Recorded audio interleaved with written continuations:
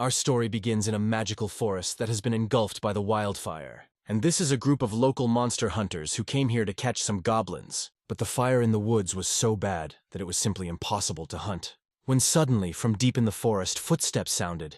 The hunters thought it was some monster trying to get out of the fire. And a moment later, a short guy who was holding something in his hands came out of the forest. When they looked closely, they saw that it was the huge head of a blue troll, one of the strongest monsters in the forest. And the guy holding her looked like a hunter who acts alone. And this guy's name was Jean, and he's not as easy as he looks at first glance.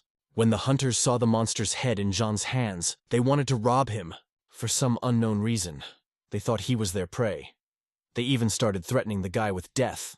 Even though he was outnumbered, Jean wasn't going to just give up his loot. Besides, his self-confidence had a valid point. Placing the troll's head on the ground, Jean prepared for battle. Remember I said he wasn't as easy as he looked, so here's the thing. He was quite a skilled magician. Realizing they were in trouble, the hunters decided to use their ultimate trump card. An archer who's been sitting in ambush waiting for the perfect moment to attack. Just in time to spot the setup, Jean used magic to redirect this arrow straight into the leg of one of the bandits. The other hunters obviously didn't expect this. Realizing that they had messed with a magician, these idiots decided not to retreat, but to attack. Mages are not known to be particularly strong in close combat, so Jean bounced back. And in those few seconds, he created a new spell called Ice Storm. This spell is only available to mages who are skilled in ice magic. This type of magic is incredibly rare, and its wielders are considered elite warriors. In a matter of seconds, Jean turned one of the hunters into an ice statue.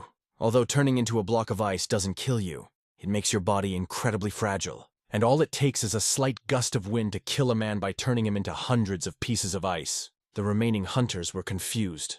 They were sure that the fire in the forest was caused by magic, but Jean possessed ice magic. And as a rule, a mage has only one element, but as with any rule, there are exceptions. And Jean was one of those exceptions. This guy could use ice and fire magic at the same time. And believe me, that's not all he can do. When suddenly, the guy threw one of his fireballs into the bushes nearby, thereby frying a couple of archers who were sitting in ambush. Watching all this happen, the hunters gave Jean the nickname Magic Devil. It was too dangerous to leave survivors after what happened. And also not in the style of our hero approaching the surviving hunter. He put his hand on his head, because of which, all the internal organs of the man turned into mincemeat.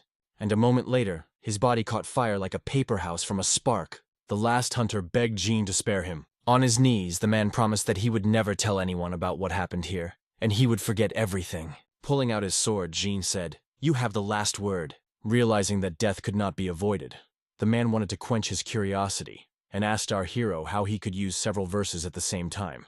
After finishing what he had started, Jean whispered, "It's very simple, I'm a bloody outsider." After all these unpleasant events, the guy went to the nearest settlement to sell his booty. There was only one place in town to do it, and it's a tavern where all the rabble hang out. That blue troll has been a nuisance to the locals for years, and no matter how many hunters tried to finish him off, no one was up to the task. When suddenly our hero drew his sword and drove it into the bar with all his might. Seeing the familiar blade, the bartender asked in surprise, "This sword, so you faced the Vagilons?" "Yeah, I came after I buried them, they acted like fools." "There's someone worth burying here too, isn't there?" Jean replied with a sly smile on his face. Not wanting to spill any more blood, the bartender did his best to calm our hero down. "These idiots do nothing but eat meat and drink beer." "Am I wrong?" Jean shouted loudly. "You're telling the truth. These Vigilantes are just like the bandits." The people in the audience shouted with enthusiasm. And then a system window opened in front of the couple, informing them that the quest had been successfully completed. For killing the blue troll, the locals promised free housing and food in their town for the rest of their lives.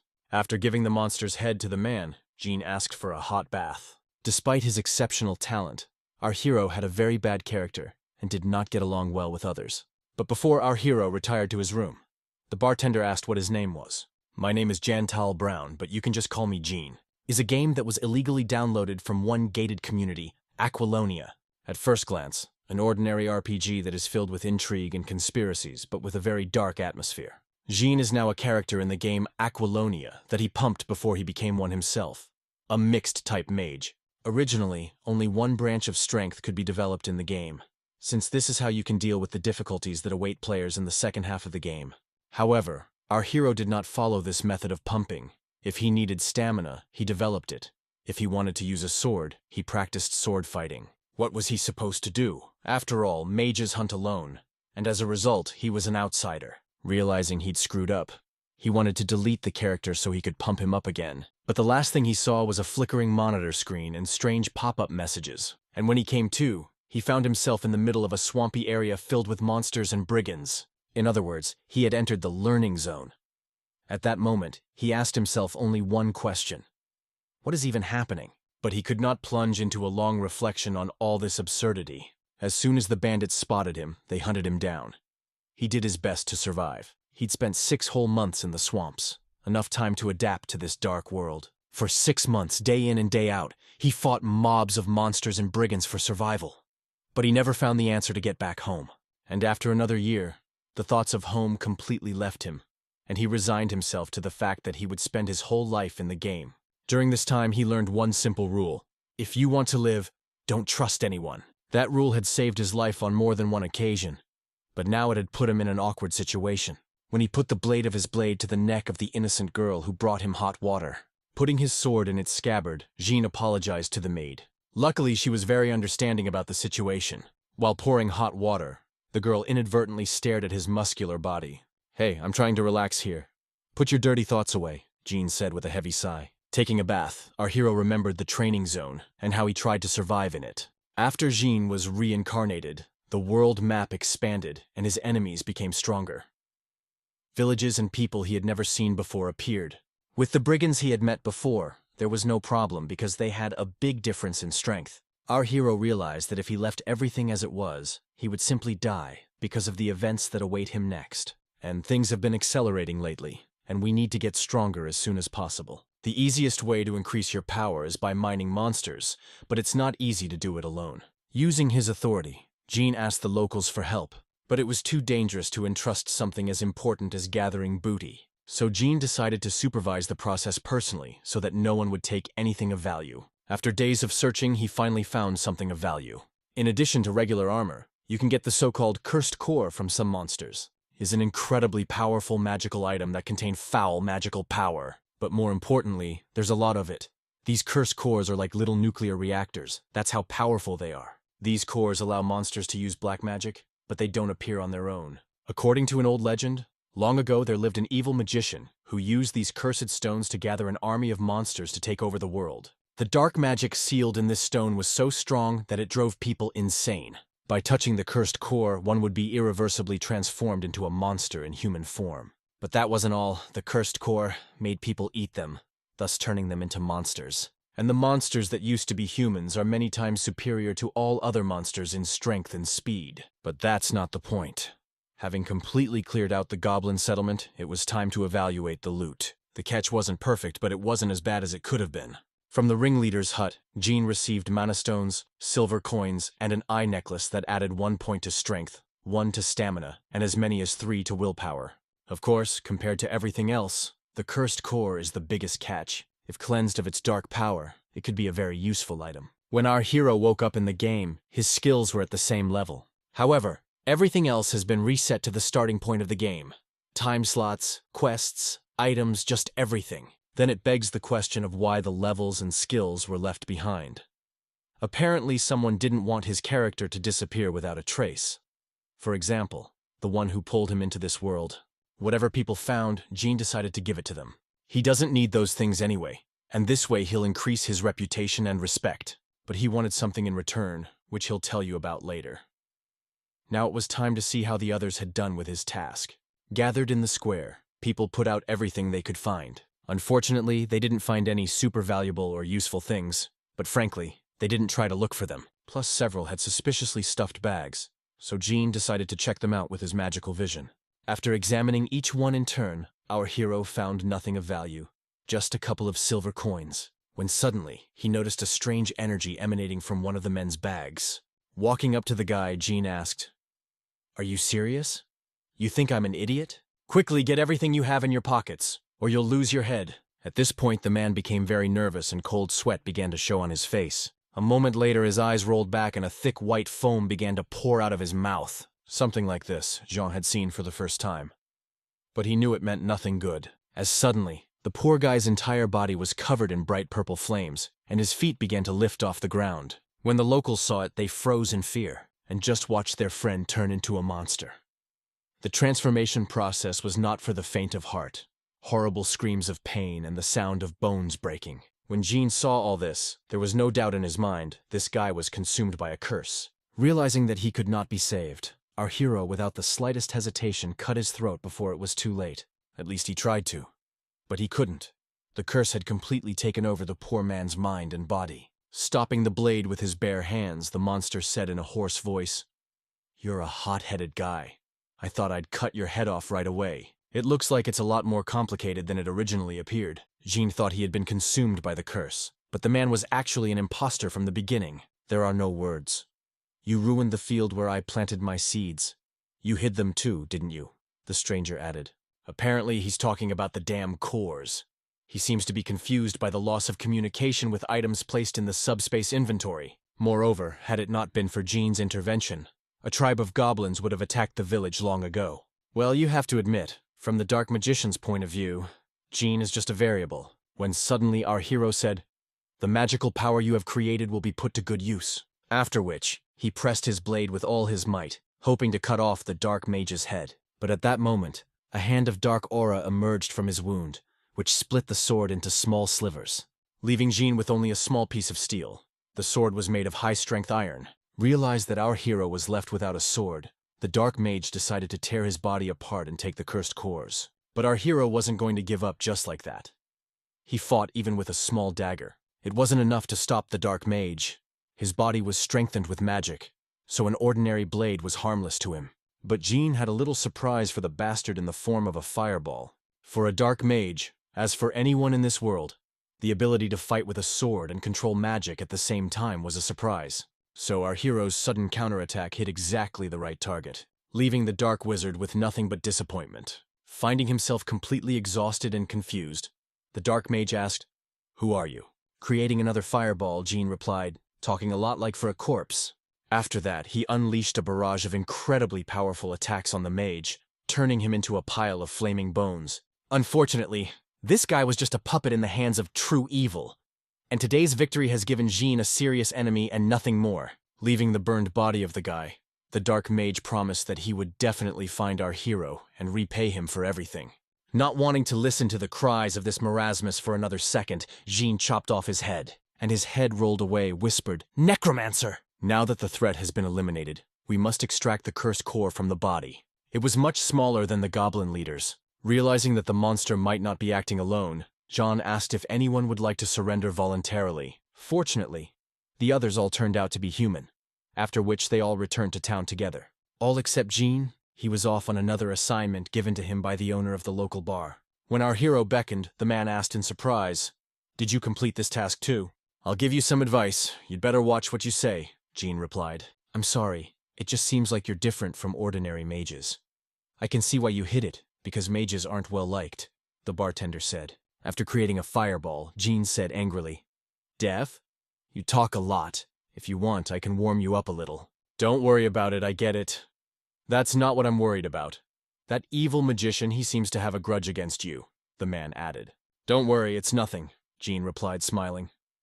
Whatever it was, he was destined to die by his hand anyway. By the way, he has completed all the additional quests of this city that he got from the bartender. But the problem is that he still lacks experience points. So it's time to leave this wonderful city. And meanwhile, new warriors arrived in the city. "Ma'am, as you expected, the predictions have come true. It seems that the man who destroyed all the goblins is in this village. It's time to meet this mysterious lady. She was originally a knight of Agellan, one of the strongest kingdoms in the game. However, being blinded by revenge, she became the boss of the first chapter of Aquilonia. And that night she earned her nickname, the Blood-Spilling Avenger.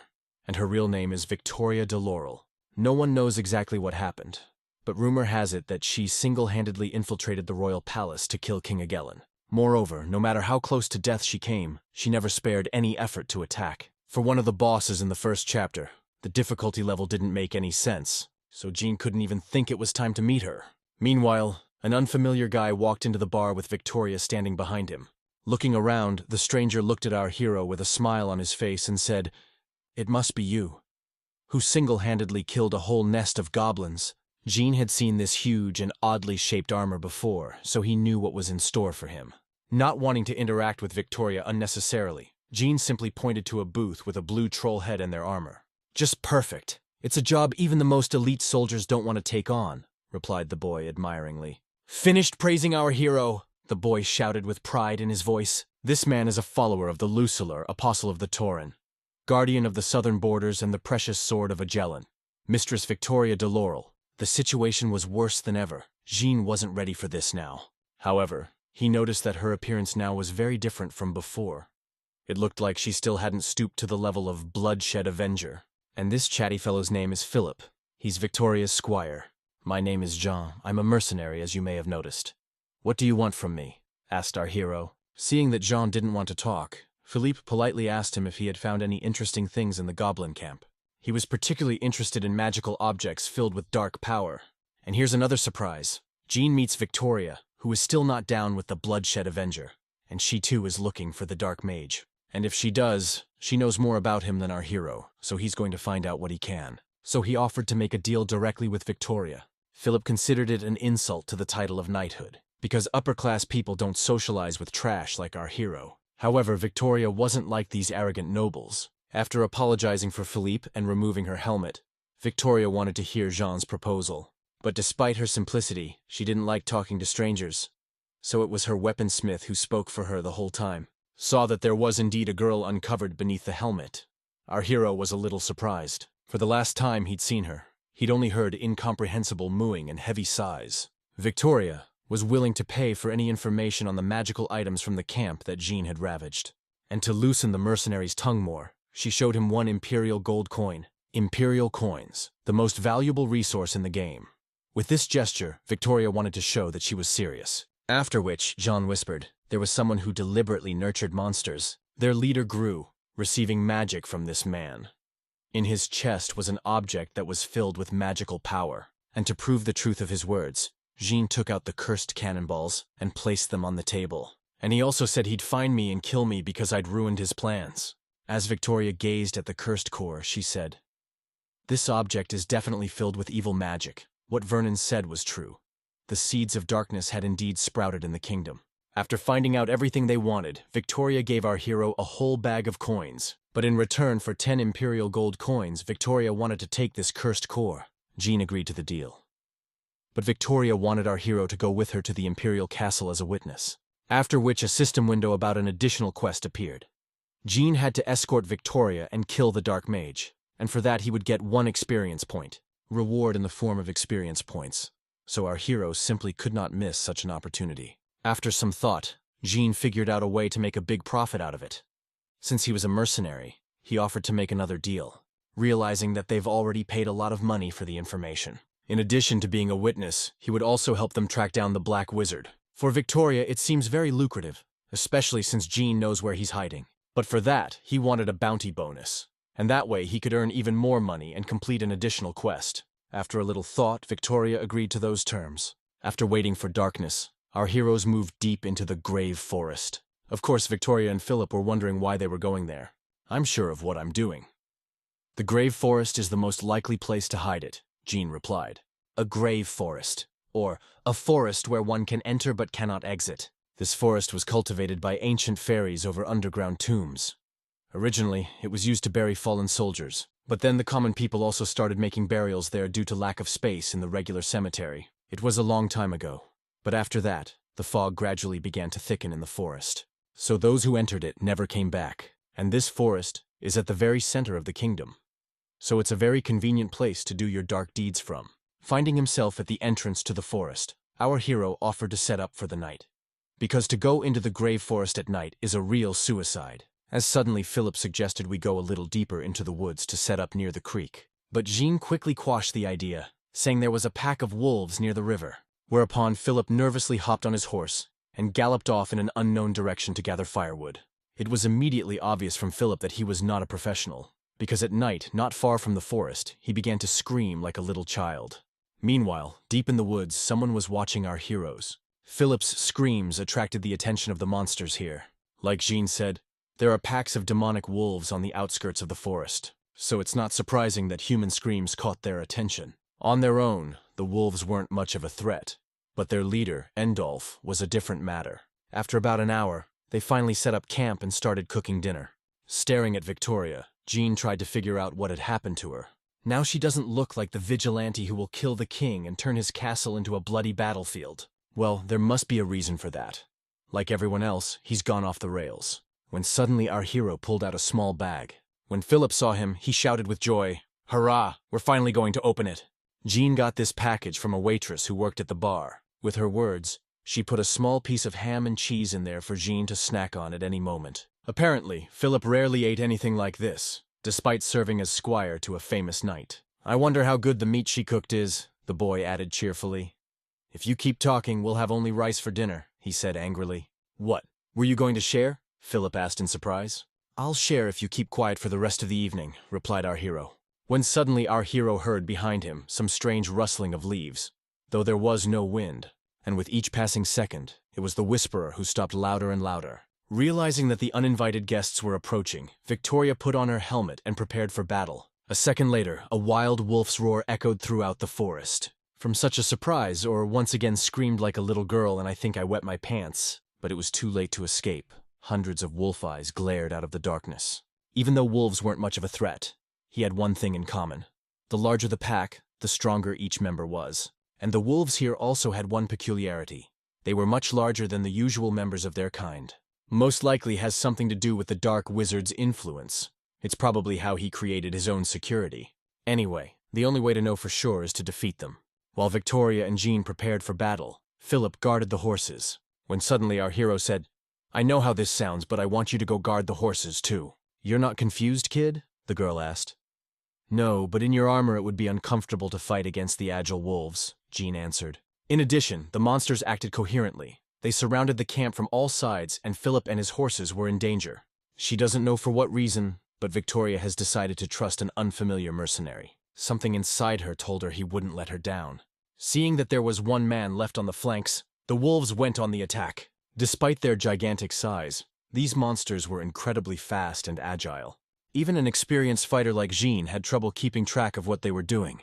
The realization that the sword could not defeat them came quickly to Jean. The only way out was to use fire magic to destroy all the wolves at once. He didn't want to show all his trump cards, because there was no telling when Victoria would become his enemy. But in that case, our hero had something to spare. A spell of lower gray magic, the Wind Blade. It makes no noise or light when used, and wounds will appear quite ordinary. In this situation, it was the best thing to do. But this magic had its disadvantages.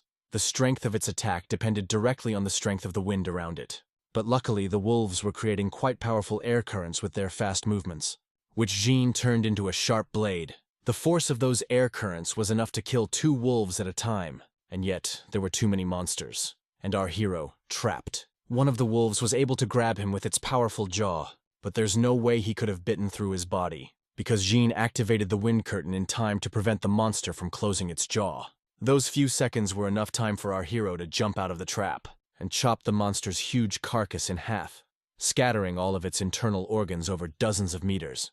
The last attack was so strong that Jean inadvertently cut his cheek. The first wave had been beaten back, but it was too late to relax. A new group of wolves were close by. Meanwhile, Victoria fought as well as our hero. With a single swing of her sword, she decapitated several monsters at once. Their skills were better than Jean thought. Victoria is unrivaled in sword fighting, but Philippe is good at support. However, this battle takes too much time and effort.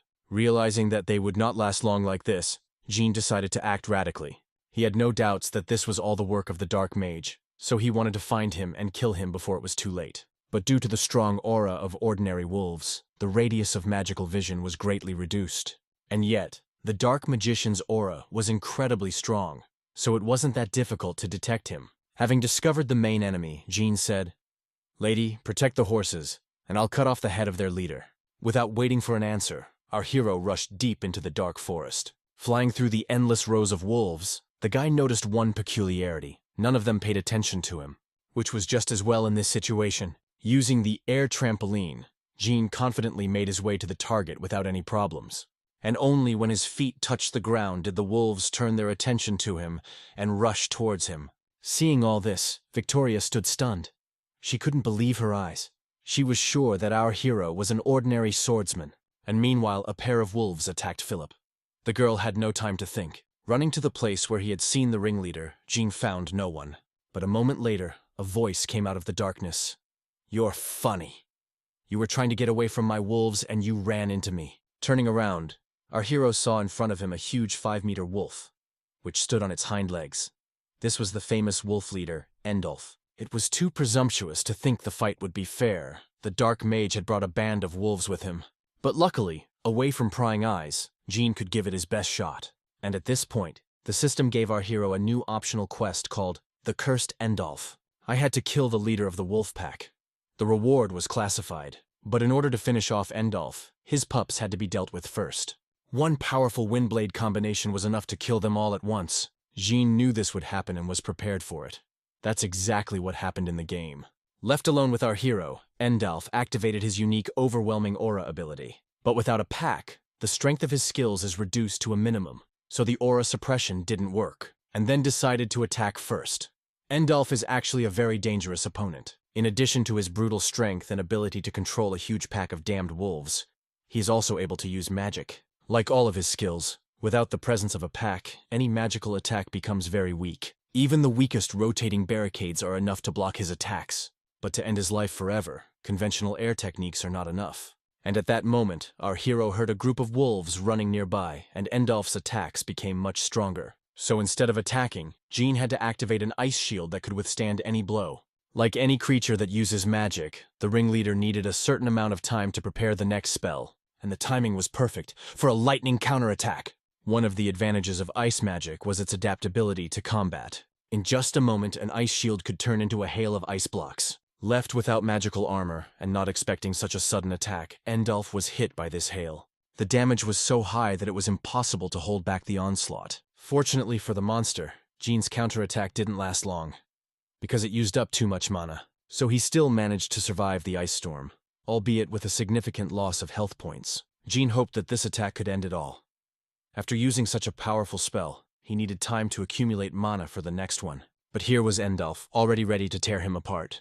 This is another of his traits. The fewer health points he has left, the stronger and more ferocious the monster becomes, and his attacks become faster and deadly, and the time to accumulate mana is minimized. But despite his increased strength, his intelligence and wits are diminishing. So being in a fit of rage, he did not notice one interesting thing, that all his attacks were in vain. Jean took advantage of monster's confusion to deliver the final blow, but Endolf saw it in time and dodged it, and the blade hit the wolf right in the arm. And even under the amplification of the windblade, Jean didn't have the strength to cut her off all the way. Gripping our hero's blade with his muscles, the monster was ready to finally rip his head off, when suddenly Jean's blade began to make a nasty piercing sound. And then Endolf's arm magically disappeared all the way down to his shoulder. It was another air elemental spell, a vacuum explosion, totally invisible and silent, but with an incredibly destructive power. And following his right hand, Jean deprived Endolf of his left hand as well, thus denying the monster any opportunity to attack. But the vacuum blast had its drawbacks. The strong vibration causes the blade to lose its strength, and as a result, after the attacking combination, our hero was left with only a small dagger instead of a sword. But before finishing off the monster, she same hero wanted to know something from him. But before he could ask any questions, the Endolf began to emit a tremendous amount of spiritual energy, and his body was filled with strength again. Soon, the amount of energy emitted was so great that it was simply impossible to approach him. And the power of his aura was so great that Jean even had to use an ice shield to avoid being killed. After throwing our hero off, Endolf decided to run away. It's amazing that he can move at all after his wounds. But there was a silver lining to all of this. After releasing so much spiritual energy, all mana reserves were completely depleted. And without hands and the ability to use magic, Endolf is absolutely no different from a regular wolf. So no wonder he spent all his mana to escape. But our hero was prepared for such an outcome, and attacked the ringleader again, with a hail of huge ice blocks. Well, this time Jean decided to act smarter, taking into account previous mistakes. The guy piled the Endolf on the ground and sealed him in an icy prison. So he can't run away or call his pups for help. Well, now we can talk normally, Jean asked with a laugh. Surprised I thought I let you in. Even in an icy prison, you're still trying to fight back. But the ice prison has one interesting feature. It not only immobilizes the enemy, but also takes his power. Even so, our hero could feel Endolf struggling and trying to get out.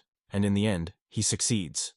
Yes, Jean has a big arsenal of different skills, but because of this variety, they are all at a very low level. So it was only a matter of time before the ringleader broke out of his icy prison. The guy, though, hoped he could hold the Endalf a little longer, but it doesn't change the situation much.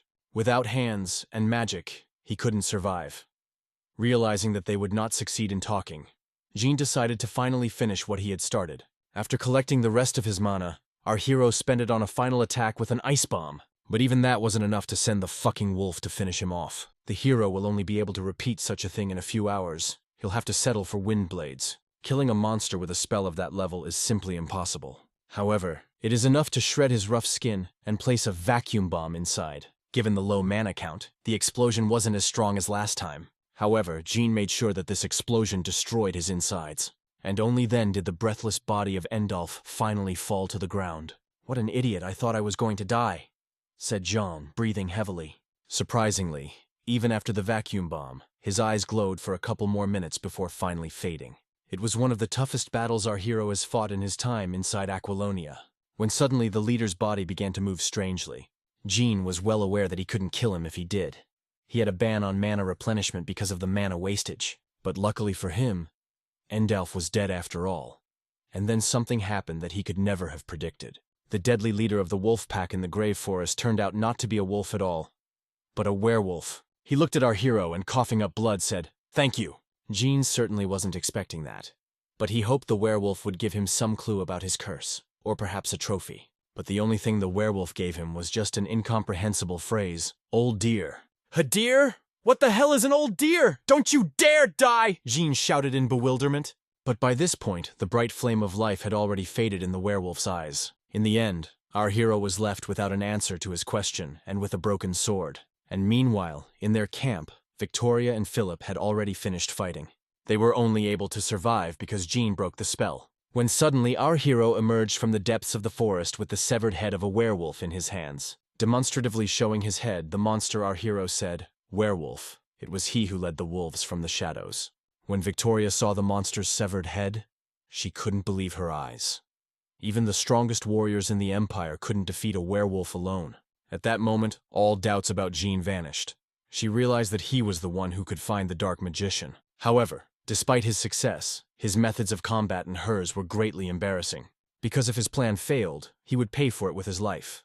He wouldn't be able to fulfill his part of the contract. "I don't know what you're complaining about. He could have gotten away if we'd waited a little longer." I responded angrily to Victoria's charge. "You don't know for sure. It's just your stupid assumptions," Victoria added harshly but restrainedly. "Look at all those wolves. They were little puppies that you were able to overpower.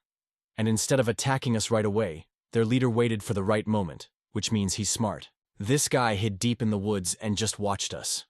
Why would he do that? Did it mean he wasn't that strong? The only reason he had to stand down was because I was alone.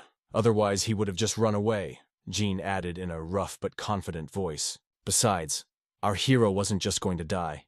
He's just a mercenary, and he doesn't have to die in the name of the Emperor or anything else." In the argument, John made a very convincing argument. So Victoria simply accepted that he was right. But from now on, she asked him to share his plans with her.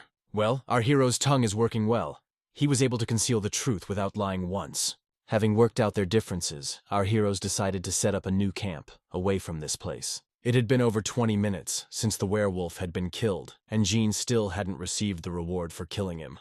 But after about another couple minutes of waiting, the system finally rewarded him by adding 1 point of physical strength. Since our hero's character was quite weak, Jean relied on intelligence and willpower. But in this situation, any reinforcement is a gift. In addition to boosting his stats, the system rewarded Jean with a concentrated curse core. Since it's a system item, our hero received a small instruction manual for it. As it turns out, it can be used as an amplifier. But there is one nuance. Having activated this core, the owner is seized by madness. Unfortunately, there was no information about positive reinforcements. However, Jean realized that the effects would be incredible, but the side effects made him uneasy. For now, it's unclear how it can be used, but it may come in handy in the future. Meanwhile, Philip had already recognized the horses. Only, the horse of our hero behaved very strangely, did not stop beating his hooves on the ground, and tried to get out of his hands. In an attempt to subdue him, Jean activated control magic, But this only made the situation worse, and from the horse's mouth a white, thick foam began to come out of his face. And after a couple minutes of horrible agony, the poor horse fell breathlessly to the ground. Philip felt guilty about what had happened, for it was he who had been assigned to watch the horses. But it wasn't the guy's fault.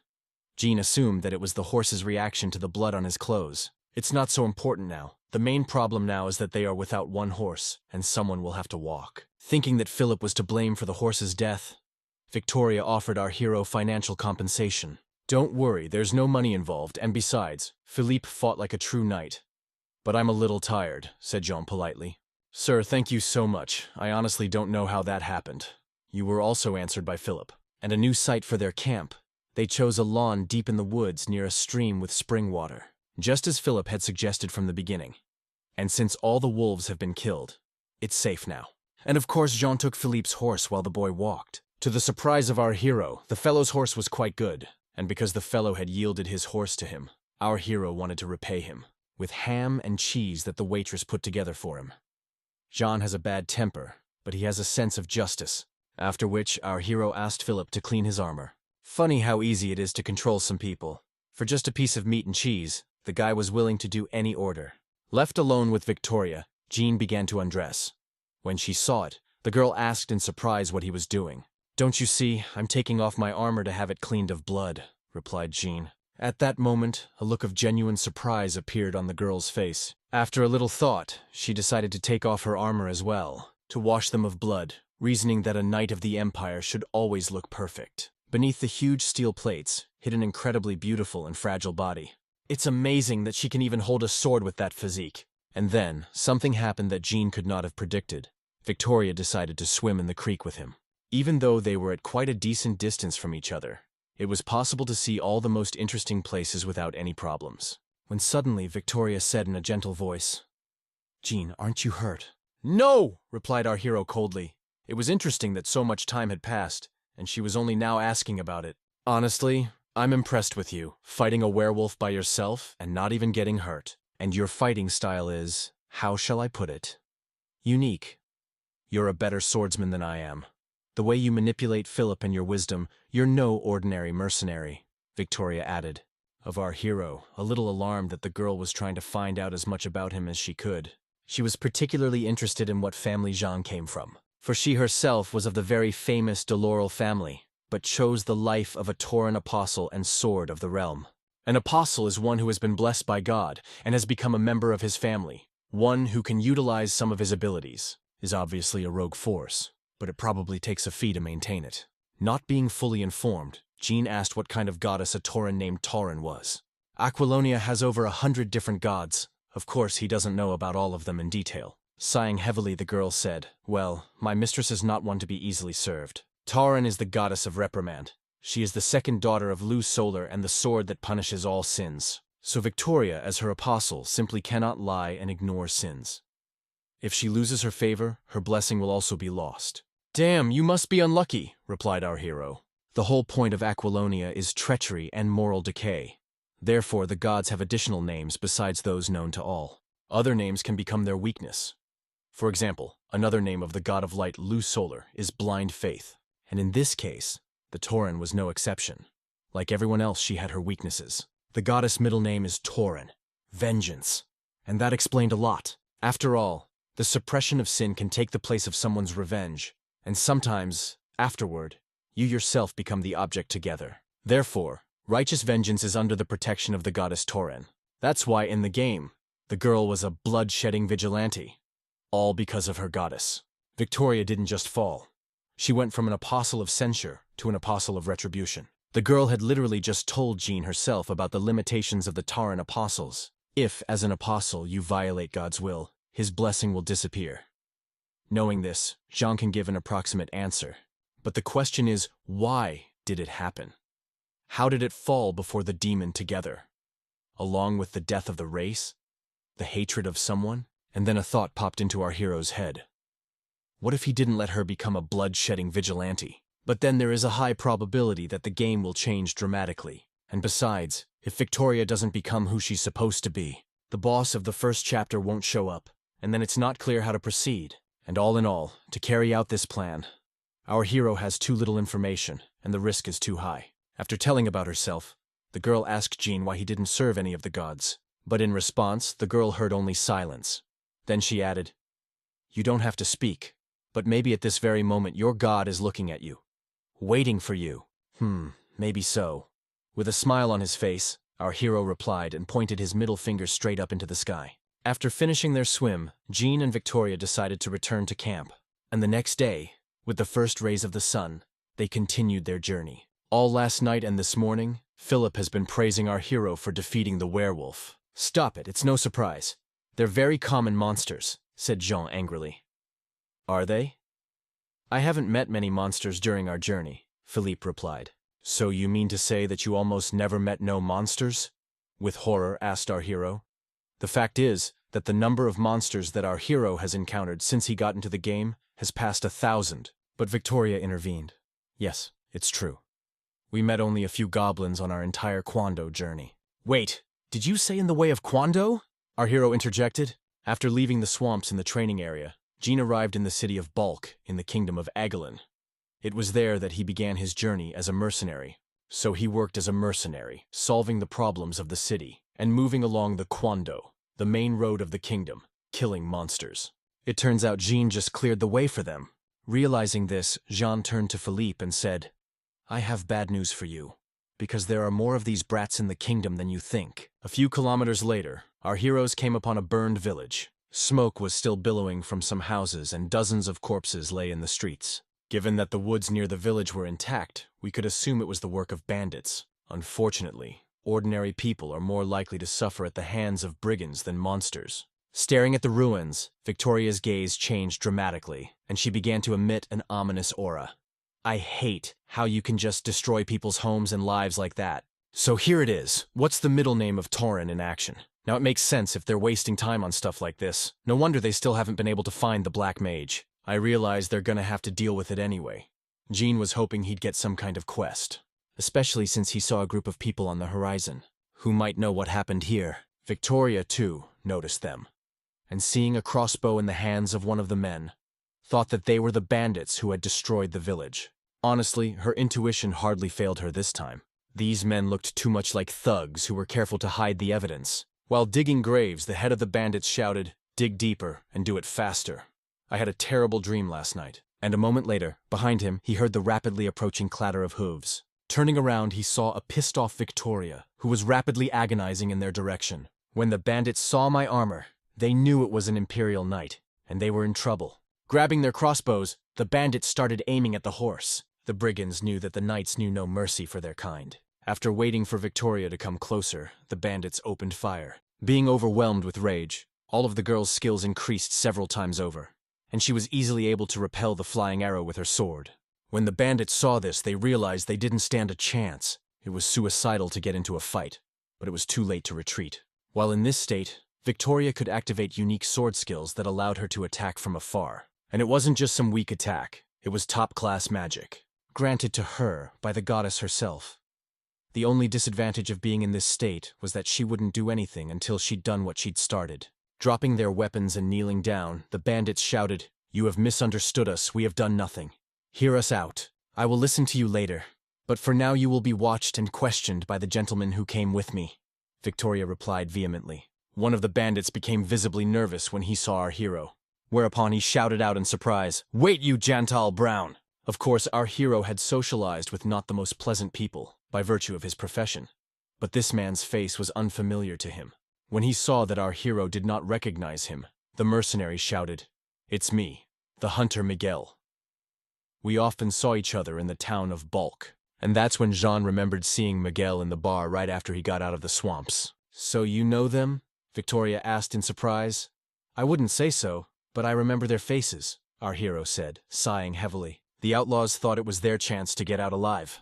If it were his will, Jean would have killed them all without a second thought. Moving on to the interrogation, the first thing our hero asked was what time did the fire start? We don't know exactly what happened, but the fire started before we got here. When we came into town, we saw a troop of warriors driving people out of their homes and burning everything around them. And when the locals asked why they were doing it, they said they were doing it on the king's orders. The squad leader said he received orders to relocate all the residents to the town of Orendel. That's all we know. We honestly didn't kill anyone.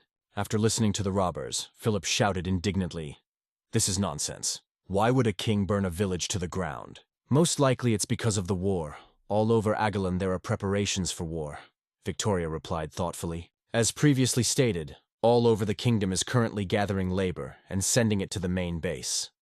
All for a war with a neighboring nation. And if war does break out, there's no way to defend all the territories, so this village would have been destroyed anyway." Well, the king's real motives are quite different. John didn't think they would start cooking so quickly. If what the bandits said was true, then what kind of corpses were they burying? According to the bandits, it's the family of the head of the village. They were against the migration until the very end, for which they were executed. People who agreed to migrate gave the brigands some money and asked them to bury them. Of course, it's hard to believe, and maybe the bandits are lying to keep themselves alive. I don't think they'd be smart enough to come up with this on the fly, and with all that detail. And besides, the system window that didn't appear at the beginning of the quest said that the bandits weren't lying. As sad as it is, we'll have to admit that it really wasn't their fault. Victoria wanted to drive through the remains of the village and see if there were any survivors. And considering there wasn't a single intact house in the village, it was too presumptuous. And what to do with the brigands? The girl entrusted our hero.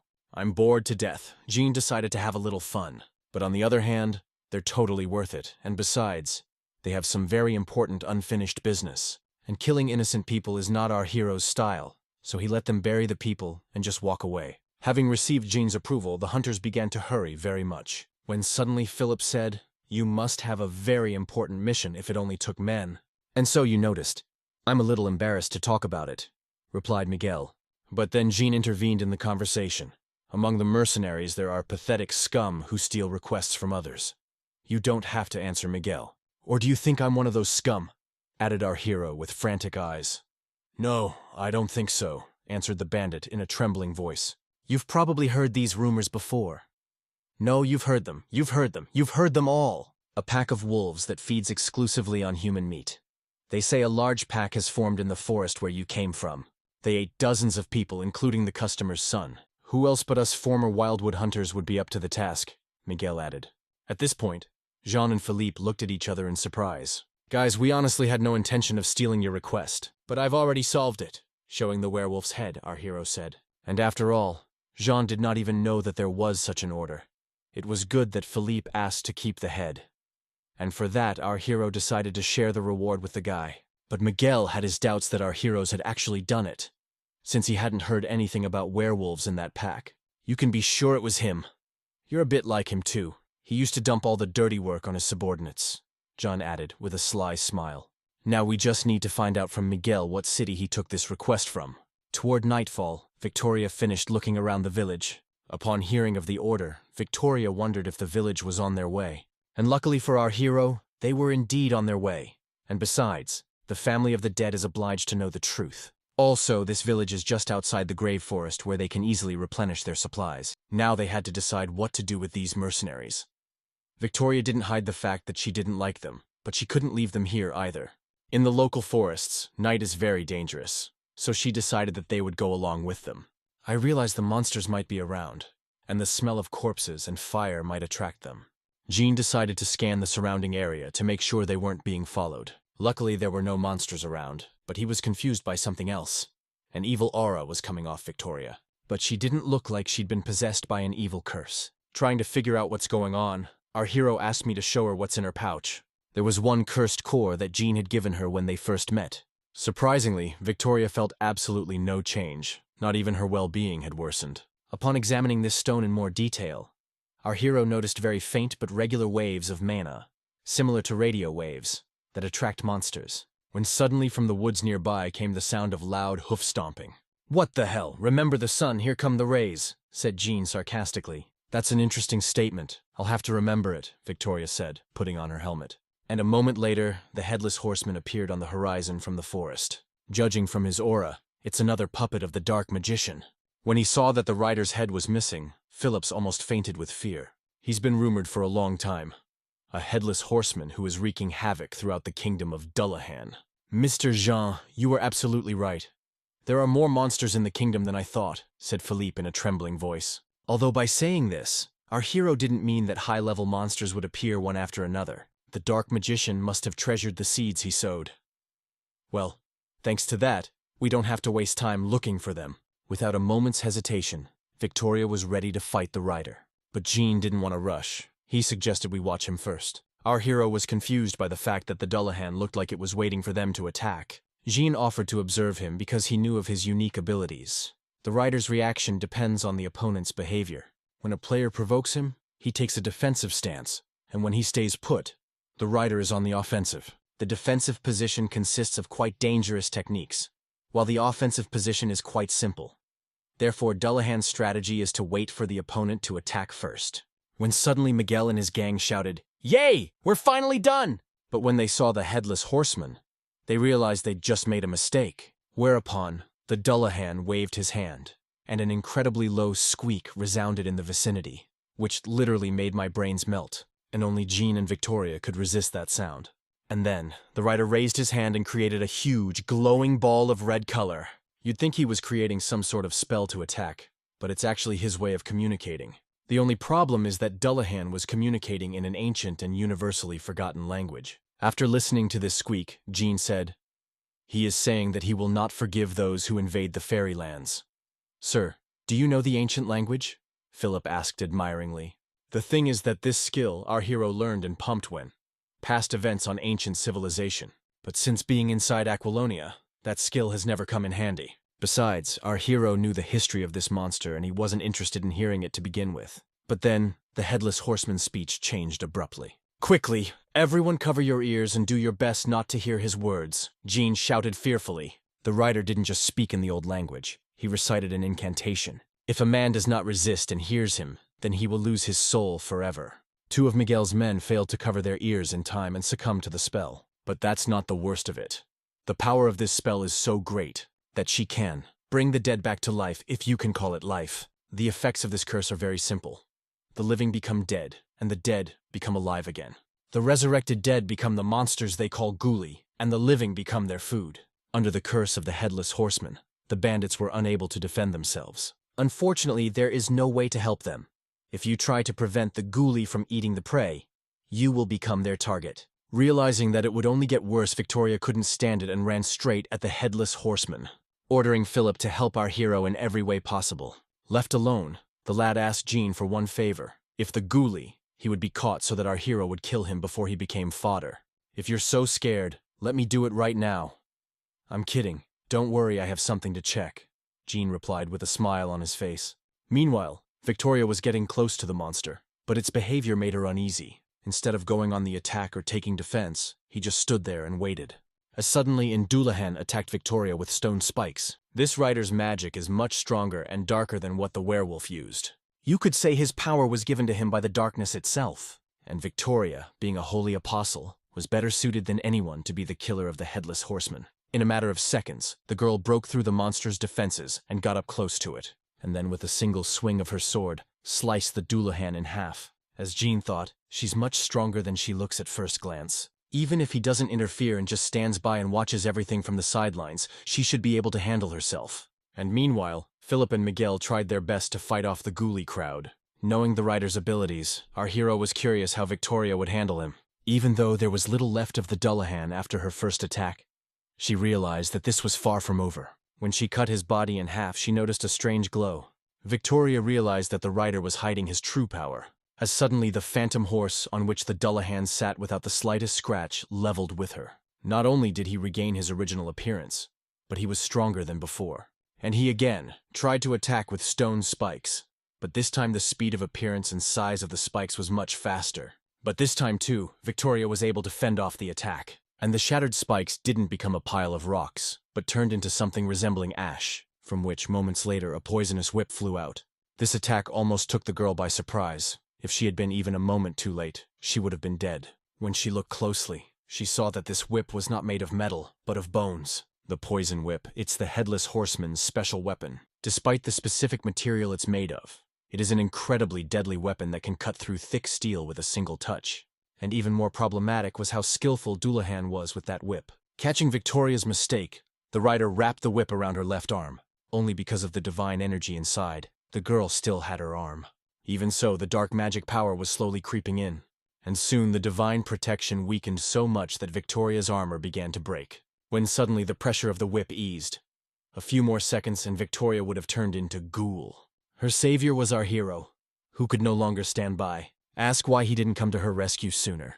It's very simple. Jean is used to being proactive. He wanted to find out what skills Victoria had just in case. And now that he's learned everything he wants to know, it's time for the real fight. Coming to the rescue, the first thing John did was ask the girl to attack the rider with all her might. And it has to be done in such a way that he's out of the saddle. Dullahan's attacks are strong and fast, but very monotonous. After a few failed attempts, our heroes had already understood their principles. To make the plan a reality, Jean took all of the horsemen's attention for himself, so Victoria can aim high and knock him out of the saddle. The time the girl gained was spent on accumulating mana so that the next strike would be incredibly powerful. Despite the fact that our hero knew as well as anyone how Dullahan attacked, over time his horse began to get very tired, which made him slow.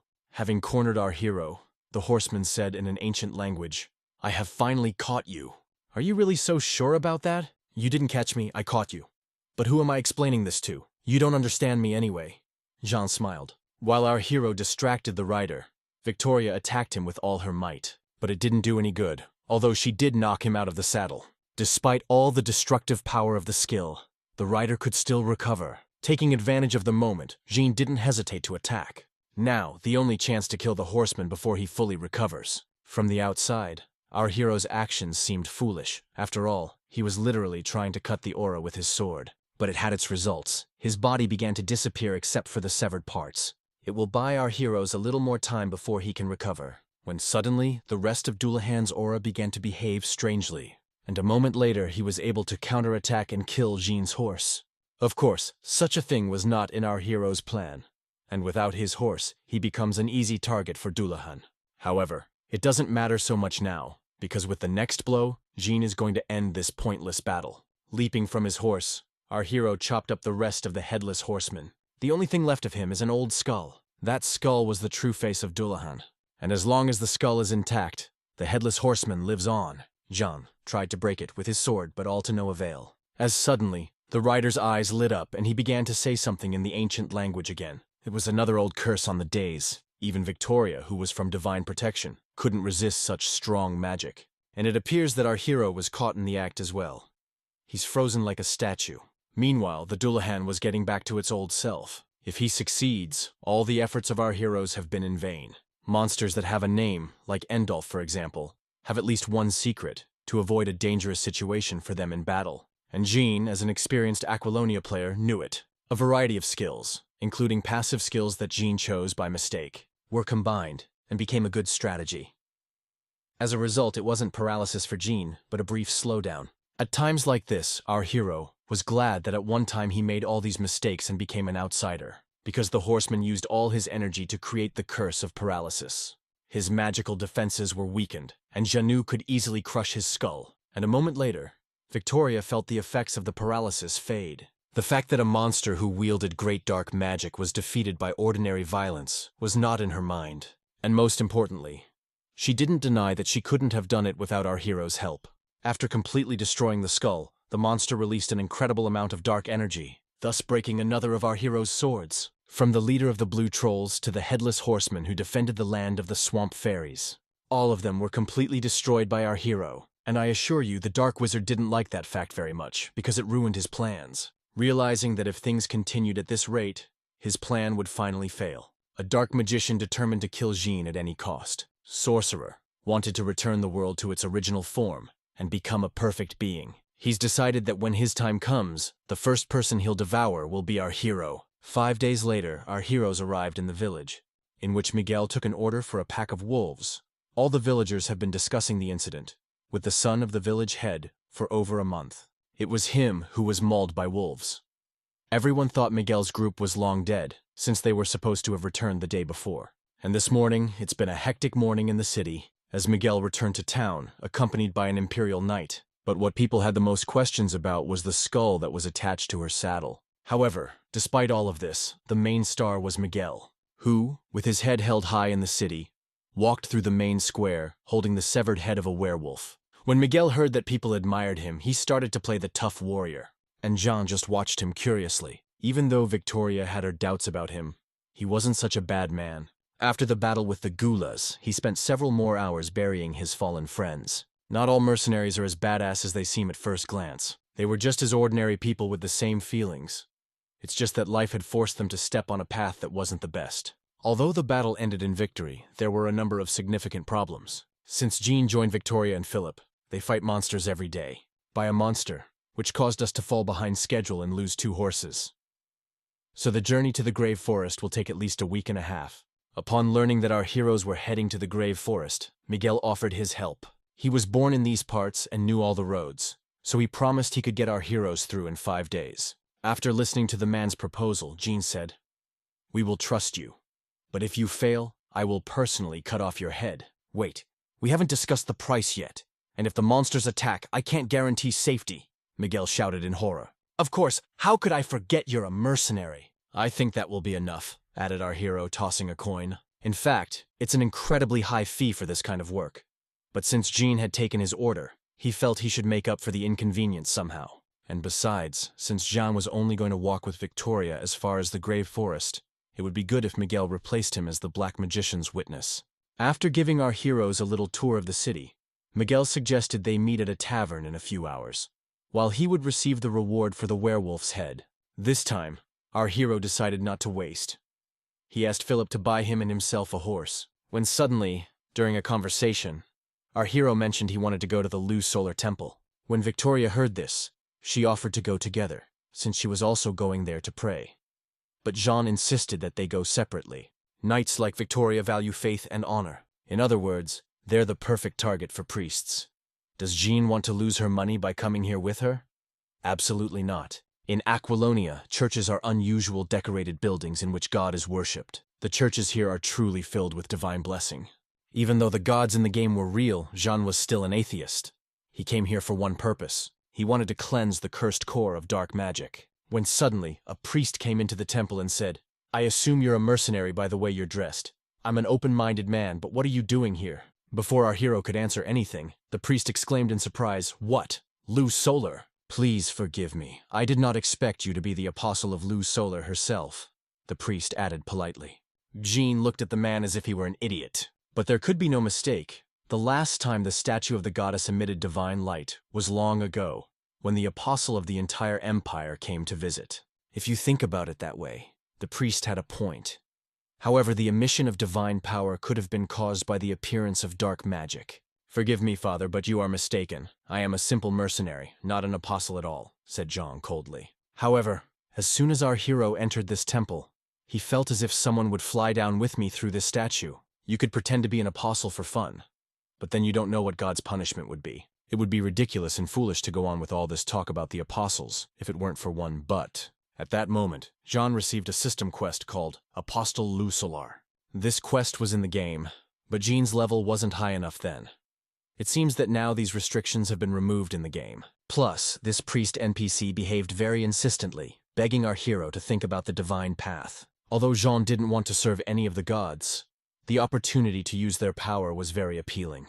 Our hero promised to heed the priest's words if he would do him a small favor. Jean wanted to know how the cursed cores could be cleansed of dark magic. After examining the cores, the man said, "But not clearly cursed, and done by a challenging monster. But I will do my best to help you."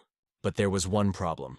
Even though the Lu Solar statue poured out more grace than usual, the priest's ability was too limited, and it would be very difficult to refine more than one core. The priest, however, promised that she could clear more if Jean made a small donation. These words once again proved to our hero that all priests are common crooks in nice clothes. Plus, it takes a lot of investment to serve Lu Solar, so it didn't take John long to decide against the system quest. And the moment he made that decision, the goddess statue stopped radiating divine power. When the priest saw this, he cried out, "No, sir, I cannot help you now. Unfortunately, since you've lost the goddess's aptitude, I won't be able to clear these items of curses." So Jean decided to hold off for a while on diverting the mission, so that the priest can cleanse these stones for him. Meanwhile, Miguel, Philippe, and Victoria were already waiting for our hero in the tavern.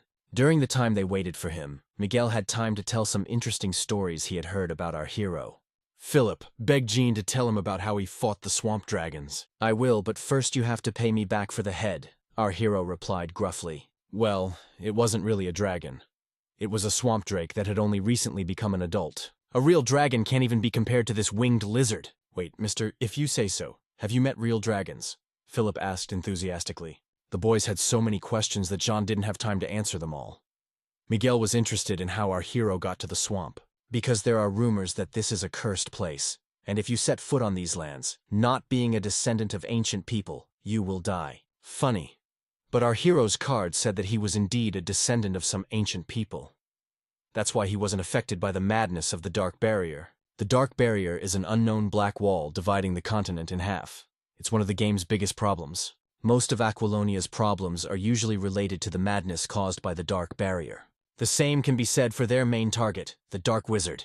When suddenly, in the middle of our hero's story, Victoria couldn't stand it and shouted, "Someone's got their tongues too loose. Both of you, too drunk, go to bed." Not wanting to ruin things with the night, the guys just got up from the table and left. The girl's behavior seemed strange to our hero. When they were alone, Victoria suggested that Jean go for a walk, which was even stranger. The thing is, she had something she wanted to tell our hero without anyone else around. "Are you all right after you got that thing? After you defeated the Dullahanam?"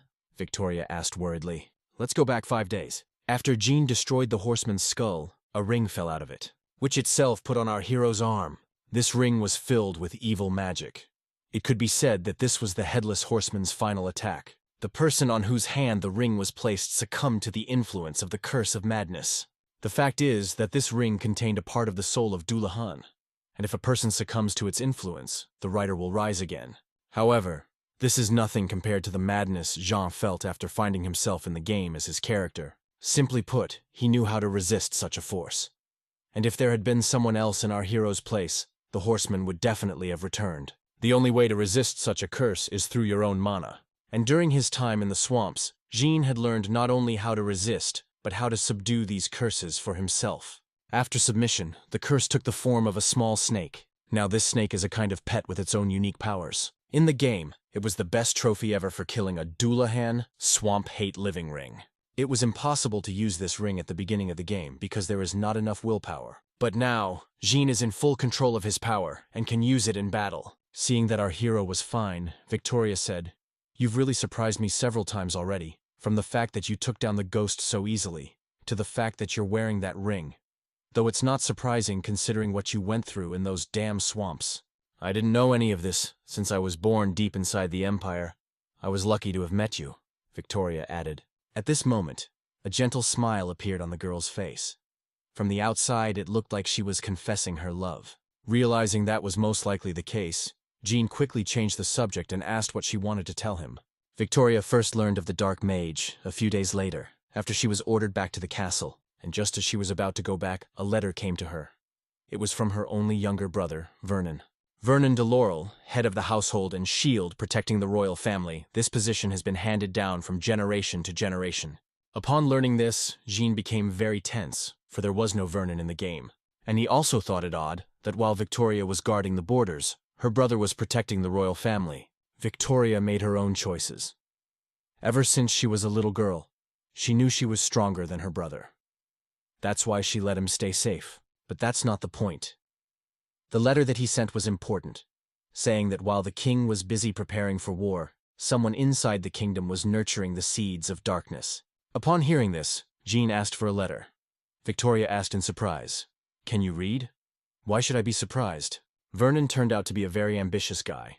He wanted to use the capture of the Dark Wizard to revive his family. The guy wanted to save the kingdom by exterminating immorality, and also to rule his own lands. He's really a young guy suffering from an inferiority complex. After reading the letter, Jean got the impression that Vernon wanted to control Victoria so she wouldn't take his credit. Although these words were quite harsh, but the girl agreed with them. From the very beginning, she hadn't even thought of looking for the Dark Mage, and she started looking because she hadn't heard back from Vernon in a month. A month is long enough, and if there's no response from Vernon for that long, most likely something happened to him. But it's too early to draw any conclusions. Victoria was well aware that even if something had happened to him, she simply had to find the whole truth. It seems now Jean has learned a little more about how she became a blood vigilante. That's why she stormed the castle and killed the king. That's who that ominous whisper was about. Vernon was the one she tried to avenge and eventually turned into a spirit. There was no mention of her brother's life or death in the game. He must have been killing the wrong enemies, having made friends with the corruptors of Agellan. But the marriage story isn't the only thing Victoria wanted to talk about. Now they're in a situation where it's unclear who the enemy is, and she needs a trustworthy companion she can confide in. And it would be great if that person was someone who has already fought a dark mage and has good fighting skills. Now everything was falling into place. John didn't understand why it had taken her so long to tell him about something he hadn't even asked about. And at this point, the system has given our hero a new quest chain that cannot be abandoned. Given everything Victoria had said, Jean offered to negotiate a new contract. That way he can double his loot. Realizing that what she was asking for was incredibly dangerous, the girl promised a high reward. The girl offered our hero the status of Baron, but he was not very interested. After some thought, Jean said, "I'm not interested in the reward right now. I'm interested in our cooperation. You realize that you stand out a lot. In fact, we'll have to go straight to the king's castle to prove the existence of the Dark Wizard. Also, not to mention the loss of time, once you enter the castle, getting out won't be easy, as preparations for war are now underway throughout the kingdom. I suggest we split up in search of the corruptors," added Jean. Our hero's plan was quite simple and logical. While Victoria would search for enemies inside the castle, he would do the same outside it. Be that as it may, the quest's targets are corruptors, and Jean will be able to deal with them on her own. Bonus: there is no risk of encountering outside the castle with those lechers associated with Victoria. "No, I need you to prove the existence of the Dark Mage," the girl said excitedly. "Don't worry about that. I'm the only mercenary who's seen him now. You can take Miguel," said Jean. And to give Victoria time to think about her new plan, our hero gave her until morning. "I don't understand you. You're a mercenary, and you're not interested in payment," Victoria said. "So that's why you just mentioned the one with the Baron. I may be a mercenary, but you think there are more valuable things in life than money." Our hero's answers. Actually, our hero just wanted to see the damn world disappear, and helping a knight who could become a vigilante demon at any moment could end badly for him. And in the end, Jean's main goal was to find those who put him in this game and get all the answers, well or otherwise. Just kill them. And until then, survival of the fittest. The next morning, at first light, our heroes were on their way. To you like this, they come out of the fortress in the valley, and on the instructions of the Miguel, they follow secret paths straight into the grave forest. And BTW, our hero picked up the cursed cores from the church this morning. I wonder what power they have. Hopefully we'll find out soon. After some time, our heroes reached the outskirts of the Red Valley. The path that Miguel led our heroes on was unbelievably awful, impossible to pass on horseback. But according to Miguel, it used to be very different here. "Before, when was that?" Philip asked curiously. "I don't know, about 5 or 6 years ago," the mercenary answered thoughtfully. "But on the bright side, this trail is much safer now. It used to be crawling with trolls and gremlins. Gremlins. Monsters are omnivorous. So in places where they live, trees are left without leaves. I think something happened that made them unable to feed on the vegetation here anymore. If the whole forest was destroyed by black magic, anything could happen. In the game, this polluted forest is where you can get a quest. If so, the reason for the insanity of this place could also be the Dark Barrier. It is still unclear how the madness got to these lands, but apparently the infestation began not too long ago. Realizing that this from the forest is incredibly dangerous, Jean asked to report any oddities as Miguel suddenly asked in a trembling voice, "Did you mean such oddities?" On one of the trees, Bandit noticed the huge fruit. They are less mature than the ones Jean has seen before, but that didn't mean it was safe to approach them. But the kids were wondering why they shouldn't go near that tree, because it looks pretty harmless. The thing is, it's a carnivorous tree that can eat a man. Fortunately, it rarely attacks first, so it shouldn't cause much trouble. When passing such trees, the main thing is to behave very quietly and do not make any sudden movements. When suddenly, one of the fruits began to move and emit a bright light. And a moment later, the tree attacked our hero's horse, biting off its head. Jean has no luck with horses. Not a day after he bought her, she was killed. That the next one could be someone human, our hero was left with no other choice, except to cut this fruit in half. I won't hide it, but at that moment, he was overcome with rage. Our hero was angry that it was his horse that was killed again. But now, they know for sure, these trees don't react to movement, but to sound. The one good thing about all this was that now he wouldn't have to listen to Philip and Miguel's stupid chatter. Given the new circumstances, Jean proposed a new formation in which he would protect the front and rear with Victoria. And the luggage with his horse, he wanted to hitch it to the girl's horse. Taking his bag, Victoria felt an incredible pain in her left arm that just as suddenly disappeared as it had appeared. when suddenly the girl asked our hero if he could find the source of the pollution in this forest. It was a very strange request, considering her brother was in danger, and every minute was important. But anyway, Jean wanted to do it himself. He wanted to check this road, because even its structure seemed suspicious to him. He also wondered if this dangerous contaminated forest was really near the side trail that led to the grave forest. So far, it looks like someone is trying to stop our hero from reaching the grave forest. But Miguel intervened. "What the hell are you talking about? I was hired as a guide, and now you're saying you want to go deeper into the forest?" "I apologize for the inconvenience, I'll pay," Victoria replied politely. Being a mercenary to the core, Miguel was happy with the offer. To find the source of the evil in this forest, Jean decided to use his unique skill set. Sixth Sense is an additional skill that increases the power of detecting magical traces with the Magical Vision skill. Thanks to his sixth sense, Jean quickly found what he was looking for. But as soon as he turned off the trail, he was immediately attacked by those damn trees. For several hours, they wandered through the infected forest, blindly following our hero. As he suddenly stopped and asked, "I wonder, did they come out to greet us personally?" And a moment later, forest kobolds crawled out from beneath the earth. But judging by their strange eyes, they had long ago turned into ghoulies. Seeing the monsters, Victoria drew her sword and ordered everyone to fall back. For some reason, every time there are monsters filled with dark magic around, the girl becomes enraged. When Victoria saw that the monsters were attacking, she shouted, "Quick! Everyone get down on the floor!" Realizing that something interesting was about to happen, our heroes obeyed the order unconditionally. After that, the girl swung her sword and cut down all the monsters that ran towards her at once. This was another skill given to the girl by her god, Divine Impulse. As expected. To deal with those who are under the influence of dark magic, it is best to use divine power. Jean didn't want to leave all the work to Victoria. It would be very boring. But then our hero noticed that the girl started acting very strangely, as if she was about to faint. And a moment later, the girl started coughing up blood.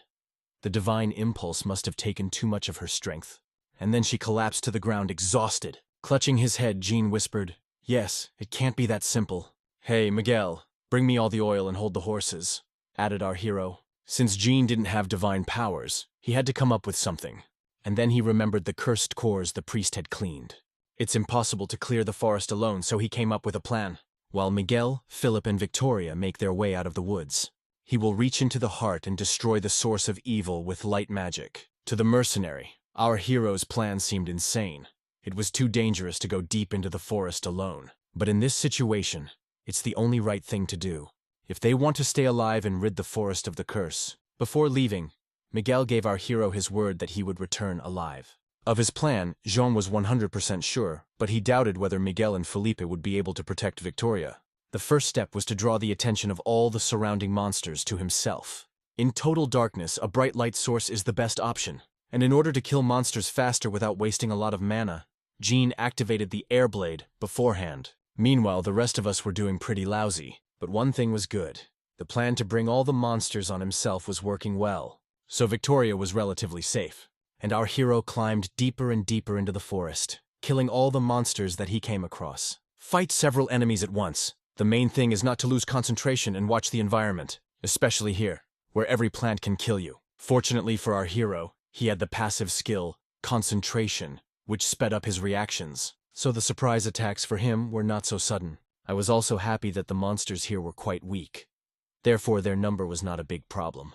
Jean literally playfully mauled forest goblins left and right. Oil supplies were very limited, so our hero decided not to waste time fighting, and just ran deep into the forest, ignoring the monsters, following the golden rule of all RPGs.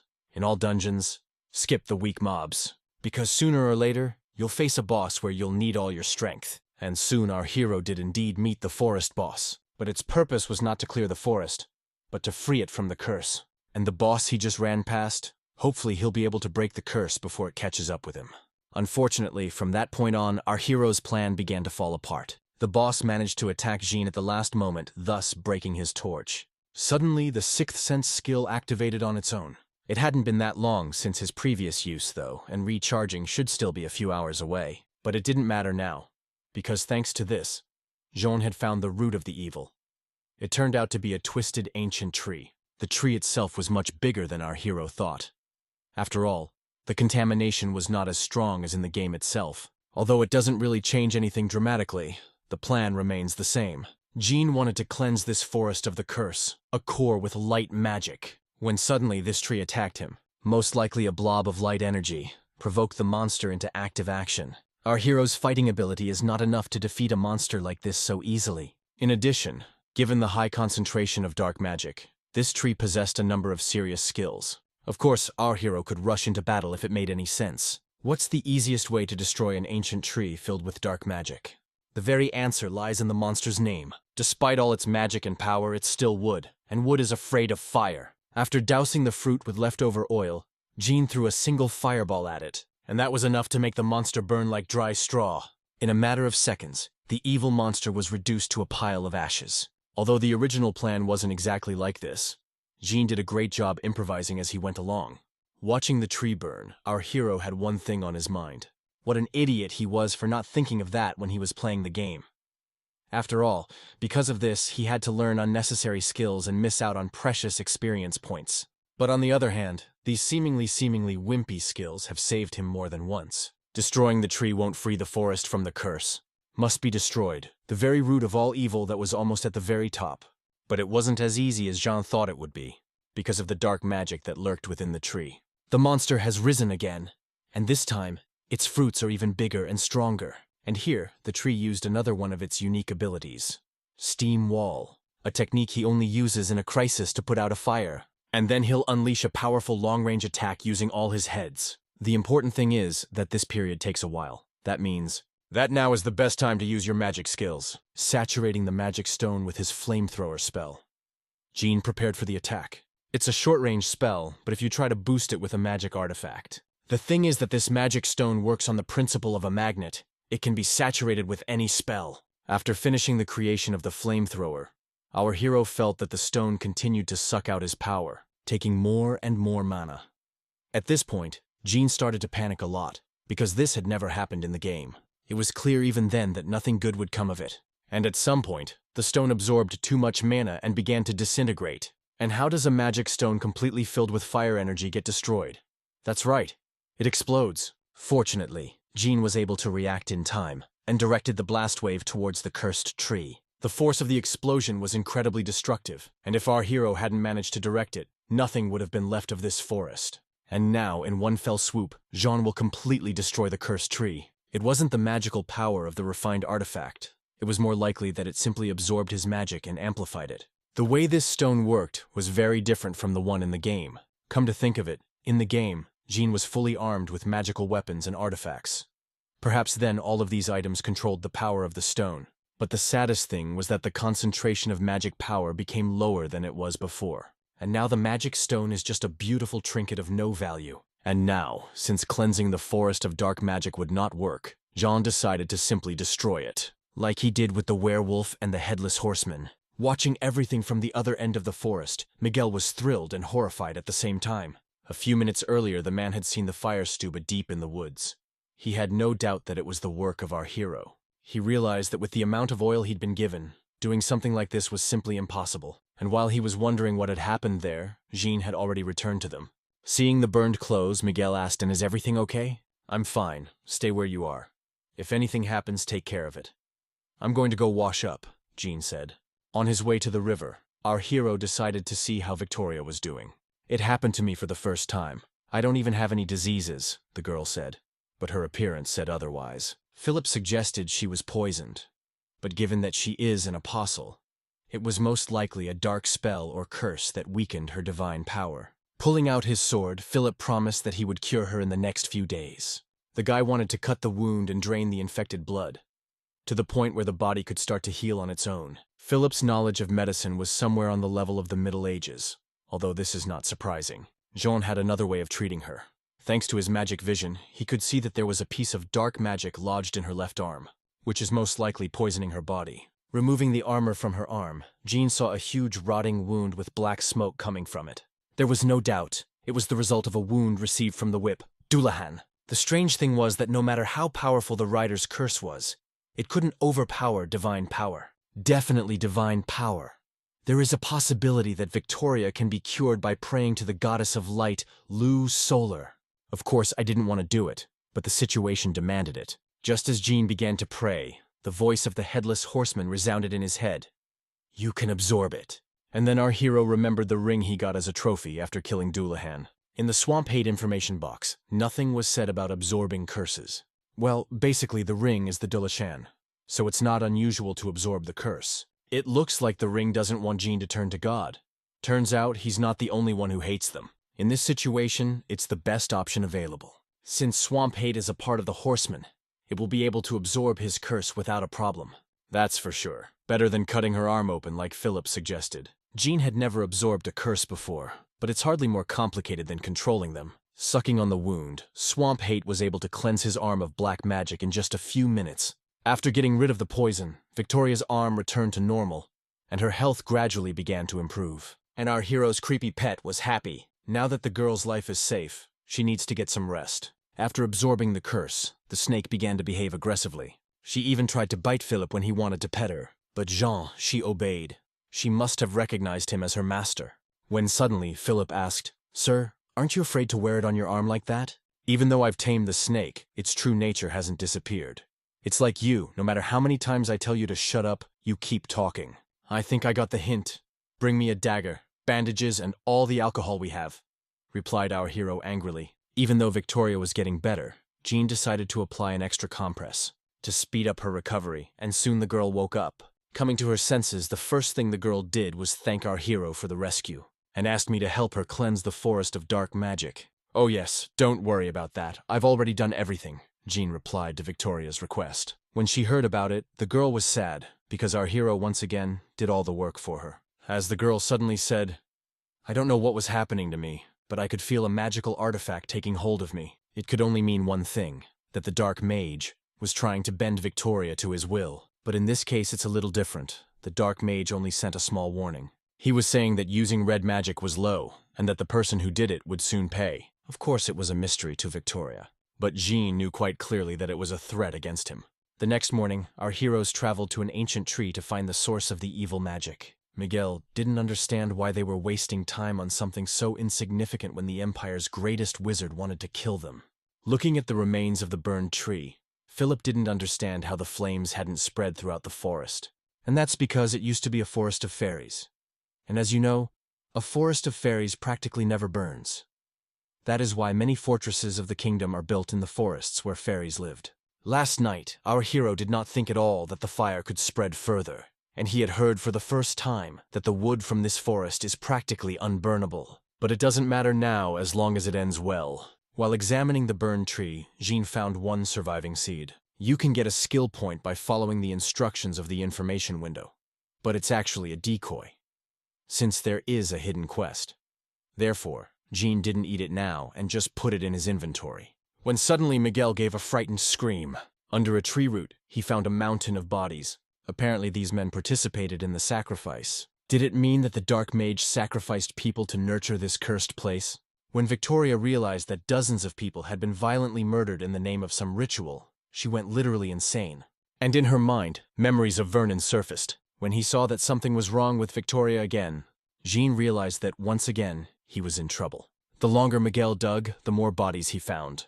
It was hard to believe that only people fell victim to some ritual. What if Victoria's brother was one of these victims? Given his intent and ambition, it could be quite realistic. But the girl refused to believe it. It would have been better if he had died braving the darkness, rather than dying in vain, being sacrificed to an ancient tree. But what if that's really the case? If he was trapped by the darkness, and became part of one of the monsters before he could use all of his skill? If that's the case, Victoria swore she'd risk everything she had, and she'd be sure to get her revenge. As Jean suddenly said, "The more I look at it, the more I'm convinced it's not the work of a dark mage. Senseless sacrifice is not his style. He's using contaminated magical power. There was no such thing as him making sacrifices before. In fact, it's more like the bodies of prisoners, transported by the regular army of the city of Orendel, handcuffs with a deer antler pattern and a plaque on them. Regular army soldier ordained Dave. It says it." After examining the find, Philip confirmed that it was indeed an orderal handcuff. Especially, why would someone who was plotting his dark deeds in such a remote location attack an army? There was no need for a dark magician to take such risks. That it wasn't a sacrifice was good news, and it also meant that Victoria's brother wasn't among the dead. However, all of this does not change the fact that the soldiers illegally killed several dozen people, when suddenly our hero said, apparently the purpose of the next contract had already been determined. The Marquis of Burchard's estate is Orendel. Even though it has nothing to do with the Dark Mage, I must personally go there and check what's going on, Jean added. Without a second thought, Victoria let our hero go to Orendel. In this situation, it was reckless to let the genre go. Victoria, however, could not allow immoral people to go unpunished. Sometimes people are scarier than any monster. Monsters kill for food or protection, and humans kill for fun. Before leaving, Jean asked Victoria for one favor. He wanted the girl to pray for the repose of the souls of these poor people. He thought it was the best thing they could do for them. That's a great idea. And we've had it so bad in life, so let their deaths bring them joy, the girl said enthusiastically. In fact, Jean didn't do it as much for the dead as he did for Victoria, because not so long ago, she showed every sign of losing her divine powers. Since it happened once, there's a good chance it could happen again. Of course, prayer. This is only a temporary solution to the problem. But perhaps divine power can contain the madness. But it could all be destroyed in an instant if Victoria finds proof of her brother's death. And then, while praying, Victoria saw her last encounter with Vernon, and their conversation about him wanting to take over the family and restore it to its former glory. But at some point, memories abruptly changed and began to change. And then Vernon said, "Don't you know I'm already dead?" And Victoria woke up in the wagon. Coming to her senses, the girl began to ask about what had happened. "So you don't remember anything?" "We found an abandoned wagon on the road, and I decided to use it," Jean said. For some strange reason, Victoria couldn't remember anything. The last thing she remembered was standing at the tree and praying. In the time the girl was unconscious, they had almost reached the grave forest. Upon hearing this, Victoria began to get angry that she hadn't been woken up sooner. But it was Jean's idea, for if they had woken her earlier, she would not have been able to rest properly. Suddenly the wagon stopped. The horses refused to go any further. Apparently the aura of the grave woods frightened them badly. Our heroes felt this aura too, and it was identical to the one contained in the cursed cores. This is where the land of evil begins. These lands cursed and corrupted by the influence of the Dark Wall. Even the laws of nature are different here. We can't say for sure what might have mutated. But it is said that those who enter this forest never come out again. Unfortunately, we'll have to walk the rest of the way, taking only the essentials with us. But Miguel refused to enter this forest at all, arguing that he wanted to live. "My job was to bring you to the grave forest and no more," the mercenary added. "All right, then let me just kill you," replied Jean. "I was just kidding. After all we've been through, I won't leave you," Miguel said, smiling. Here came the moment our heroes had longed for. The grave forest. To be honest, the mood within the team was so-so. But there was no turning back. We had to find this black wizard and finish him off before it was too late. Jean was sure the Dark Mage had sensed his presence. But it still doesn't make any difference. The magician will die today. Apparently he wasn't ready for the guests. But it's even more fun this way. Jean went all the way for one thing, experience points and a reward. At first glance, the grave forest was not much different from a normal forest. But knowing what might lie ahead of them, Philip felt fear. A guy every 2 minutes asking our hero if they're on the right path. However, the boy couldn't let his mistress down. So with all courage in his fist, let's keep going. Looking at Philippe, Jean saw himself in him when he first got into the game. When suddenly our hero felt something strange. An endless stream of contaminated mana. And a moment later, Philip tucked himself into a magical barrier. After passing through which they found themselves in a strange place, which the dark magician apparently tried to keep carefully hidden from outsiders. In the midst of the ruins was the entrance to an ancient underground crypt, where people used to bury their fallen warriors. That's probably where their target is. Since they would now be entering the boss dungeon, Jean had taken on the role of chaperone for himself. Just the thought of having to go there made Miguel uneasy. He didn't want to go it alone either. And in a place like this, it's best to stick together. The deeper our heroes descended, the more the influence of dark magic was felt. It was strange that the dark mage didn't try to stop them, even though he knew they were coming. Eventually, after going down to the very bottom, they found a huge crypt. But before going any further, Victoria wanted to say a prayer. "Are you sure? It doesn't sound like a good time to me," John said. "Since we came here, my stigmata has been weakening a lot," Victoria replied. "What is stigmata?" our hero asked in surprise. The stigmata is the brand that the goddess placed on Victoria's soul the moment she chose her apostle. Through it, a girl can communicate with God and receive her power. Honestly, it looks like an Arabian contract. Realize that without divine power, Victoria, not such a strong fighter, Jean gave the okay to pray. Of course, now is not the best time to pray because every second counts. But without divine power, the chances of victory are greatly diminished. While Victoria was praying, Miguel noticed something unusual. All the graves in this crypt were open, but they didn't encounter a single monster on their way here. Hearing the mercenary's misgivings, John said, "We really haven't figured it out yet?" "Well, you need to see it with your own eyes. This bloody bastard thoroughly prepared for our meeting." Activating magic vision, added our hero. After which, there was some noise at the back of the room. The gate through which our heroes entered has closed, and the walls were covered with some kind of inscription in an ancient language. It's definitely the work of a dark wizard. These cryptic writings in an ancient language were the spell that made everything in the tomb function.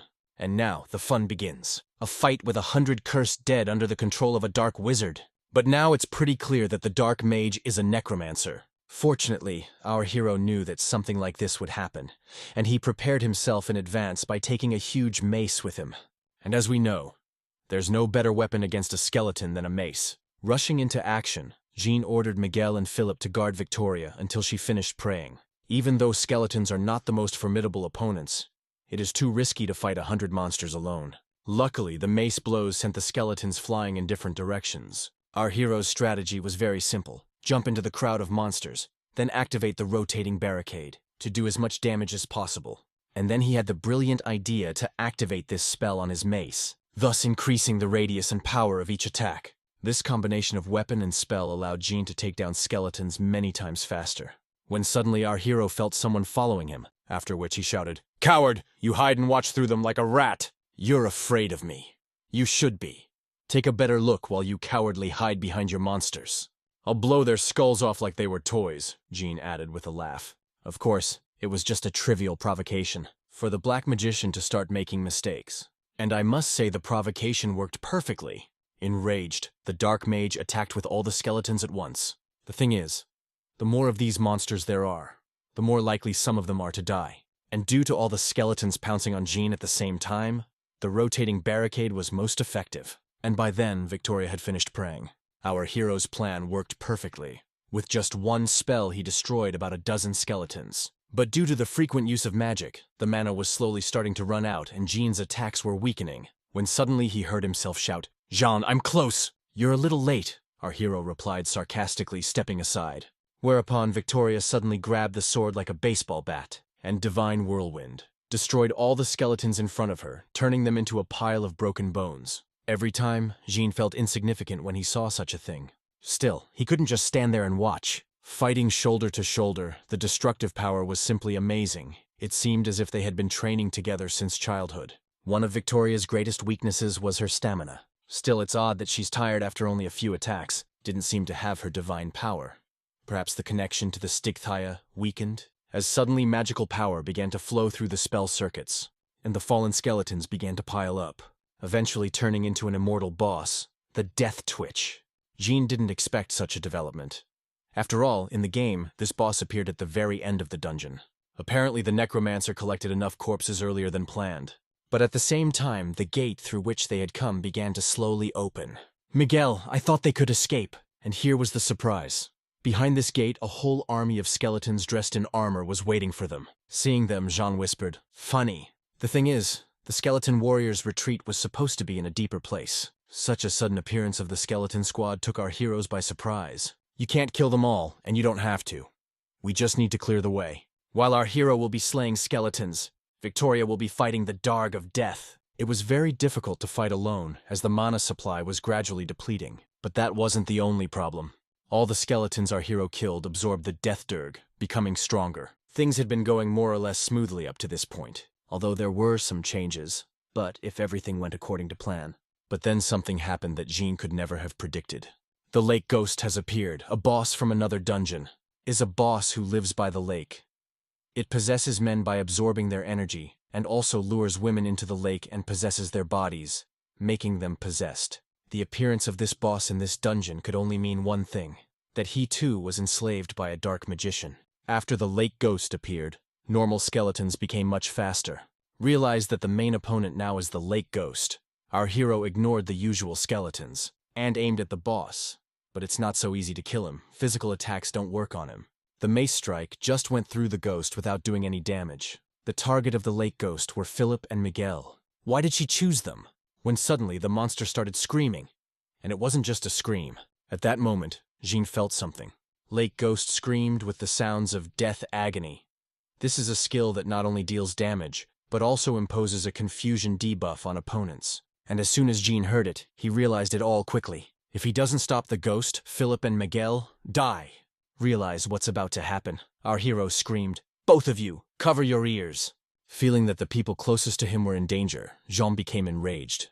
He stopped controlling his emotions and completely forgot about hiding his true power. After activating the Phoenix Wings skill, Jean unleashed a barrage of fireballs on the lake ghost. Luckily, it was enough to finish that filthy thing off. Also got the death twitch. Because of that, they were able to avoid casualties. Philip's friend said in a trembling voice, "Can you use fire magic?" "Stop talking and pull yourselves together," Jean replied rudely. Despite the fleeting success, the battle is far from over. Our hero wanted to hold on to that trump card, but now that he had used it, he felt great. Now he has nothing to hide, and he can fight at full strength. With fire magic, things went much faster.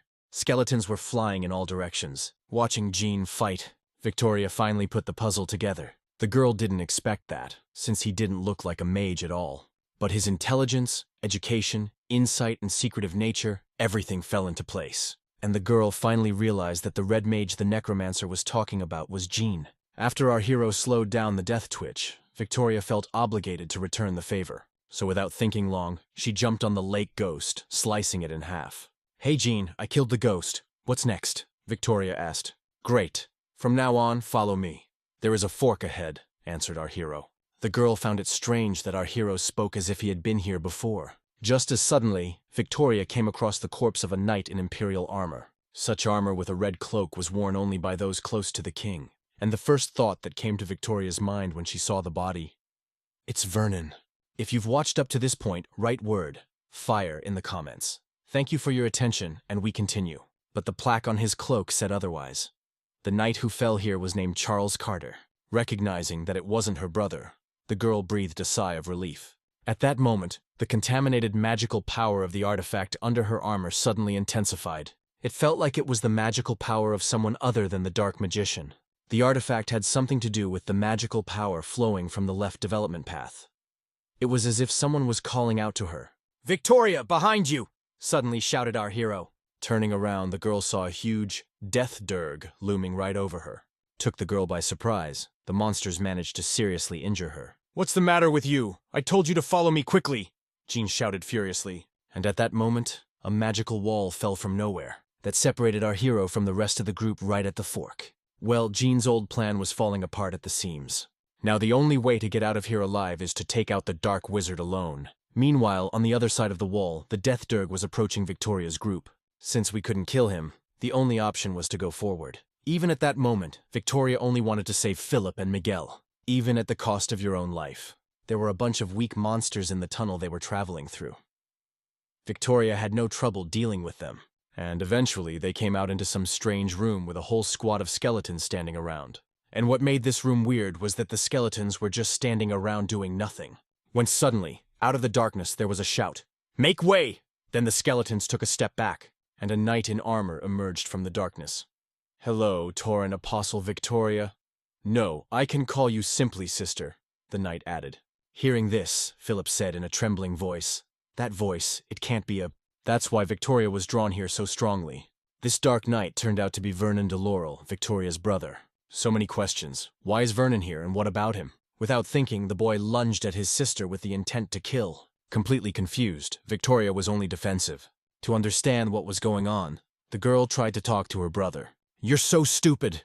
I can't believe you still don't get it. It's finally time for me to surpass you. I'm strong enough to kill you. You have no idea how long I've waited for this." Meanwhile, Jean was desperate to find the dark mage, but the skeleton hordes were slowing him down a lot. So he decided to leave the mace behind and just run forward. After going deep enough, our hero found a huge statue of a knight. Luckily, this statue was in the game. It's a puzzle of sorts, which Jean had spent hours trying to solve. But the solution is actually very simple. You just jump on the hilt of the sword. Thus, for the knight to stick it in the ground, and then another secret passage opens up. In the game is a shortcut to the exit that is used after killing a dark mage. Even though Jean knew that this place existed, but what was the point of leaving the dungeon if he had only managed to kill one boss? In this situation, our hero wanted to use this secret passage for another purpose. He knew that normally skeletons couldn't go outside the dungeon, so they couldn't go through the secret passage either.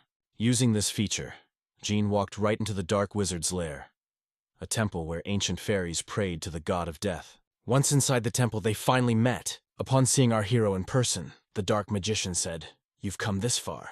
But this is my territory, the cursed earth that I created with such trepidation. I will savor your death with the same vigor that you savor the murder of my children." Without waiting for the end of this jerk's fiery speech, Jean attacked him with a fireball. The necromancer is stronger than all those monsters our hero has already fought, so he used a magic artifact to enhance his skills.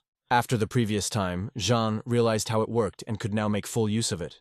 Of course, hopefully one fireball will be enough. It's so homemade.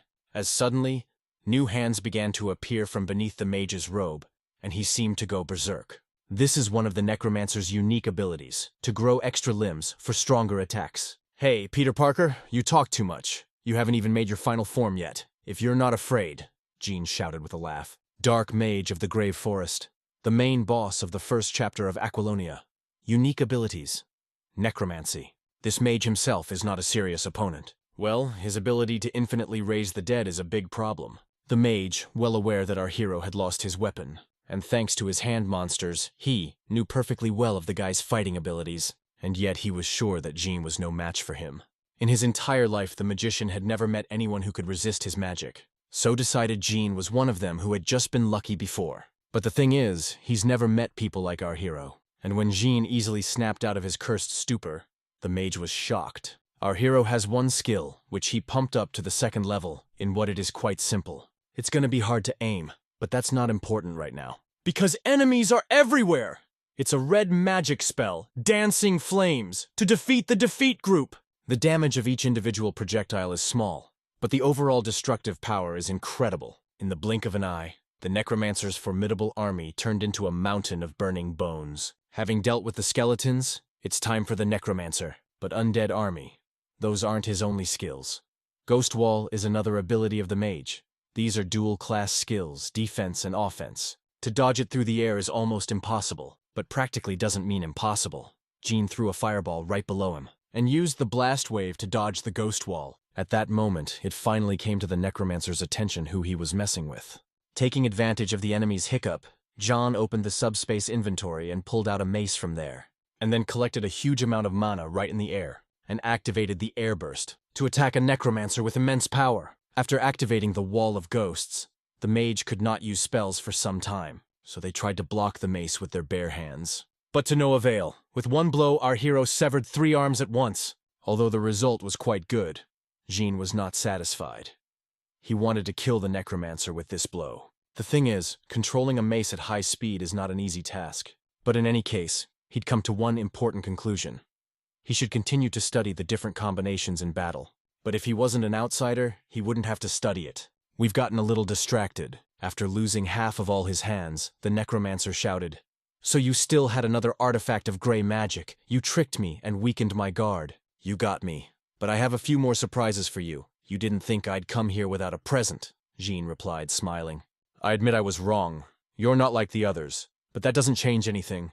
You're going to die today," added the necromancer. Taking advantage of the time they'd spent talking, the mage had gathered enough strength for the next attack. Despite this, everything goes according to our hero's plan. Jean wanted to provoke the necromancer to speed up his transformation. Thanks to this, the magician has been transformed into his second phase. And now the weakness of his physical defenses is completely unimportant. While in this form, the necromancer is able to use spells without cooldown. And in addition, each of his spells became more destructive. In other words, he's now incredibly dangerous. Even with his improved reactions, Jean could barely dodge his attacks. At first glance, the necromancer has absolute dominance over our hero. But it's all just an illusion created by John. Now the guy was using the same strategy he had used in the game. And luckily for him, it worked perfectly. Death Ray is the necromancer's primary technique in Phase 2. The mage can use it continuously for about 10 seconds, after which he needs a 2-second cooldown. And just like that, that moment of recharging is perfect for attacking. But we need to act quickly and without error, because time is incredibly short. And just as the necromancer began to weaken, Jana tore towards him, preparing the phoenix wings. Coming at a distance from which it is possible to aim, our hero unleashed a barrage of fiery attacks on the necromancer, when suddenly the magician said, "What's wrong?" "He's down to the ground. I don't know if he's got any strength left." "Too bad. I used to enjoy playing with you, but I've had enough of you. It's time to call it a day." And meanwhile, the death ray recharge has already been completed. Unfortunately, all the magic artifacts have already run out. Trying to dodge the death ray, our hero ran right between the necromancer's legs. It would seem that without reinforcement with magical artifacts, Zhang doesn't stand the slightest chance. But the previous attack actually hit the right spot. Jean deliberately aimed the fireballs at the monster's legs, because he knew that their power would not be enough to completely destroy it. But now he had immobilized it. "So you didn't miss, you were aiming there on purpose, it won't save you anyway," the necromancer shouted angrily. "Whatever. But thanks to that, I had enough time to prepare a mid-level magic technique. So it's too late to throw yourself about and face the death you love so much with dignity," replied our hero. Our hero purposely threw away the rest of the magical artifacts to mislead the necromancer. Medium gray magic, chain of lightning, enhanced by a magical artifact. From the very beginning, Jean knew how this duel would end. It was only a matter of time and skill. Chain of lightning left the powerful necromancer nothing but a smoking skeleton. Well, it's so a huge 5-meter skeleton was just a shell, controlled from within like a puppet by the necromancer. As he was dying, the necromancer asked our hero how he could use the magic of the different elements. "Seriously, the last thing you're interested in is how I control the different elements?" Jean asked in bewilderment. "A man like you cannot understand my whole plan. If I had more time, I would know the truth of the power of the abyss, the dark magician. Of course you're not taught this in any way, but, even if you had more time, you wouldn't know all the truths of immortality." "Conrad!" Swinging his sword, our hero added. "What, how do you know my name?" the mage asked in surprise. But that's a question he'll never get an answer to. Jean really wanted to tell him the whole truth. But he couldn't wait any longer, for there was a risk that Conrad would regain his strength. Finished, our hero's body began to shake. He overdid it again, using magic. A little more and he'd be exhausted. Now we must take the loot. Jean could keep his magic staff and his head as proof. As suddenly spirit began to come out of the necromancer's eyes and mouth. This was the first time our hero had ever encountered such a thing. After all, there was no such thing in the game. What if the form of the spirit is its third phase? And judging by the fact that he attacked our hero, he did. And after using the lightning chain, Jean didn't have much mana left. But at that moment, a spatial rift began to open right behind the necromancer. And judging by the surprised look on the spirit's face, he didn't do it. It's unclear what the rift is, but it has begun to draw in the necromancer's spirit, and then closed without a trace. "What was that just now?" John shouted in surprise. "Well, of course it's that void," our hero added with relief. "Emptiness, chaos, the beginning of time, the abyss. Those were the words spoken by the sectarians in the game. It turns out, what I was aiming for, I got there. Although we don't know for sure. Well, the strange thing is that even after the necromancer dies, his spell continues to work. And that's another difference compared to the game, which causes a lot of problems. Bypassing the necromancer's altar, our hero found another secret passage, which led to a small room where all the power of the Grave Forest was concentrated. And at the head of it all was a huge cursed core. But beyond that, there were the necromancer's personal belongings, such as his diary. Jean decided to take it with him and study it a little later, hopefully learning something important. After examining this cursed core, Jean concluded that it wasn't it at all. Its power is different from contaminated artifacts. It's more like pure magic, like divine power. It was a shame to destroy such a blob of energy, but taking it with me wasn't an option either, because it's unclear whether our hero's inner resistance will be enough to control it. And to find out if he could hold her back or not, the guy decided to try to absorb some of her power. But as soon as he touched the balloon, it engulfed his hand, and at that moment, the guy felt a power that she had never felt before. After which, this magic ball completely engulfed Zhang. A moment later, our hero woke up in some strange place resembling a universe. For several hours, he flew in that space, observing the beautiful vistas. And then a black hole of colossal proportions appeared on the horizon. Its beauty, you could admire it forever. If it weren't for one thing, it sucked our hero inside. After dying inside this black hole, Jean returned to the real world once again. From all that space travel, he got sick. Back, Jean shouted, "Status window, status window!" After which, with trembling hands, he quickly began to increase his mental strength. And he did it so he wouldn't go crazy. And for that, he spent 9 whole skill points that he had saved for so long. Even though he hadn't originally planned to use them this way, By increasing his mental power, he was able to pump up the skills he needed, after which a system notification appeared about the completion of the quest, Chaos Parts. And as a reward for its fulfillment, he received a shard of chaos. What? How could I complete it if I didn't even get it? Jean shouted in surprise. Does that mean that the black hole was the void? Could it be that these psychopaths were telling the truth? And the world was created by an ancient deity. Conrad must have seen it too. Now it makes sense why he'd become insane. And it's also an award, the House Shard. Earlier, John had felt something inside him, which emanates the same magical power, but from a large energy source, one that looks like a cursed core. And Tui Jean had an epiphany. Of course it's chaos. It's all about him. And a moment later, he felt strange waves coming from the other end of the dungeon. Waves of confrontation between divine power and polluted magic. And the fact that he felt them now could only tell us one thing. Victoria was seriously injured.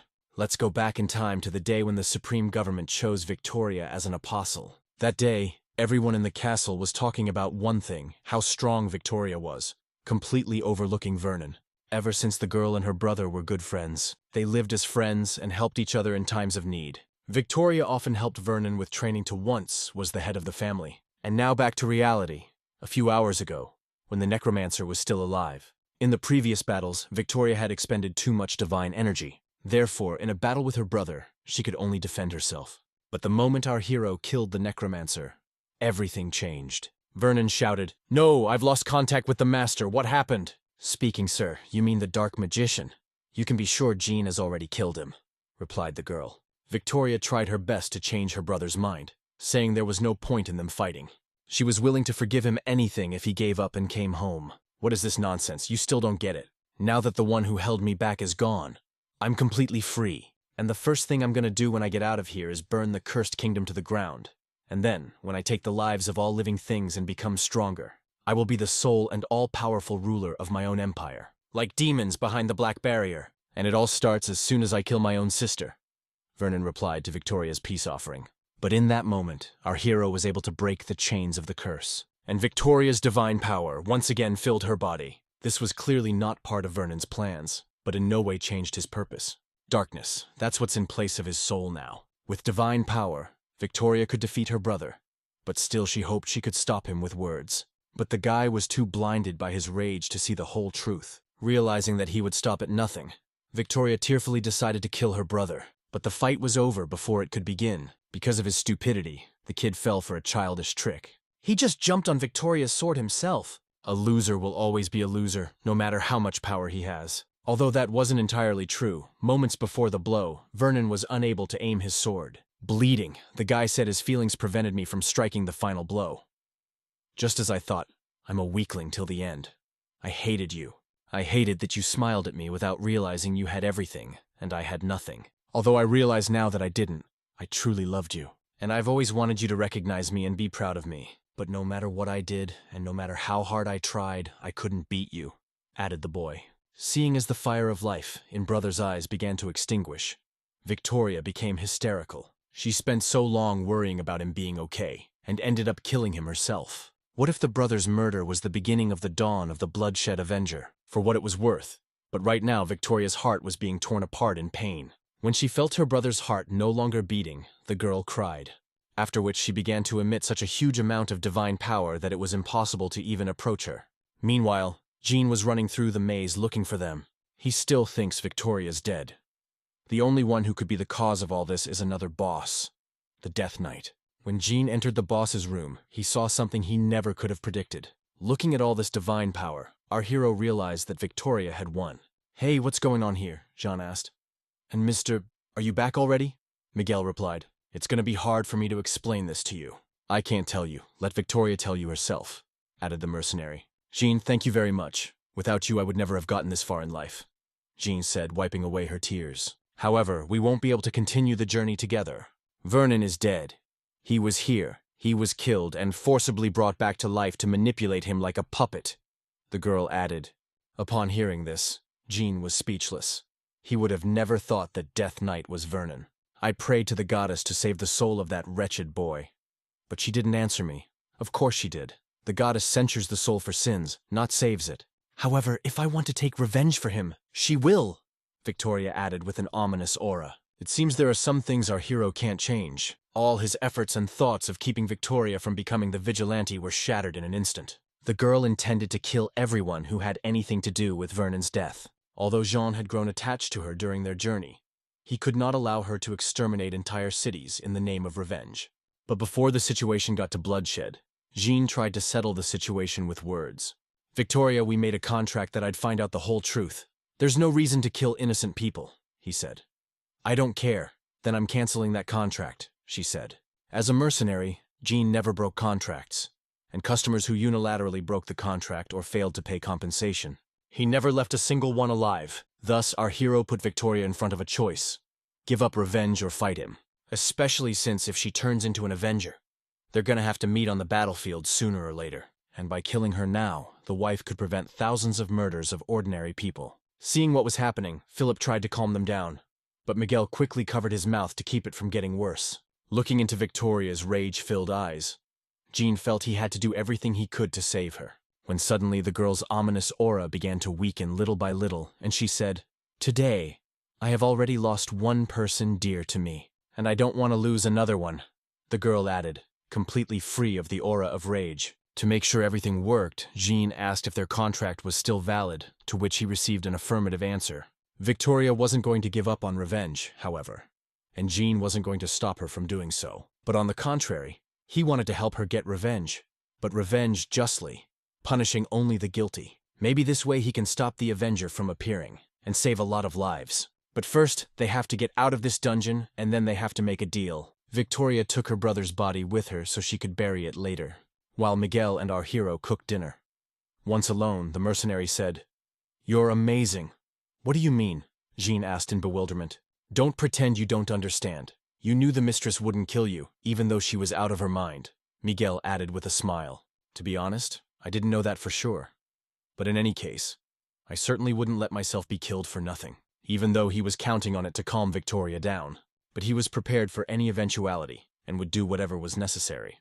The amazing thing is that she even grabbed her sword. It was obvious that madness was raging inside her. It must not have been easy to suppress. Come to think of it, Jean couldn't stop her from becoming an apostle. But at least for a while, he was able to bring her to her senses. And that's not a bad thing. Having finished with their business, Philip and Victoria joined our heroes. And according to the good old tradition, the guy started fluttering his tongue, asking inappropriate questions. But Miguel quickly resolved the issue. "Hey, how are you feeling? Did you mourn your brother?" Jean asked in a half-whisper. "Yes, thanks to you." At first glance, nothing unusual happened to Victoria. She looked like someone who had just lost a brother, nothing more. But during dinner, our hero said, "Victoria, how are you feeling? You've become an apostle of vengeance. It seems like a lot has changed in you. The red divine aura is different from what it used to be. Now she's definitely become what she was in the game. To be honest, I don't feel any changes, but I realize that now the goddess will give me power only for revenge." Victoria replied, "She is now subject to extraordinary restrictions. However, when it comes to performing together, she can gain even more power. Suffer injustice, you lose divine power. The restriction that the Apostle of Vengeance must observe has disappeared. Now for the sake of the fulfillment of vengeance, one can do anything." Be that as it may, the girl did not regret the choice she had made. However, she will regret all her life that she didn't kill the necromancer with her own hands. Immovable by personal feelings, she missed the main goal in revenge. When suddenly, Jean threw her a bag containing the head of a dark mage. It was only fair for her to take that head for herself. After all, our hero is just a mercenary. Looking at the severed head, the girl felt absolutely nothing, just emptiness. At the same time, Victoria realized that he was responsible for everything that happened to her brother. When suddenly Philip started coughing loudly, and then asked, "Mister, and did you kill him with magic?" Well, of course, what's the point without stupid questions from Philip? After a bit of thought, John replied, "Well, it seems so." "Philip, I'm going to give you some advice because I like you. You have no wit at all. Do you even think before you speak?" Holding his head, said Miguel. "Is why the master hid his magic? Maybe because he didn't want you to know about it. But since he has no choice but to use it to protect us, we should destroy him instead of asking questions. Just pretend you didn't see anything. It's called ingenuity," added the mercenary. Realizing he was wrong, Philip apologized and thanked her for saving him. And then he promised to take that secret to his grave. Under the terms of the pact Jean and Victoria had made earlier, our hero was only supposed to find the dark magician, not kill him. So Victoria wanted to make restitution. Initially, our hero wanted to take all the loot for himself. But in the end, he made concessions. When all of a sudden he said, "Look, I can't answer anything specific, but I want something decent." "Worthy, you say? Then take it," Victoria said, holding out her sword. A sword named the Apostle, one of the Empire's 9 great swords made of imperial steel. However, due to recent events, his name has changed, and he now goes by the name of Condemnation. And in the game it was called Revenge, and was a trophy that could only be obtained after killing Victoria. Now, since it hasn't been desecrated, it has no restrictions other than time to recover, though it's not as illustrious compared to other swords in the Empire. It doesn't change the fact that it's awesome, a real work of art. Despite its considerable weight, it was perfectly balanced. And yet, Jean couldn't control it as easily as Victoria could. But that could be easily remedied by pumping up his strength. But that's not all. After giving Jean her sword, the girl asked to temporarily replace her, and get to the bottom of the whole truth. She also made him promise to come back alive, because she can't survive the loss of another loved one. "You shouldn't be thinking about me. You should be worrying about yourself.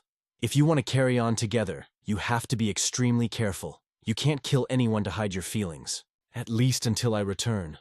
Such words were our hero's answer to the girl's request. "I realize it's the right thing to do." The girl swore she wouldn't do anything without Jean, and for a person of faith, the pledge means a great deal. When suddenly Miguel said, "Well, since we've decided everything, I'll be brave enough to propose something.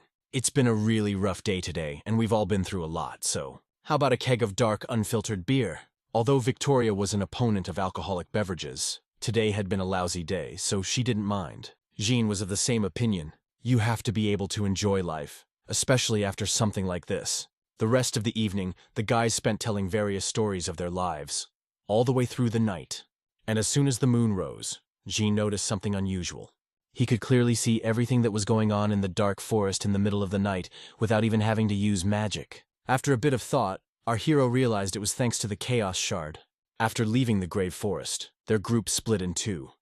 Taking Miguel as a witness, Victoria went to the royal palace to report on the battle in the Grave Forest. And also, the girl sent Philip along with our hero. She wanted the guy to witness whatever was going to happen next. Jean wasn't thrilled with the idea. However, he could certainly use an assistant, trying to change Victoria's mind. Jean said this trip could be dangerous for Philippe.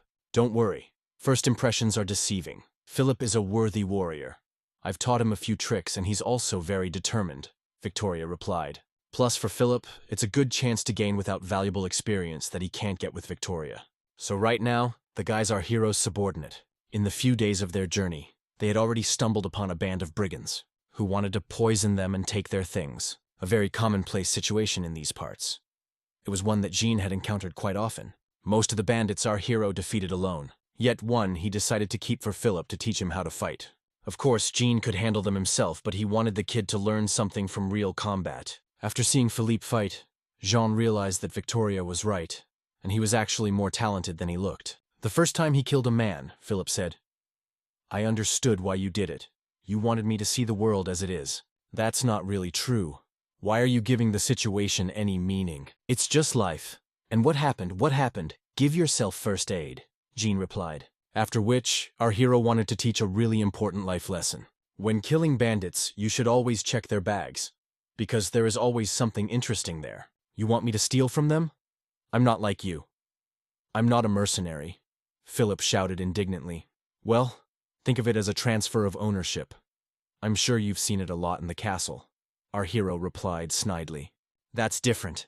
Then we were just taking what was rightfully ours," Philip added, but with another very important life lesson in the form of a slap on the wrist. The guy rifled through the bandits' pockets and found a whole bag of silver coins. As a child, Philip had dreamed of being a knight, so picking the pockets of thieves was unusual for him. However, he quickly got the hang of it, and he cleaned the brigands to the ground, taking almost all their equipment. And under one of the capes, our heroes were in for a real surprise. Compared to the brigands' skills, the chest sealed too well. Before attacking our heroes, the brigands talked about transporting something for Mr. Lusad. Of added interest is the fact that Jean missed this quest in the game, so the reward remains a secret to him. Our hero's magic skills aren't enough to pick a magical lock like that. But he had something better, a mercenary blade. the chance of successful hacking increases by 50%. After a couple of minutes of simple manipulation, John was able to remove the spell from the lock and open this chest. As soon as the lid was lifted, a terrible stench came from inside.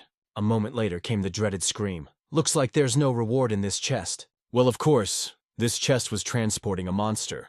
That's why such a strong spell was cast on the castle. But on closer inspection, Jean realized it wasn't a monster at all.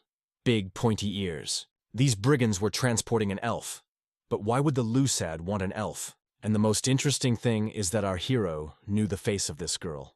As suddenly, the elfess tried to pierce John's neck with her sharp fangs.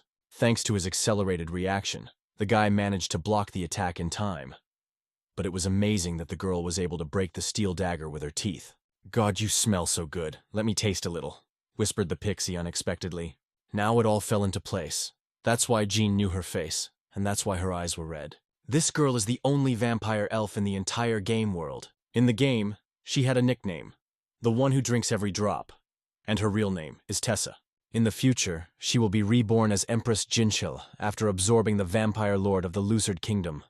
She is an important boss character, the country that the mission of transporting her was entrusted to such weak mercenaries. Tessa thanked our hero for saving us, and for that she promised him a quick death. "Seriously, is this your gratitude for biting my neck?" Throwing away the rest of the dagger, asked Jean. "Come on, I'm just hungry. And looking at you makes me drool," the Tess added in a seductive voice. Seeing the glint of the holy sword, the vampire's gaze changed dramatically. "Well, since you really saved me, I'll let you live. But trust me, I'll never forget your smell, because it's so sweet. We'll meet later if fate permits. But until then, try not to die, or I'll be very upset," Tessa said as she left, and then sped off at breakneck speed into the woods.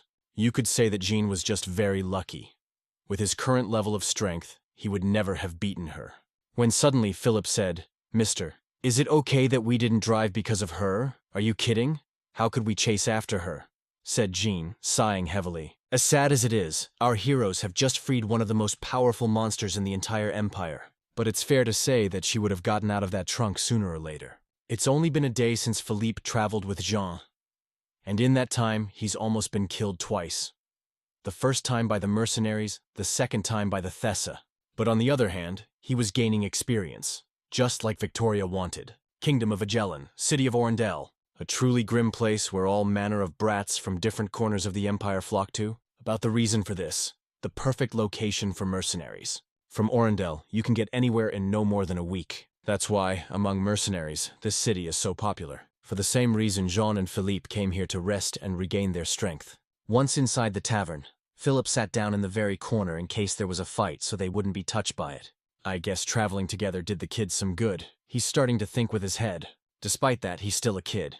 At least no one seriously sees this kid as Paladin Squire. When suddenly Philip asked in a whisper, "So what are we going to do next?" "Why are you whispering?" Jean asked in surprise. Philippe feared that someone might hear their conversation. But in fact, it was an unnecessary caution.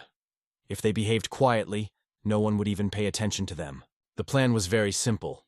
Stay in the Orendel for a few days and start taking orders to earn trust. And then start looking for information on missing soldiers. But first and foremost, after traveling, you need a snack. The waitress advised to order stew with bread and specialty sausages. Taking out a silver coin and showing it to the girl, Jean said, "I'll see. There are a lot of mercenaries here, so there's work to be done. And what do you need to do to get the best orders?" The waitress advised not to take large orders at first to avoid conflict. To begin with, you need to take something insignificant, or the kind of request that other mercenaries don't want to take because they consider matters too dangerous. The place seems pretty ordinary, but it has its own rules that you shouldn't break. Our heroes didn't want to bother with chaperoning or finding pets, so they decided to concentrate on super dangerous tasks. The next morning, there was quite a stir at the tavern. Local hunters set up some sort of catalyst and took bets. Is that our heroes have traveled to the underground tunnels that the fairies created. The thing is, about a year ago, there was an order for a four-eyed crocodile that lives in these tunnels. Several groups of mercenaries tried to fulfill this order, but none of them came back. And Jean and Philippe have accepted the mission. The local mercenaries are taking bets on whether they'll survive or not. If they come back, someone will take all the money, and if they don't, that someone will buy everyone a drink. Of course, given their previous experience, it was foolish to bet on them coming back. But Patan is the name of one of the mercenaries who spotted our hero yesterday, so against his better judgment, he decided to bet on them coming back alive. Patan was a very successful mercenary, so buying everyone a drink wasn't too hard for him, but he would earn even more in the event of victory, when suddenly, the floor of the tavern began to shake. As they listened, they realized that the sounds were coming directly from the abandoned tunnels. It could only mean that our heroes had already found the four-eyed crocodile, but the vibration was extremely strong, and it sounds like all hell is breaking loose in there. And the further it went, the worse it got. The vibration intensified to the point where it felt more like an earthquake. It even got to the point where bottles started falling off the shelves. But after a couple minutes, it stopped. No more noise or vibrations. And after about another 10 minutes or so, Jean and Philippe returned to the tavern holding two huge objects, the head and tail of a four-eyed crocodile. Our heroes not only returned alive, but also successfully completed the mission. Call the principals. We finished that stupid animal off, Jean said with a heavy sigh. Frightened by the monster's carcass, the girl was numb to anything. Quickly call for the guard or your head, Philip shouted furiously. In just a couple of days with our hero, the boy had changed a lot. You could say he's grown up and taken courage. Of course, the news that our heroes had killed a four-eyed crocodile was the talk of the town. Experienced mercenaries were trying to figure out how they did it. Some thought they used oil, because even the water in the sewers was burning, and some thought they used a sledgehammer. But it doesn't change the method. The monster is dead. When the sentries saw for themselves, he promised that the reward would be paid within 3 days. After all the bureaucratic business, Jean went to the bathhouse and washed all my clothes, but the disgusting sewer smell still lingered. At dinner, our heroes made promises to each other that they would never go back into that sewer again. This stench, they'll have the worst nightmares. Also, Philip could not help noticing a change of attitude from last night. In the mercenary world, the stronger you are, the higher you are in the hierarchy. And after killing the four-eyed crocodile, no one will dare look askance at our heroes. When suddenly a joyful man ran up to our heroes. Thank you so much. Thanks to you, I've made a lot of money. Now I can go 3 months without working at all. Hey, Judy, bring these guys the best cooking you got. I'll pay for it, the mercenary said with a laugh. After which the man asked if he could sit next to them. Jean allowed it, but with one condition, as long as he didn't talk too much. My name is Patan, by the way. Nice to meet you, added the stranger. I'm Jean, and this tough guy is Philip, answered our hero. At first glance, Patan seemed quite friendly, which was not the case with the guy who came with him. Chattering sweetly, the mercenary asked our heroes about their lives. He was interested in where they came from and what they did for a living. And as time went on, their conversation became more like an interrogation. Look, there's no point. If you want to know if I have a criminal past, I don't have one. I want to hear from someone who really has something to say, don't you? Jean added abruptly. I wonder why a nobleman tries to pretend to be a commoner. The guy clearly didn't expect to be exposed so quickly. But the actor from him turned out to be worthless. From a mile away, it was obvious that he was of high blood. It turns out Patan's been working for this guy for years. As we know, many mercenaries have a dark past, so they stayed away from our heroes with questions. Apologizing for the inconvenience, the guy introduced himself. His name is Declan Beauchard. The Beauchard family is incredibly famous in Orendel, as Darius Beauchard was Lord of Orendel, and Declan is his son. One of his duties as deputy mayor was to manage the mercenaries. So when he heard that 2 newcomers had killed a four-eyed crocodile, he wanted to meet them. Despite the fact that the city is full of mercenaries, it's quite peaceful. Jean thought it was an additional parameter that wasn't explained in the game in any way, but it's probably a credit to Declan. Maybe he's not as easy as he looks, but there was no information about this in the game because Declan was born out of wedlock. His mother was a free citizen. It's all very interesting, but what he wanted with Jean and Philippe. Anyway, Declan wanted to create his own squad and invited our heroes to join it. To Jean, he offered the position of centurion, and to Philip that of adjutant. Simply put, the guy was raising his own army of mercenaries, since war was about to break out on the continent. Of course, fighting for Declan can make you important people in Orendel. Actually, the offer was quite tempting, because sooner or later, you have to make your choice in the coming war, and being a centurion could open up many new opportunities for Jean. Relaxed demeanor, quite honest, and a serious style of speech. Even his eyes and facial expressions. In many ways, it's impressive for a villager. After a little thought, Jean said, I can't answer you right now. I still have a request that I haven't completed. It's not such an insignificant request that I can take on without completing the previous one, right? Ah, I see. You originally came to the lease to fulfill another request, correct? And sadly asked Declan. That's right. replied Jean. And this guy is pretty quick-witted for a redneck. Understanding the situation, the guy offered to help Jean fulfill the request, and in return, he would consider his offer. A man like Declan Beauchard could use a little help. So our hero agreed. When suddenly Philip intervened. Sir, I understand everything, but in that case, we'll have to disclose our request. Oh, how could I forget unwritten rule of mercenaries? Patan, could you step back, please? Said Declan with a smile. Alone, our hero showed the guy a plaque he found in the cursed woods. Declan did not know this soldier personally, but knew that his unit was engaged in prisoner transportation. But about this, our heroes already knew. They were interested in another, who gave the order to transport prisoners. I don't know exactly, but I can find out. But what happened to that soldier? Declan asked sadly. We can't tell you all the details, but you can be sure that he was unjustly killed, replied Jean. To the guy it meant only one thing, that there was a traitor inside the army. Declan was the Lord's son, but he didn't know much about the regular army, because Lord Darius put his successor Mason in charge of the army, which means there's no way the guy could have helped John. However, Declan is not such an easy guy. A life as an illegitimate child has taught him to fight. He promised that he would help to find out the whole truth, as he himself was interested in this question.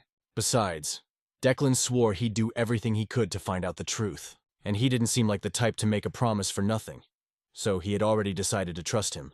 On the evening of the same day, Declan returned to the tavern. He found out that the soldier and the prisoners he was transporting had one thing in common. Each of them grew up as orphans or lost their parents when they were children. They're probably chosen for a reason, because if they go missing, no one will look for them. And their friends, believed to be them, traveled to Agellan. That's where the order to transport them was given by a man named Bradley. He's Declan's brother, Mason's right-hand man.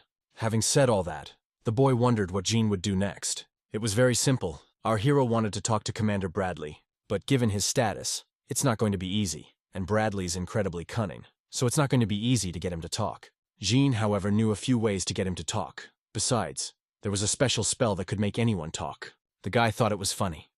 He'd never heard torture referred to in such a veiled way before, and yet he agreed to arrange a meeting, but asked them to wait a few days. And when it's ready, Jean will be contacted by his man. The boy was anxious to see how their conversation would end. He hadn't liked Bradley since he was a kid, and the feelings were mutual. Among the mercenaries, Declan had a very serious authority. Despite their origins, he considered them friends, and making a deal with him was very profitable for our heroes. After all, he did all their dirty work for them. Left alone, Jean asked if Philippe had done what he hadn't asked. Yes, I did everything like you said, don't worry, replied the guy. During the time they traveled together, Jean noticed one strange talent of Philippe's.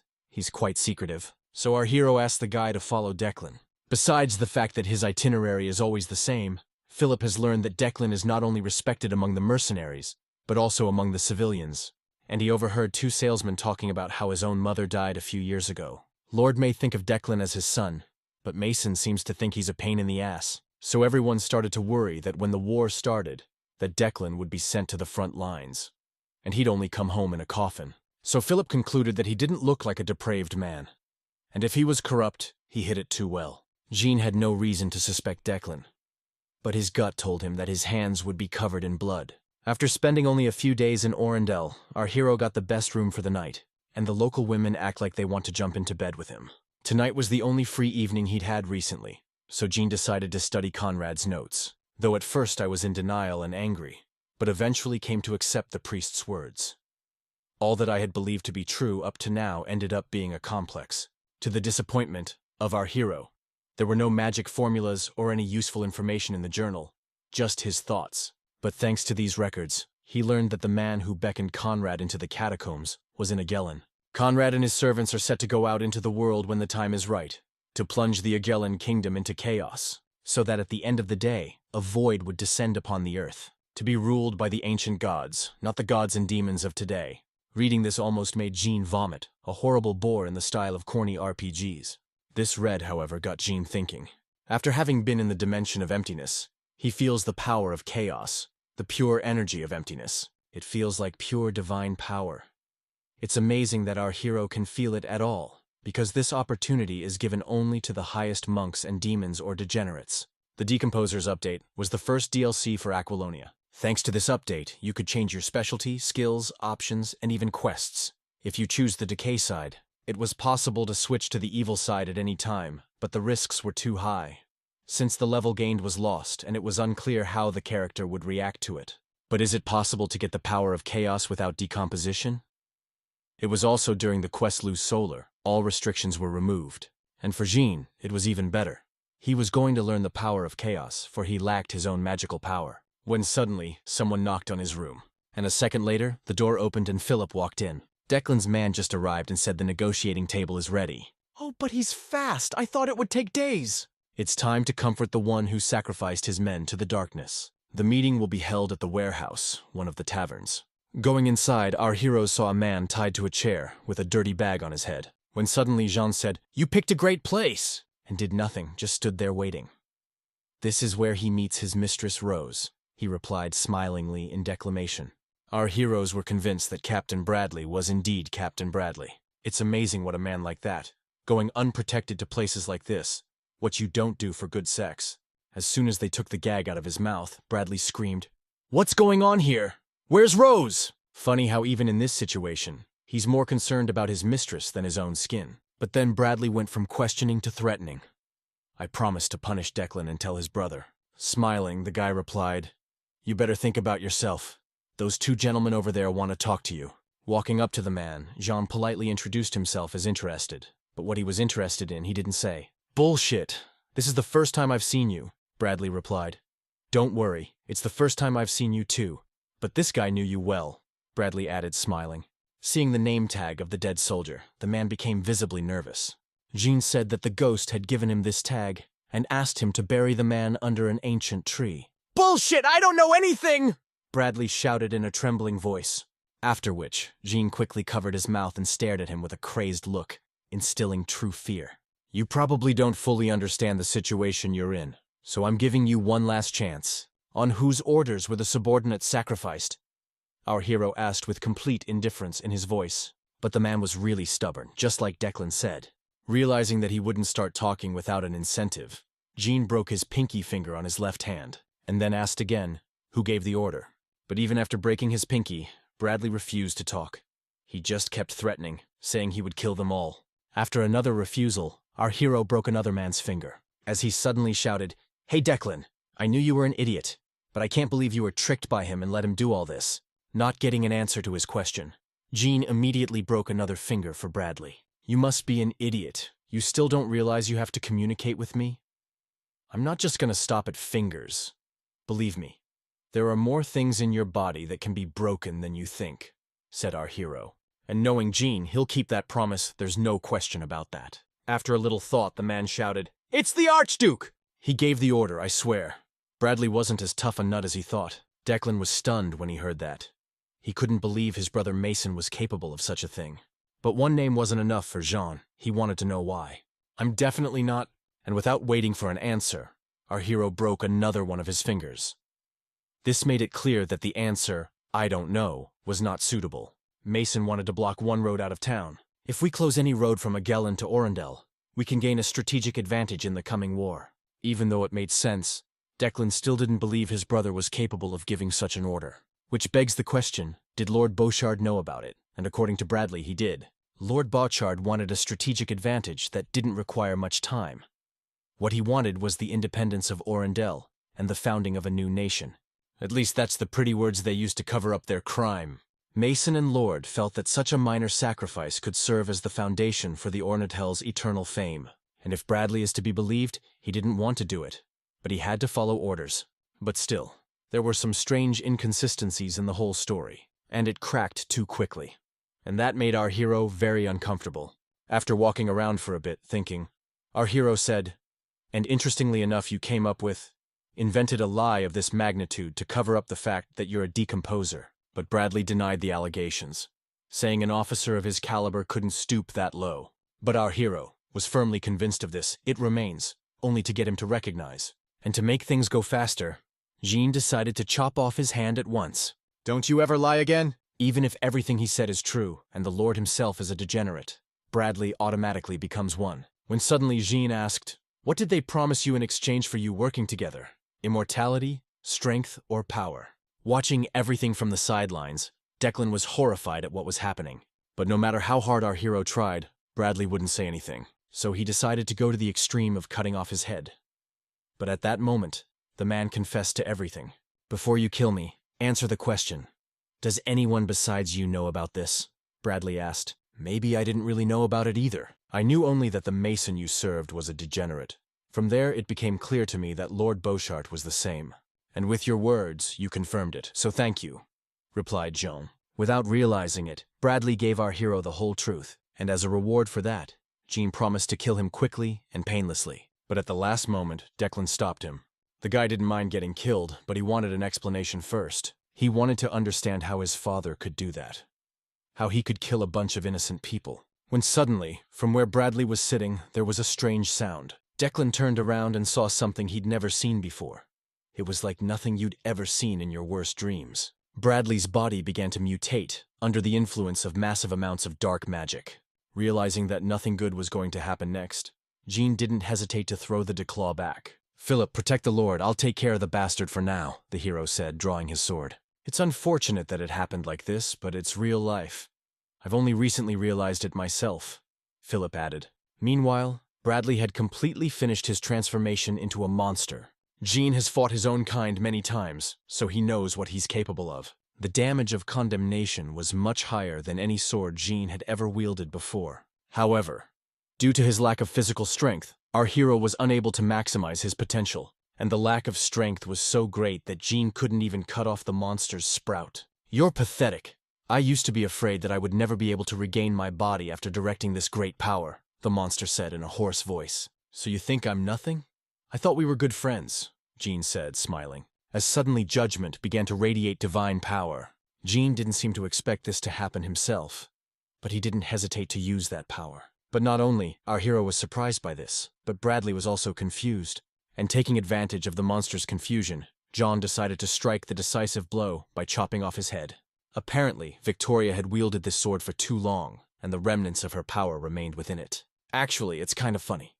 Jean can use divine power and chaos power at the same time, but those are still to be dealt with. Observing all that was happening, Declan asked, "Who are you?" "Mercenaries who have come to fulfill a request." "I doubt it." At that moment, Philippe looked at our hero with a question on his face. "Do as you please. I don't care," said Jean. "Let me introduce you again. This is a man without orders or titles. However, he is known as the Swamp Dragon Hunter, a slayer of dark spirits, tamer of werewolves, purifier of ancient forests, and the one who defeated the Headless Horseman and cleansed the grave forest of demons. Apostle of the Great Tauren, guardian of the southern borders, and sacred sword of the Agellan." "Jantal Brown," shouted Philip enthusiastically. When our hero said, "Do what you want," he didn't mean it, but it's too late to change anything. Meet the mayor of the city of Orendil, Darius Beauchart. This evening, he was discussing plans to transport the victims to Agellan, and he put his eldest son, Archduke Mason Beauchart, in charge. Lately, one thing had been bothering Mason.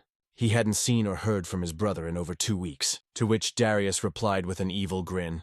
"We have nothing to worry about. Old dear can't leave the Orendel. Let's go back to our heroes." After hearing a strange noise, Patan and his buddy decided to check if everything was okay, and seeing the huge carcass of a monster with its head cut off, the mercenaries froze in fear. But even more alarming was Jean, who was standing there covered in blood. "Ah, Patan, you're just in time. Clean this place up, please," asked Declan. "Don't understand what's going on?" the mercenary anxiously asked. "Sir, what's going on here? Where is Commander Bradley?" But looking closely at the remains of the monster lying on the floor, Patan realized it was the commander. Now the picture was starting to come together. But that didn't change the fact that the mercenaries hadn't expected Bradley to be a degenerate. Having learned everything he wanted to know, our hero decided to go home and take a bath. But at that moment Declan stopped him and asked, "What did you mean when you said you had no doubts about me now?" "Now, I have no reason to think that you are one of them. However, did you hear what he said? There are still many monsters in the city, so we need to deal with him." Jean replied. "So you mean you're going to kill my brother and my father?" the kid asked. "That's right, that's exactly what I'm going to do." And you saw our hero. As Declan suddenly started laughing and applauding, the guy thought that answer was not just cute, but excellent. At that moment, the brigands who came with Pathan looked at each other. They realized they'd heard something they shouldn't have, and wanted to sneak out before it was too late. But Philip blocked their way. Declan realized that killing the Fallen was our hero's secret mission. but he was concerned about what would happen to the city if the Lord and his successor died. But Jean didn't care at all. He didn't care who took their place. Realizing that their place would be taken by him, Declan offered his help. With your skills, you can sneak in anywhere. But is it worth it to act like thieves and hide forever? Let's go in through the front doors, Declan said suddenly. It looks like the guy wants to revolt against the current government. Rebellion, for Declan is the only way to legitimately assume the office of Lord. But if you bring up uprising, it's only beneficial to the guy, and Jean doesn't work that way. So our hero decided to do a little theater and turn down the guy's offer. Realizing what Jean was implying, Declan promised to pay generously if they would help him. When suddenly, a new system quest became available to our hero, Revenge of the Bastard. According to the quest, Declan holds the power of the Sword of Vengeance, and to fulfill the quest you need to help him do the vengeance. After a little thought, Jean asked Philippe what he thought about Declan's proposal. The guy's position was pretty clear. Mason and Lord Beauchard must die, but these lands need a lord. In other words, Philip wanted to help Declan carry out the rebellion. Plus, the guy has expressed a desire to personally take the life of his brother or father. We'll find out if we're serious. Jean has offered to make a pact. Realizing that our hero had agreed to help him, Declan was over the moon. After which, he asked the common mercenaries to join his rebellion as well. For them, it was a good chance for them to get high positions of merit in the new Orendel. Without thinking long, the Pathan enthusiastically shouted for joy. Sir, isn't the answer obvious? This is the future I have dreamed of ever since I began serving you, added the mercenary. But the other mercenaries were hesitant to help them. If they failed, the gallows would be waiting for them. However, they had had enough of the life of second-rate mercenaries. So they agreed to join the rebellion after Pathan. Declan has the support of the mercenaries and is well liked in the city. But even so, the rebellion is incredibly risky. People are always afraid of change, afraid it's gonna get worse. So they wouldn't get a second chance, but the guy was willing to risk everything. The next morning, with the first strikes of the church bells, the uprising began. All of Orendel's mercenaries were gathering in one place to advance to the royal palace. Observing those present, Jean noticed that they were all anxious. But perhaps, given their plans, it's a very normal reaction. After all, the next few hours will decide their fate. Having gathered all his supporters, Declan marched towards the Lord's residence, as Philippe suddenly asked in a whisper, Sir, is that enough? There are about 30 people here. Philip, feel free to speak up. Yes, we are few in number, but they are all ready to fight for the bright future of Orendel. So yes, that's enough, replied Declan proudly. In addition, news of the rebellion spread quickly through the city, and the civilians decided to support the young lord. And after only a few minutes, the entire poor neighborhood came out to hold the Declan. Now half the population of the entire Orendel has joined him. Besides always helping them, he revealed to them the horrible truth about their missing relatives. Everyone here has lost someone because of Mason Beauchart's inhumane order. After some time, they finally reached the main fortress of the city. On seeing the crowd led by Declan, the sentry ordered them to stop immediately. When he saw that the guy was wearing a military uniform, and people were enthusiastically shouting his name, the soldier immediately demanded an explanation of what was going on here. Mr. Doran, please don't worry. We won't hurt you. We came here for my brother and father, Declan shouted. You've done a lot of stupid things in your life, but this trumps them all. Have you really decided to raise a rebellion against your father? Doran shouted angrily. You are wrong. For it was the Lord who betrayed Orendel and the whole kingdom, replied the boy. The guy was trying to convince a Doran officer that he was on the wrong side, accusing his brother and father of being degenerates. On hearing this, the officer forbade them to advance, when suddenly behind Doran a low, nasty voice sounded. When Jean heard him, he whispered, There's the bastard! That nasty voice belonged to Darius Bouchard. In the game, he had the role of the benevolent father. The developers did everything they could to keep him out of the picture. The sudden appearance of Darius was quite strange. He had never come to the watchtower before. Seeing his father, Declan bowed politely and greeted him. Darius looked at all the people his son had gathered and asked, Son, why are you doing this? Even talking trash about the state, about some degenerates, raising the rebellion. Remember, Shiny Lou Solar is always watching you. It's worth saying that at first glance the Lord did look like a loving father, but then Mason joined the conversation. He promised to cut off his brother's head for trying to rebel. Well, the whole family of degenerates had gathered. For Jean, it was the perfect turn of events. Upon meeting his brother, Declan pulled out a list of dead soldiers as proof of his inhumanity and betrayal of the state, and of course Mason denied it. Bullshit. You just took the list of dead soldiers from that campaign. That's all. So you're paying us back for our kindness? And then Declan looked like he was looking for someone and said, Barathez, can you tell me where Commander Bradley is? I haven't seen him today. When Mason heard that, it made him even angrier. He'd lost contact with him since last night. Come on, you don't have to bother making up another lie. But I guarantee you won't see him again. Because Bradley came with me, Declan said with a snap of his fingers, and then a cart pulled up to the main gate of the fortress, from which the mercenaries pulled a nailed coffin. A moment later, the remains of the monster Bradley had turned into fell out of it.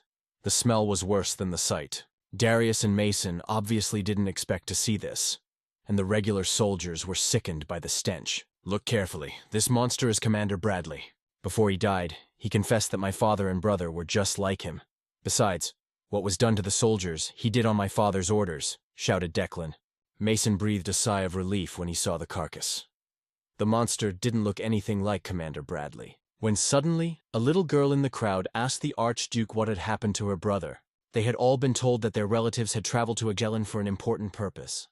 But why then were they all found buried in the forest? After this small and brave girl, people started to make a fuss. Every one of them wanted to know what really happened to their family. Striking his cane against the floor, Darius quieted the crowd. I know exactly how you feel. I'm really sorry about what happened. I didn't realize how hard it would be for you. But I promise you, if the soldiers were indeed sacrificed, we will investigate and we will find answers. I will also ask the king to consider raising a rebellion and the church will take over. I want everything to be according to the law, replied Darius to the outcry of the people. Mason, promise to pardon the common people if they would stop now and go home. But those who do decide to continue the rebellion, he will kill. After listening to all these meaningless promises, Jean sighed heavily. As expected, regardless of worlds, politicians everywhere have the same phrases. That was the point that bothered him. Is a battle that can only be fought the first time. It will not be possible to gather such a large number of people a second time. If they try to revolt again, the winds of blood will blow and hundreds of heads will fly. However, judging by the look on Declan's face, he had some other arguments. After thinking for a bit, the boy asked his father again, You just said that you want His Majesty's man and the Imperial Church to investigate this, right? That's right, my son, answered Darius with embarrassment. Good. I know just the man who meets the requirements. Philip, you may introduce our master as you did before. And if possible, don't miss out on any religion, Declan added with a wink. Wow, that's an unexpected twist. This kid's got a head for brains. Realizing what was going to happen next, Jean stepped forward in silence. When he saw him, Mason said through laughter, Brother's crazy. He's a common mercenary. After waiting for the noise in the square to subside, Philip said in a calm and monotonous voice, Allow me to formally introduce. And then the calm voice changed to a crazed scream. Apostle of the Tauren and guardian of the southern borders, wielding the cherished sword of Agelan that belonged to Victoria de Laurel, her sole and official representative. The judge the stern goddess loves so much, killer of monsters and dark magic. Please love and welcome Mr. Jantalbron, Philippe added with a bow. After which, the lad himself introduced himself as a humble squire. Declan told everyone that our hero witnessed Bradley's decomposition, and the guy also revealed that Jean personally condemned him for it, so our hero was perfect to be the judge that Darius wanted. Naturally, Lord Beauchard didn't believe it. After all, Jean looked like an ordinary mercenary, not an official representative of an imperial knight, much less a paladin. So Darius wanted some kind of proof for all of this. The easiest way to do that was to show your sword. Unlike an ordinary ball, this one is full of divine power. So convincing others that Jean was indeed a paladin wasn't too difficult. Convinced that what they were saying was true, Darius and Mason were terrified.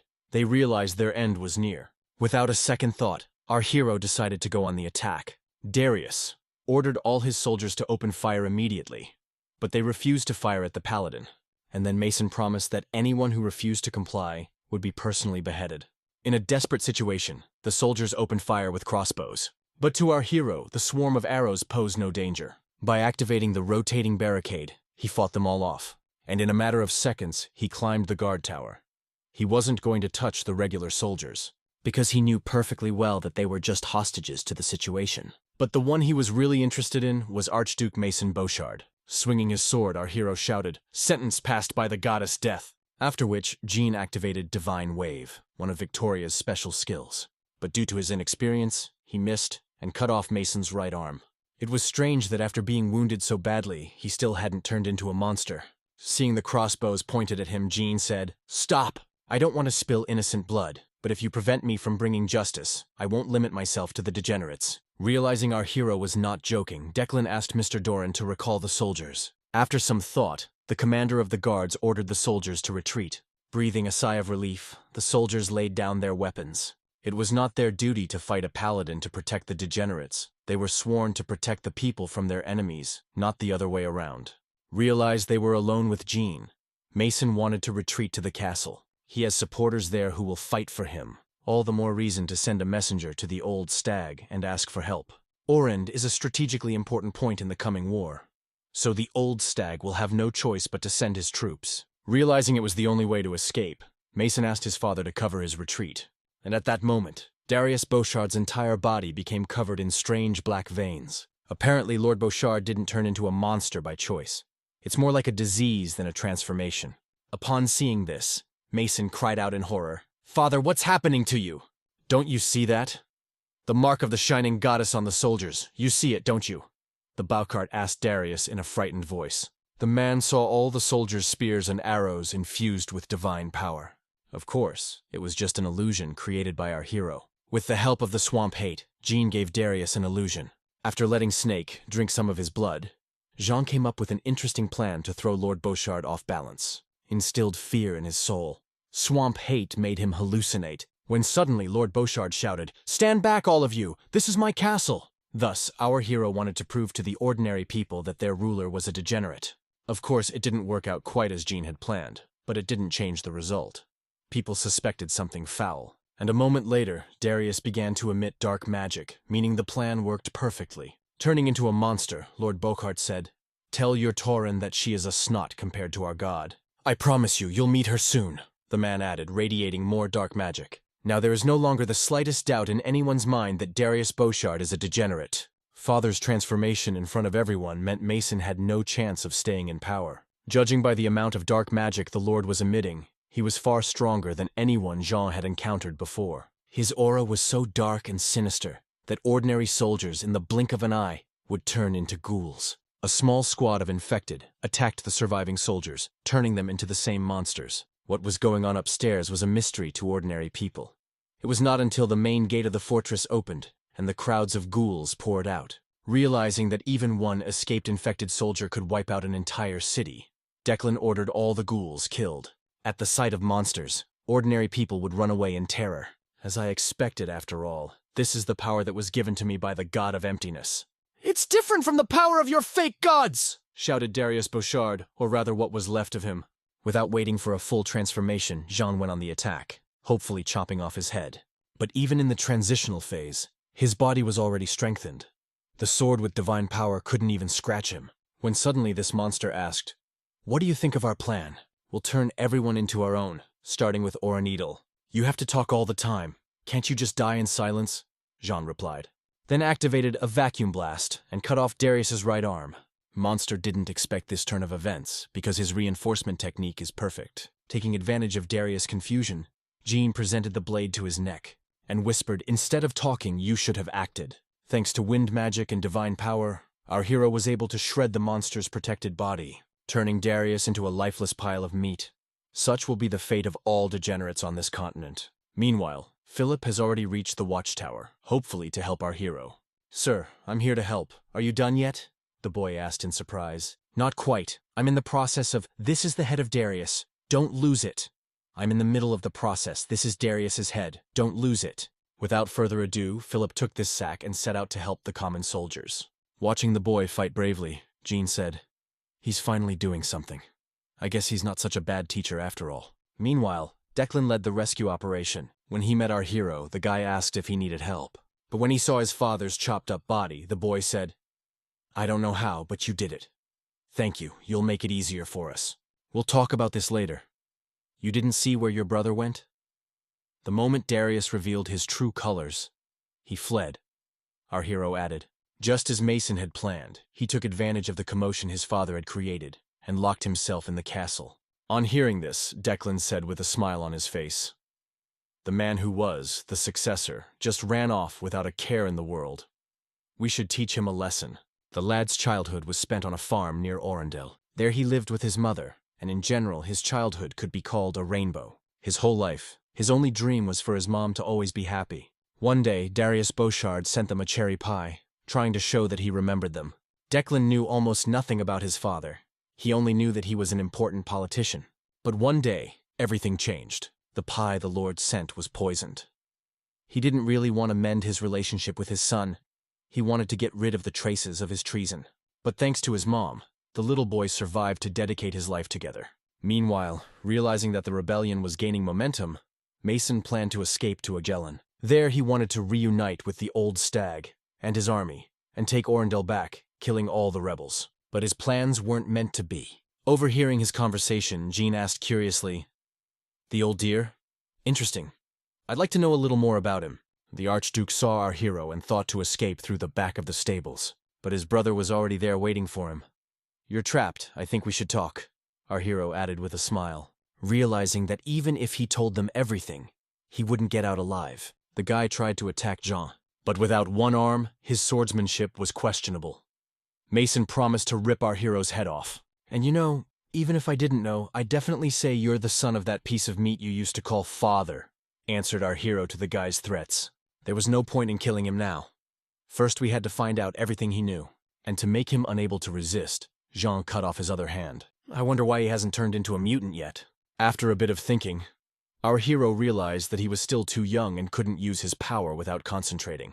"But it's better this way. We can try to get all the information out of it before it mutates." To be fair, Mason did try to turn into a monster, but each time, Jean cut him off and his concentration faltered. And Declan, all the while standing there, just watching his half-brother being stripped limb from limb, one by limb. Leaning toward Mason, our hero whispered, "I now have a wild desire to cut off your head immediately. I will temper it if you will answer the questions." Putting his sword to his neck, the first thing our hero asked, "Who is Old Deer?" That's the nickname Jean heard when he freed the werewolf from the curse.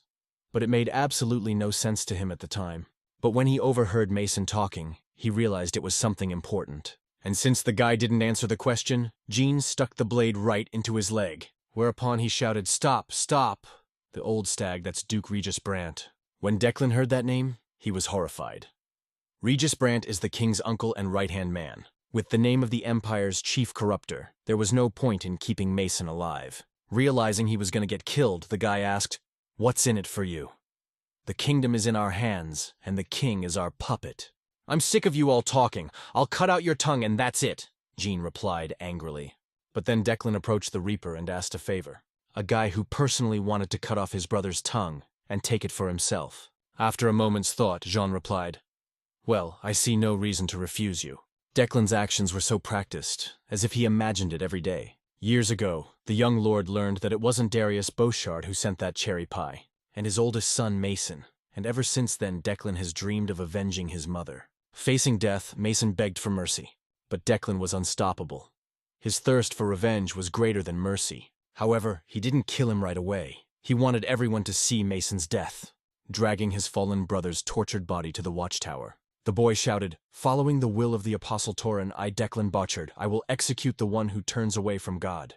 Hundreds of innocent people have died because of this man, and more would die." "But I know we stopped it," Declan added, chopping off Mason's head. It meant that the bastard rising had ended in victory. People cheered, calling Declan their new lord, and he, at that moment, stood there and simply enjoyed the revenge he had committed to the enthusiastic shouts of the crowd. In the meantime, an emergency council has been convened in Agellan, and by none other than the king himself, Irvin Archibald Brandt. The thing is, Victoria came to see him recently with Miguel, and provided the head of the Dark Mage and the desecrated corpse of her brother, as proof that a network of decomposers had appeared in the kingdom. Some council members, however, were quite skeptical of her concerns, but there were those who tended to trust Victoria, because she's an Agellan paladin. Yet the king had the final say. King Erwin thought Victoria was being overdramatic. In addition, her fears could wreak havoc within the kingdom. And with war looming, there was no way that could be allowed to happen. So the king wanted to keep Victoria in the castle for a while. But most interestingly, the man who vehemently supported Victoria was the king's uncle, Duke Regis Brandt. We know him as Old Deer. A day later, after the procedure of inheriting the title of Lord and establishing the right to administer the land, Declan Beauchard, along with his mercenaries, have identified decomposers among the henchmen of the past Lord and Archduke. In fact, they conducted an operation to clean up the Orendel. In those couple of days, the city was filled with the smell of freedom and blood. Jean and Philippe are holed up in Orendel, looking for evidence that Regis Brandt is a degenerate. Without substantial evidence, no one will believe our heroes. After all, Regis has a good reputation among ordinary people. Besides, he's the king's right-hand man. While traveling with Victoria, Philip met him a couple of times. He seemed a very wise and merciful man. And rumor has it, he's one of the few politicians against the war. It's funny that such a man turned out to be the leader of the degenerates, a strategist at once. Wandering around Orendel's castle, our hero found a small hiding place, which opened a secret passage. Looking into the darkness, Jean asked sarcastically, "Is that why you always have to go somewhere?" Anyway, it's the only lead they've had in days of searching. The tunnel was not as deep as our heroes thought. Inside was a core of cursed power, the same as in the dungeon in the Grave Forest, when suddenly Jean's sword began to shake strangely. After inspecting the cave, our hero noticed that the runes on its walls were the same as in the Dark Mage's dungeon. They were made in such a way as to prevent the divine eye from entering. In addition to the core with cursed power, there were various scrolls, books, and ceremonial daggers, when suddenly our hero opened up a subdimensional inventory. And then Philippe asked, "Sir, may I ask you a question?" Without thinking for a second, Jean answered, "No." But even so, the guy still said, "You are a red mage wielding a fire elemental, aren't you? I've heard that mages are only able to use one verse. How did you then?" "Philip, it's time you learned to understand what the word no means. However, I will answer. Some magicians are able to use several elements, but what I'm doing now is not magic," added our hero angrily. Taking out a trunk, Jean ordered the boy to put everything in it, and in the meantime, he decided to check out the cursed core. As he got closer, he realized that this core was different from the one in the Dark Mage's dungeon. It's not even contaminated. Perhaps it was because of the chaos fragment he had. He could detect this power to some extent, but to get to the bottom of it all, we need to study this core. He was uncomfortable, however, at the mere thought of having to face that creature again. Still, if he wants to unravel Duke Reggie's plan, he'll have to do it. When Jean touched that core, he felt that terrible power again, after which he found himself in some strange space. Felt very different from the last time. Perhaps there are as many forms of voids as there are black holes. Looking at all this emptiness, Jean had the impression that he had fallen into the mind of some degenerate. This void is probably some sort of Duke Brandt's personal diary. Upon meeting our hero, the spirit of the void asked, "Who are you?" "Someone's apostle who has entered this abyss without warning." Having looked more closely at our hero, the spirit added, "Boy, are you by any chance the apostle of chaos?" It was a rather unexpected question that stumped Jean. Seeing the confusion on the boy's face, the spirit apologized for his rudeness. Wanting to know as much as possible, our hero inquired why the spirit had mistaken him for an apostle. "That's right. Chaos and void exist in harmony with each other like yin and yang, and nothing can separate them," replied the spirit, disappearing. After which, Jean returned to the real world. What the hell just happened? Why did the connection break down right in the middle of a conversation? Philip suddenly asked with a look of horror on his face. "Sir, are you all right?" "I was the one who wanted to ask you, how did everything look?" Jean replied anxiously. The magical power of the artifact surrounded our hero's body and hovered around, but at some point disappeared, leaking out somewhere. So far, there are too many questions with these magical artifacts. It's unclear how they work. However, one thing is certain. The chaos fragment became larger after returning. By absorbing the power of these magic artifacts, you can increase the power of chaos. Here Jean found another reason to kill the degenerates. Philippe was worried lest Jean become possessed, but luckily everything turned out all right. Our hero was more concerned with why the spirit had mistaken him for an apostle of chaos. Having finished with all the evidence, Jean and Philippe decided to continue their journey. But before that, they went in for a reward. In return for his help, our hero asked for a set of new equipment. Is the perfect assassin ammunition to increase maneuverability during combat. Declan gave them one of the best horses in the Orendel and a bag of coins. Before leaving, the lad asked John to give the king a message.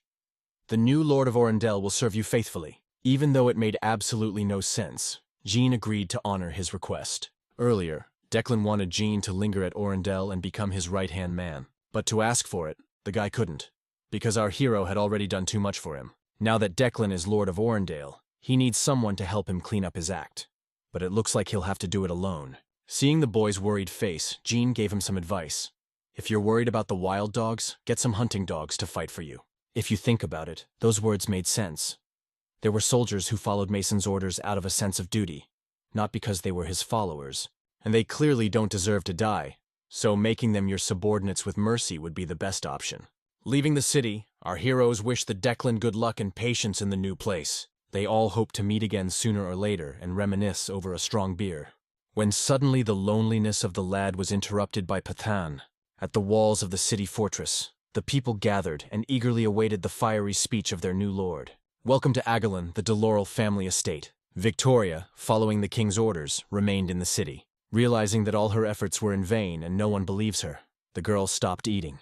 All day long, Victoria does nothing but stare out the window at the gloomy sky, as if she expected to see someone there. Simply put, she was depressed. Jean decided to make the most of his time on the road. He was studying the books and records they'd managed to get from the Orendel stash. Unlike the Dark Wizard's personal diary, these entries were far more useful. In them, Jean found proof that Reggie Brant was a degenerate. Based on these records, Darius Beauchard did not know his lord's true purpose. This conclusion Jean drew from the fact that nowhere is there any mention of the quest he saw in the game. But one thing's for sure, they're all just puppets in Reggie's hands. He probably pushed them over the line, making false promises, fueling their ambitions. As long as such crazy people operate secretly throughout the continent, their world will not be destroyed. Meanwhile, the countries are thinking about wars with each other. When suddenly, our heroes hit a fork in the road that wasn't in the game. Judging by the signs, the road to the left leads to the town of Bulk, and the road to the right leads to Angelin. With solid evidence that Reggie Brand was a degenerate, they should have gone to the capital as soon as possible. And the choice seemed obvious, but Jean hesitated. The thing is, when it's over, he won't be able to set foot in Agellan territory for a while. And for some reason, at that very moment, our hero remembered Victoria, and that she was on the verge of falling. You could get some good quests in Bulk. However, something inside told our hero that he should meet Victoria. So at the fork, they turned right and went to Agellan. At the entrance to the city, our heroes were met by Miguel, who received word that they were on their way. "I'm so glad to see you again. We missed you so much," the mercenary shouted happily. When Philip saw his old friend, he jumped at him like a little child and shouted with joy. "I never expected that the day would come when I would be glad to meet you." Miguel could not help but notice that our heroes have changed a lot. Philippe has become more masculine and Jean has a new outfit. Laughing, our hero replied, "And your face has become twice as big. You must be well fed." Victoria Manor was located in the central area, close to the royal palace. During the absence of our heroes, Miguel had become like a local. He even said hello to random passers-by. Strolling through the busy streets of the capital, Jean could not escape a terrible feeling. He was still reeling from the horrible images of Victoria's massacre in the game. But these are just memories that were not destined to come true, thanks to our hero. As suddenly, Philip asked Miguel why Victoria hadn't met them in person. A little embarrassed, the mercenary told him that the girl was under house arrest by order of the king. Upon hearing this, Jean and Philippe froze with surprise. Miguel is an experienced mercenary, but he still hasn't learned to control the volume of his voice when something important is being told, and ordinary people found out about it. Philip didn't understand how this could have happened. After all, Victoria had all the evidence, and more than that, Miguel took the stand. But it still didn't help. Seeing the severed head of the Dark Mage, the king felt that the threat had already been eliminated, and some politicians have started accusing Victoria of sabotage. Upon learning of this, Philip asked Miguel to recall who his mistress's chief opponents were, but there were so many critics that it was impossible to remember everyone. And just as importantly, when Victoria realized her plan had failed, she withheld information about Jean and Philip. "I realized they're likely to be killed." And after that meeting, the king put Victoria under house arrest, which lasts to this day. But that wasn't all. After Vernon's death, the girl took over as head of the family and did well. However, Miguel still felt that something was wrong. Victoria no longer showed her sincere feelings like before. The grounds of the estate were simply stunning, with neatly trimmed lawns and bushes everywhere, but even so, there was no one here at all. The thing is, Vernon's desecrated body was returned to his father's house, and everyone knew that the hereditary line had been broken. Therefore, the atmosphere in the name was not good. It's all sad, but there's no way it's going to make a difference. When suddenly, our hero heard someone moving in the bushes nearby. "Come out, you're very noisy anyway," said Jean. From the depths of the garden came a little girl with fiery red hair and green eyes. This little girl, Victoria's cousin Lucy DeLaurel, I can see why she looks so much like her. For a second, our hero thought it was her daughter. Madam, these are Victoria's guests, Jantel Brown and her squire Philip, Miguel said, bowing graciously. The girl bowed without a word, punching her respect. And then she ran right back into the garden, when suddenly Miguel said, "If you think about it, that little girl is pathetic. That's enough. Take me to Vicky," John said nervously. Our hero has never really liked children because they are noisy and often mischievous. But to see what's being done to them in this cruel world, it's not just unpleasant, it's sickeningly disgusting. After leading our heroes to Victoria's office, Miguel said he wouldn't go with them. But they didn't need to. They didn't need the extra ears. Victoria, as always, just stood at the window and gazed thoughtfully at the sky. "You're here at last. I've been waiting for you, Jean," Victoria said sadly. The guy was very wary of the girl's appearance. She looked more like the walking dead than a great warrior. Smiling, our hero said, "It's been a long time, mistress." And Philip saw Victoria and pounced on her with questions. The guy was really worried that she wasn't eating. Her face was really gaunt. "I'm glad to see you too. It seems that during the trip with Jean you've matured. You even have scars similar to mine," answered Victoria cheerfully. Indeed, when they had last seen him, Philip had been an ordinary boy, but now he could safely be called a warrior. Realizing this, Victoria was both happy and sad at the same time. Joy, because he'd matured, and sadness because she hadn't helped him do it sooner. But then Jean defiantly sat down at the table, as if to insinuate to Victoria that they needed to talk about something right away. To open the chest of heads, our hero revealed that the culprits behind the incident with the ancient tree were Darius Beauchard and his eldest son, Mason Beauchard. In addition, our hero gave her a letter from the new Lord of Orneedle, who's shown a willingness to stand up to Victoria in her fight against the degenerates. But that's not the most important thing. Opening the subspace inventory, Jean pulled out Darius Beauchard's journal. Well, opening it, our heroes saw only blank pages. Darius put a special spell on his journal to keep outsiders from reading it. Cracked it, lists of names started appearing on the pages, which included the name of the Dark Wizard, Darius and Mason Beauchard, and of course Reggie Brandt. In this diary, the names of every degenerate in the Empire were written down. Darius was in charge of communications for the entire decomp network, so it's no wonder he had all the right names. There were over 1,000 names in that book. These monsters are really opening up all over the kingdom.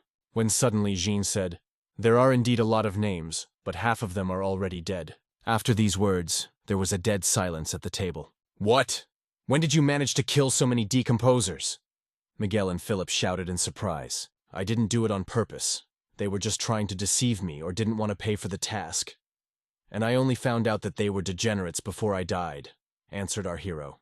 Be that as it may, Jean really did a lot of good without realizing it. After discussing their new finds, Victoria suggested we have dinner together like old times. But before that, they decided to rest. It's the first time our hero has bathed in luxury since entering Aquilonia. We need to savor this moment while we can, because in the near future, none of this will be happening. Over dinner, Jean decided to tell his plan to the others. He wanted to arrange an audience with the king to reveal to him a list of all the decomposers of the Empire. "It's all well and good, but he's not likely to believe you, just as he didn't believe me," Victoria said sadly.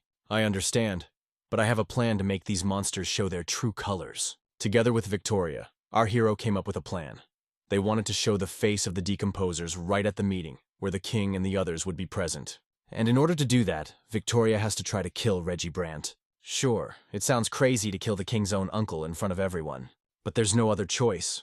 If they don't, the king will simply not believe them. But when the decayed man appears before his eyes, he will have no choice but to believe them. This plan is incredibly risky, and if it fails, they'll all be barred from the Agellan. But no matter how things turn out, they need to capture the old stag. As Jean lay and thought about the plan, he realized one simple truth. No matter how hard he tries or what he does, Victoria is just destined to become a vengeance demon. In the game, the girl appeared as a ghost after her death, and only then was she able to do really serious damage to the boss of the first chapter. When he realized there was nothing he could do about it, Jean felt sick to his stomach, when suddenly someone knocked on his room. The time was already well past midnight, so Jean didn't expect anyone to come at that time. When he opened the door, he saw little Lucy standing in front of him. Who? But she wasn't exactly what he expected to see. "Sir, are you really the mercenary that Uncle Miguel was talking about?" the girl asked curiously. "It all depends on what he told you," answered our hero. "Well, Uncle said you killed the swamp dragon and the headless horseman, and even dealt with the cursed tree and killed the dark mage," Lucy added enthusiastically. I think it's time to teach Miguel to keep his mouth shut. Sighing heavily, our hero replied, "Yes, that's me. Only it wasn't a dragon. It was Drake." Upon learning that all of Miguel's stories were true, the girl froze with a delighted face. Lucy was an ordinary little girl, but her eyes Jean noticed something not ordinary, which is not peculiar to children. The thing is, the girl thinks she's under a curse.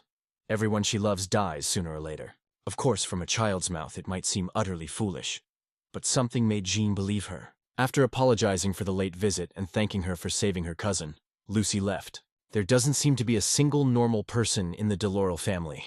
Everyone who bears that damn name is going to end up in the same place. After his conversation with Lucy, our hero had an ominous premonition, which seldom failed him. The next morning, Victoria assembled the knights of the royal guard at her castle. These are the people the girl handpicked and trusts as much as she trusts herself. However, despite this, there was no trust between them. The job of these knights is to protect the king at all costs, in case the degenerates want to kill him.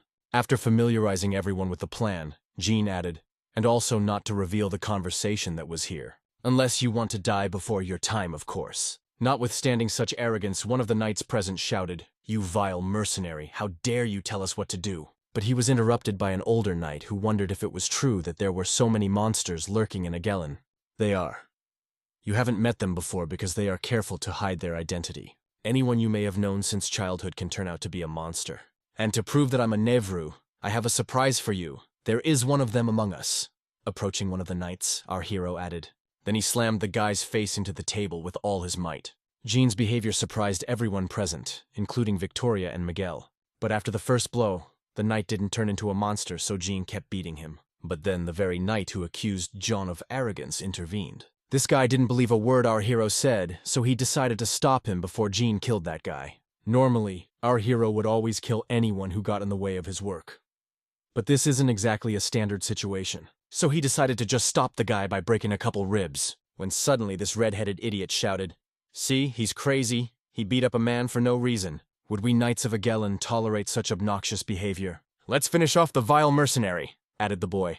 And the knight would have gladly helped him finish Jean off if Victoria hadn't stopped them. Getting to his feet, our hero asked, "Listen, are you blind or an idiot? Turn around." "Who are you calling an idiot, trash?" the guy replied angrily. But when he turned around, he really realized he was an idiot in this situation. After all, the guy Jean had just almost killed was starting to turn into a mutant. Regular knights, faced with a decomposer for the first time, so they didn't know what to do. And while they were thinking, the monster grabbed Jackson right by the leg. Dazed with fear, the boy tried to draw his sword from its sheath. But as he did so, the mutant was already ready to tear him apart. Luckily for the guy, our hero was next to him, who promptly cut off the degenerate's hand. Upon seeing his sword, the other knights froze in admiration. They couldn't believe an ordinary mercenary could use divine power. And our hero was used to this reaction and didn't pay any attention to it. While all those proud and arrogant knights just stood there, Jean finished off the monster single-handedly, showing everyone here what he's capable of and what they have to fight. After killing the degenerate, Jean said, "Freaks like him are at the bottom of the ladder. At this stage, they are at their weakest and sometimes shows their true colors, even against their will. The easiest way to kill him is to cut off his head at the moment of transformation. If you let him turn fully, it's much harder. However, those who rank high among the decomposers can freely change their appearance and have some skills. So when you meet them, you should just run," added our hero. It looks like Jean didn't completely kill this mutant and it's still alive. Hearing his dying breath, Victoria drew her sword without a second thought. The girl wanted to personally send him back to the hell he crawled out of. After the incident in the Grave Forest, the girl's divine power changed color to red, and the energy that emanated from her wasn't what it used to be. It instilled fear and terror in those around her. If you think of it that way, Victoria has already become the Avenger carrying vengeance. But now that power is being channeled. Finished with the monsters, the girl whispered, "I'm sorry. I thought I checked everything well." "Don't worry, they were probably also thinking the same thing when they sent their rat," Jen replied. "It's likely that once Victoria's back, the decomposers will be watching her around the clock." And to raise our hero's profile among the common knights, Victoria said he was blessed by the goddess, arguing that he could not otherwise use divine power. In addition, the girl revealed that she was no longer the Apostle of Torin, but the Apostle of Vengeance. And now all the degraded Agellan are the target of her vengeance. After learning the truth, the knights took an oath of allegiance. In addition, Jackson apologized for what he said in reference to our hero. and thanked him for saving him. He was even willing to accept any punishment for his transgression. It would be interesting to come up with some kind of assignment for him, but that was inappropriate in the current situation. So Jean simply asked to follow all instructions without reservation. After dealing with the spy, they decided to continue the meeting. Meanwhile, on the other side of the continent, a meeting was also taking place. An assembly of degenerates. These bastards were frightened by the fact that they had lost a very powerful ally, Darius Beauchard. At one point, there was even panic among them. They didn't realize who was capable of defeating him. "Fear not, the way is open only to those who do not give up," Reggie Brandt, overhearing his subordinates talking, said. He's the one who summoned all the degenerates today. Due to recent events, he decided to act immediately. Even though it wasn't quite ready, he announced that Nights of Madness was starting. Our heroes knew that the decomposers would act immediately once he lost contact with his spy. Realizing where this could lead, our hero asked Victoria to keep their main objective in mind. If revenge consumes the girl, she might lose Reggie Brandt, and then they'll all be finished. Jean could have dealt with him himself, but then Victoria would not have done her duty as Apostle of Vengeance. When suddenly, Lucy came out of the dark garden. Seeing Jean and Victoria, the girl just froze and stared at them thoughtfully. And then she turned and ran back into the garden. When Victoria met her cousin, she said, "I forgot to introduce you." "Don't worry, we've met before. She even came to see me," answered Jean. "Came over? What on earth did she want you for?" the girl asked in surprise. "She wanted me to protect you," our hero replied. Victoria noticed that her sister had been acting strangely lately. Jean tells her that Lucy is convinced she's under a curse. Realizing that further may follow another heartbreaking and no one needs a story, our hero quickly added, "But now it's not important. The main thing is to focus on the decomposers." The girl agreed with that. "We can't delay. It would start at dawn."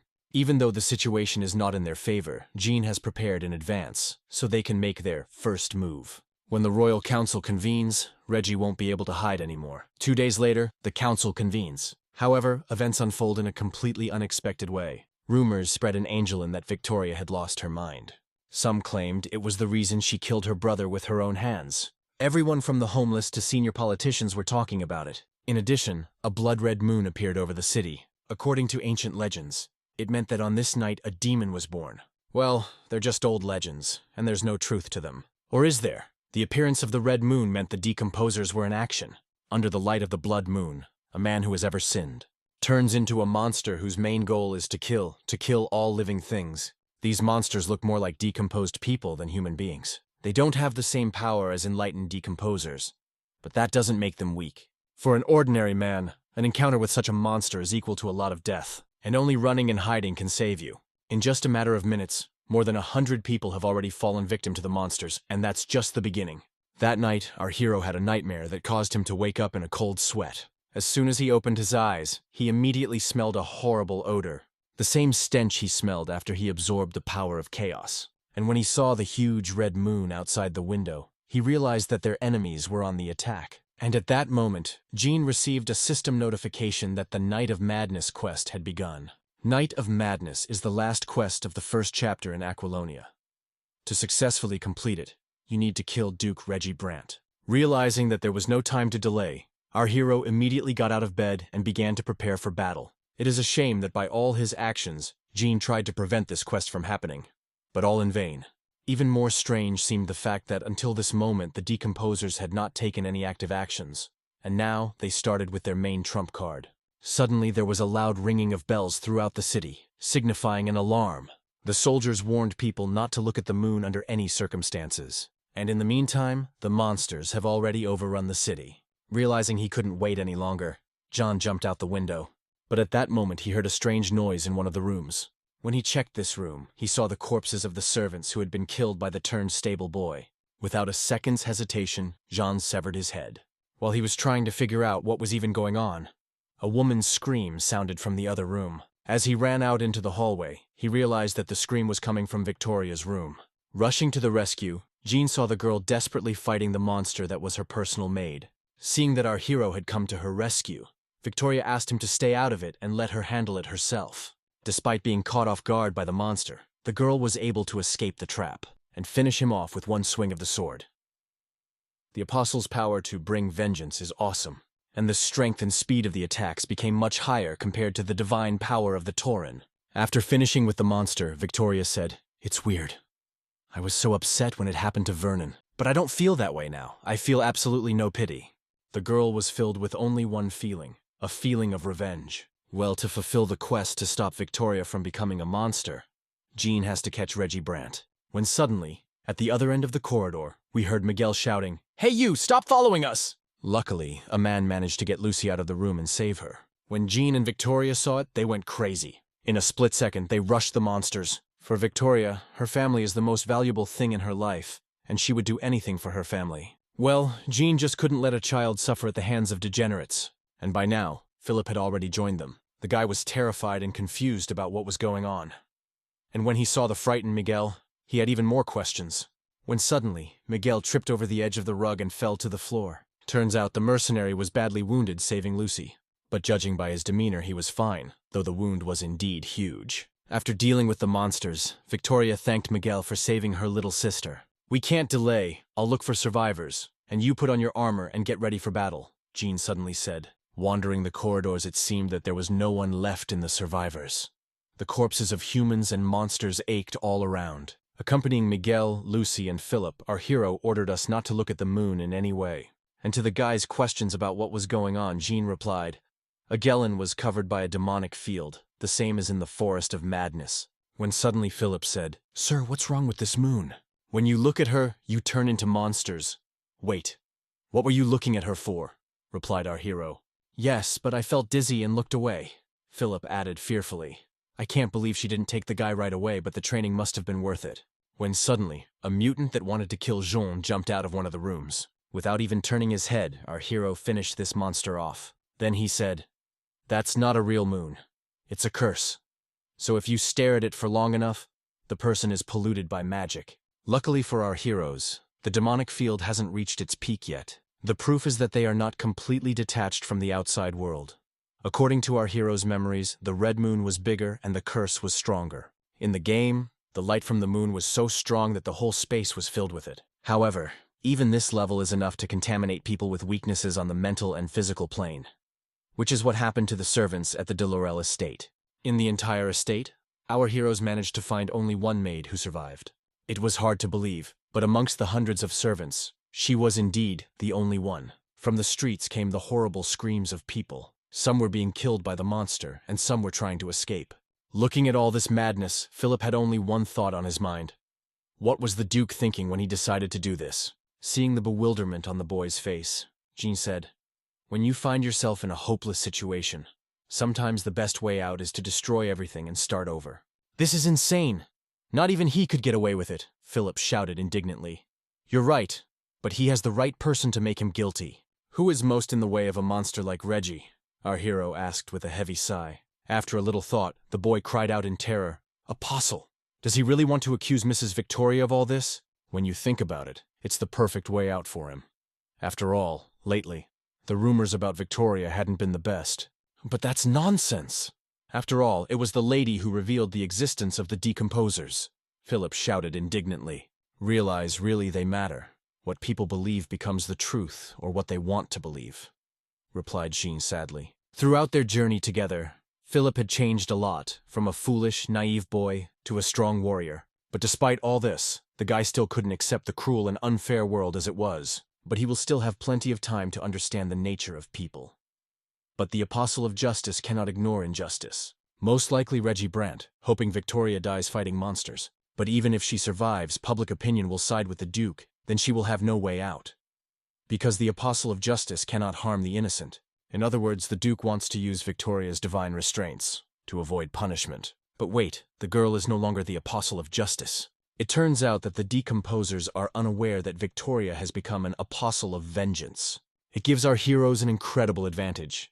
After all, they won't expect Victoria to come straight to them to chop off their ugly heads. That the decomposers started the Night of Madness is certainly bad. But the good thing is that they didn't have time to prepare for it properly. Realizing they had the advantage, Victoria wanted to go to the Duke immediately to kill him. "Don't rush. We need to add an unexpected threat to make them reveal their true colors, don't we?" Jean asked with a smirk on his face. So our hero came up with another plan that would take out all the degenerates at once. The details of this plan are still a secret to us. However, judging from the reactions of Philip and Miguel, we can say for sure that this plan is insane and dangerous. and Victoria, who was filled with a sense of revenge, gladly agreed to fulfill it. Having agreed on all the nuances, our heroes decided to start putting this plan into practice. Jean couldn't wait to see Duke Brant's face when he realized what had happened. Meanwhile, the Night of Madness was in full swing. Monsters filled the streets of Agellan. Ordinary people came to the gates of the royal palace in hopes of escape. But no matter how much they begged to be let in, no one answered. And in the end, they suffered the same fate as everyone else, falling victim to the monsters. And Reggie Brant, all the while standing on the highest tower watching. He took genuine pleasure in watching his tame monsters tear people apart, as the town his family has been building for generations turns into a bloody battlefield. After activating the demonic field, the Duke discovered a new skill called extrasensory perception, which allowed him to see absolutely everything that happens inside this dome.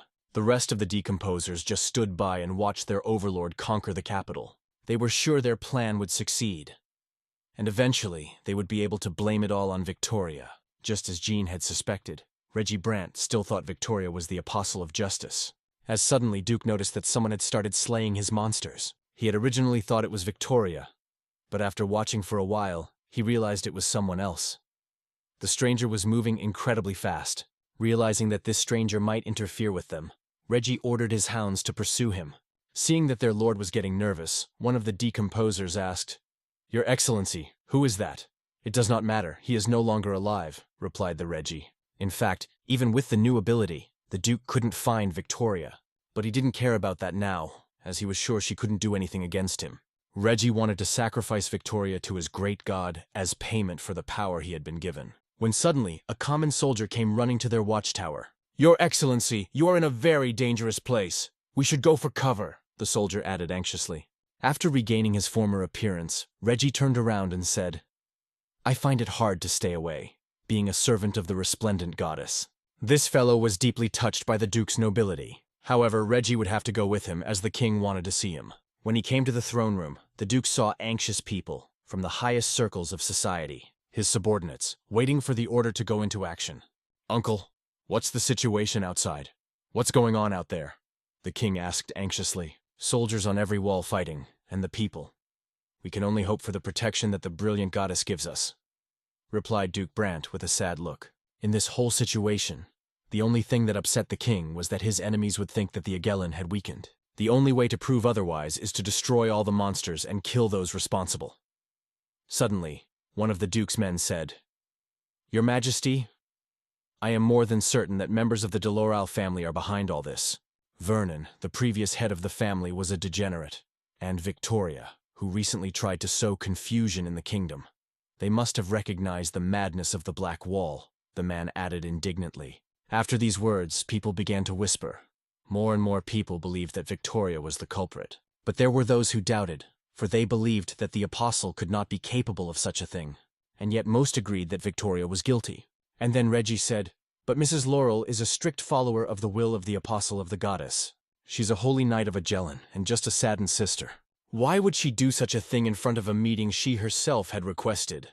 the Duke asked in bewilderment. "Duke, why are there no members of her family? Especially, where is she?" one of the decomposers asked, continuing the theatrical scene. But the king intervened and ordered them to shut up.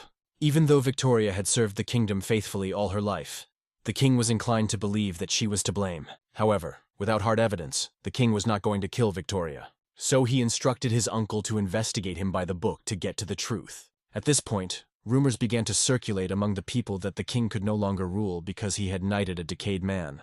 People were starting to say they wanted Reggie Brant on the throne, which means everything was going according to his plan.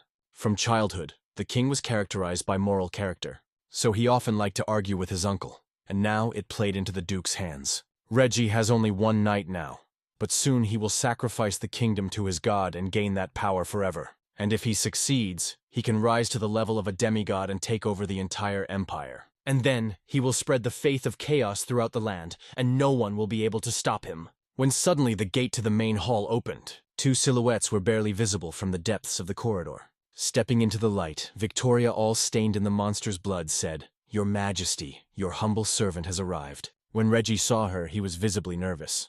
And the king cried out, "How did she get into the castle?" After all the gates leading to the palace were securely closed. It's time to reveal an interesting detail of Jean's plan, because the degenerates hoped Victoria would die fighting monsters.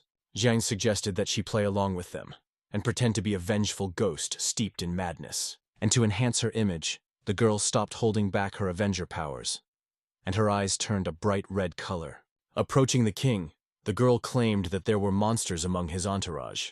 "Enough! I had enough of this nonsense last time!" the king shouted angrily. "Can't you see for yourselves? Those who quietly hide after plunging Agellan into chaos continue to hide from the eyes and ears of the king," Victoria replied in a calm, monotone voice, realizing where this was going. And Reggie's brother was getting really nervous. He realized that if this continued, his plan was over. After listening to the girl, the king asked in bewilderment, "What the hell are you talking about? And where is your family? Why are you alone?"